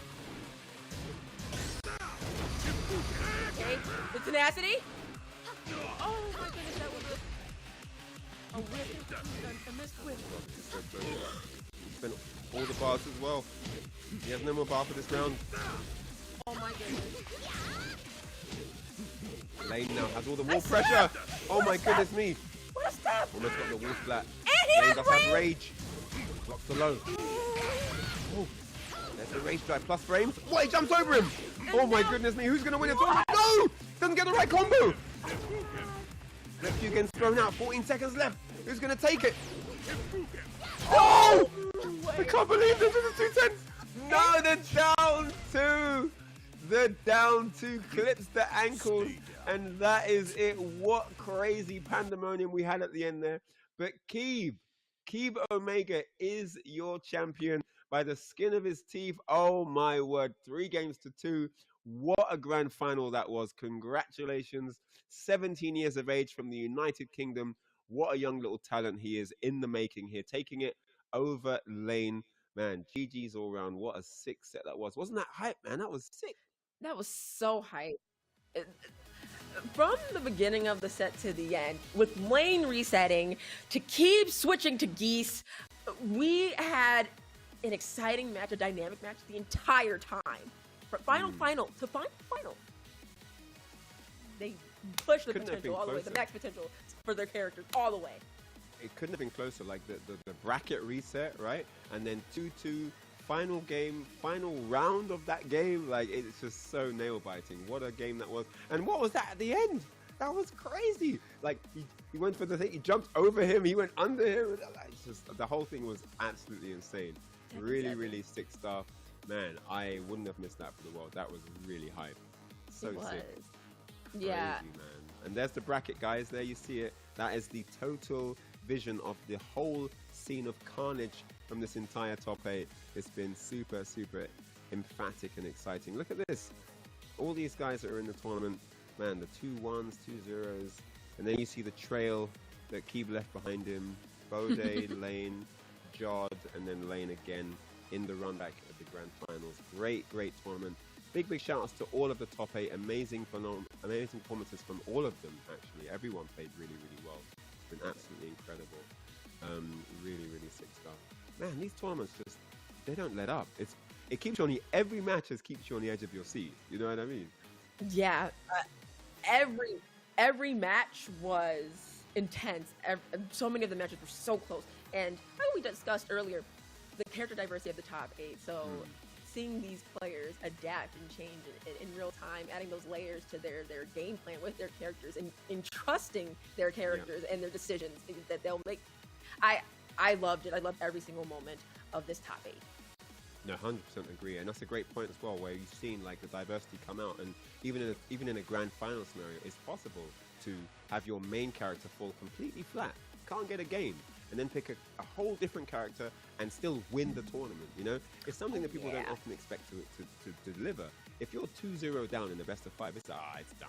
You might get a game, but this guy won the whole tournament. You know, he reset the bracket as well. So, like, never give up, guys. You know, whatever your favorite game or whatever your character, never give up. There's always a chance. And like you said, the diversity just opens the door for so many fun opportunities to come in, and that's exactly what we saw today. But guys, as you guys know, compete.playstation.com is your link if you want to be involved in all this action. You know, if you've been at home watching today and you've been like, you know what, these guys aren't all that, I could take on any of these guys any day of the week. Head on over and sign up at compete.playstation.com. There is a ton of games over there. All the tournaments are free to enter, and you never know, you might win yourself some money. So yeah, awesome stuff. So yeah, how about, do you want to tell these guys about our awesome Discord, Comical? Oh, yes. So if you all want to join the Discord, meet people who are like you, who love the games that you love, engage in the tournaments, just the community overall, definitely check out the PlayStation Discord and just scan the QR code, or you also check out that link. But it's a great way to bond with the community and would highly recommend it. Yeah, totally. I mean, it's one of them things where I don't even think I would have stayed with, gaming this long if it hadn't been for the amazing people I've met along the journey, And so definitely scan that QR code or type that link in and get involved in the PlayStation Tournaments community Discord, because there's amazing things happening each and every single day. And you're not going to want to miss all the stuff that PlayStation has planned for the future. So there is one more little announcement I want to share with you guys. We have new and fresh off the press, Street Fighter 6 is making its way through into the PlayStation Tournaments portfolio. So yes, PlayStation Cup. There you see the graphic on your screen with Luke smiling a very eerie grin. And yes, there is an opportunity to register. Doesn't matter if you're on PS4 or PS5, you can sign up and be part of the PlayStation Cup action. So yeah, there is a link that is going to be on your screen momentarily, because of course you guys need to know where to get involved in all the action. And there you see at the bottom of your screen, it's a slightly longer one, which is why I didn't try and sell it. But here we go, play.eslgaming.com/Street Fighter/SF6-PlayStation-Cup. Whew, I did it. There you go. Without water. Boom, mic drop.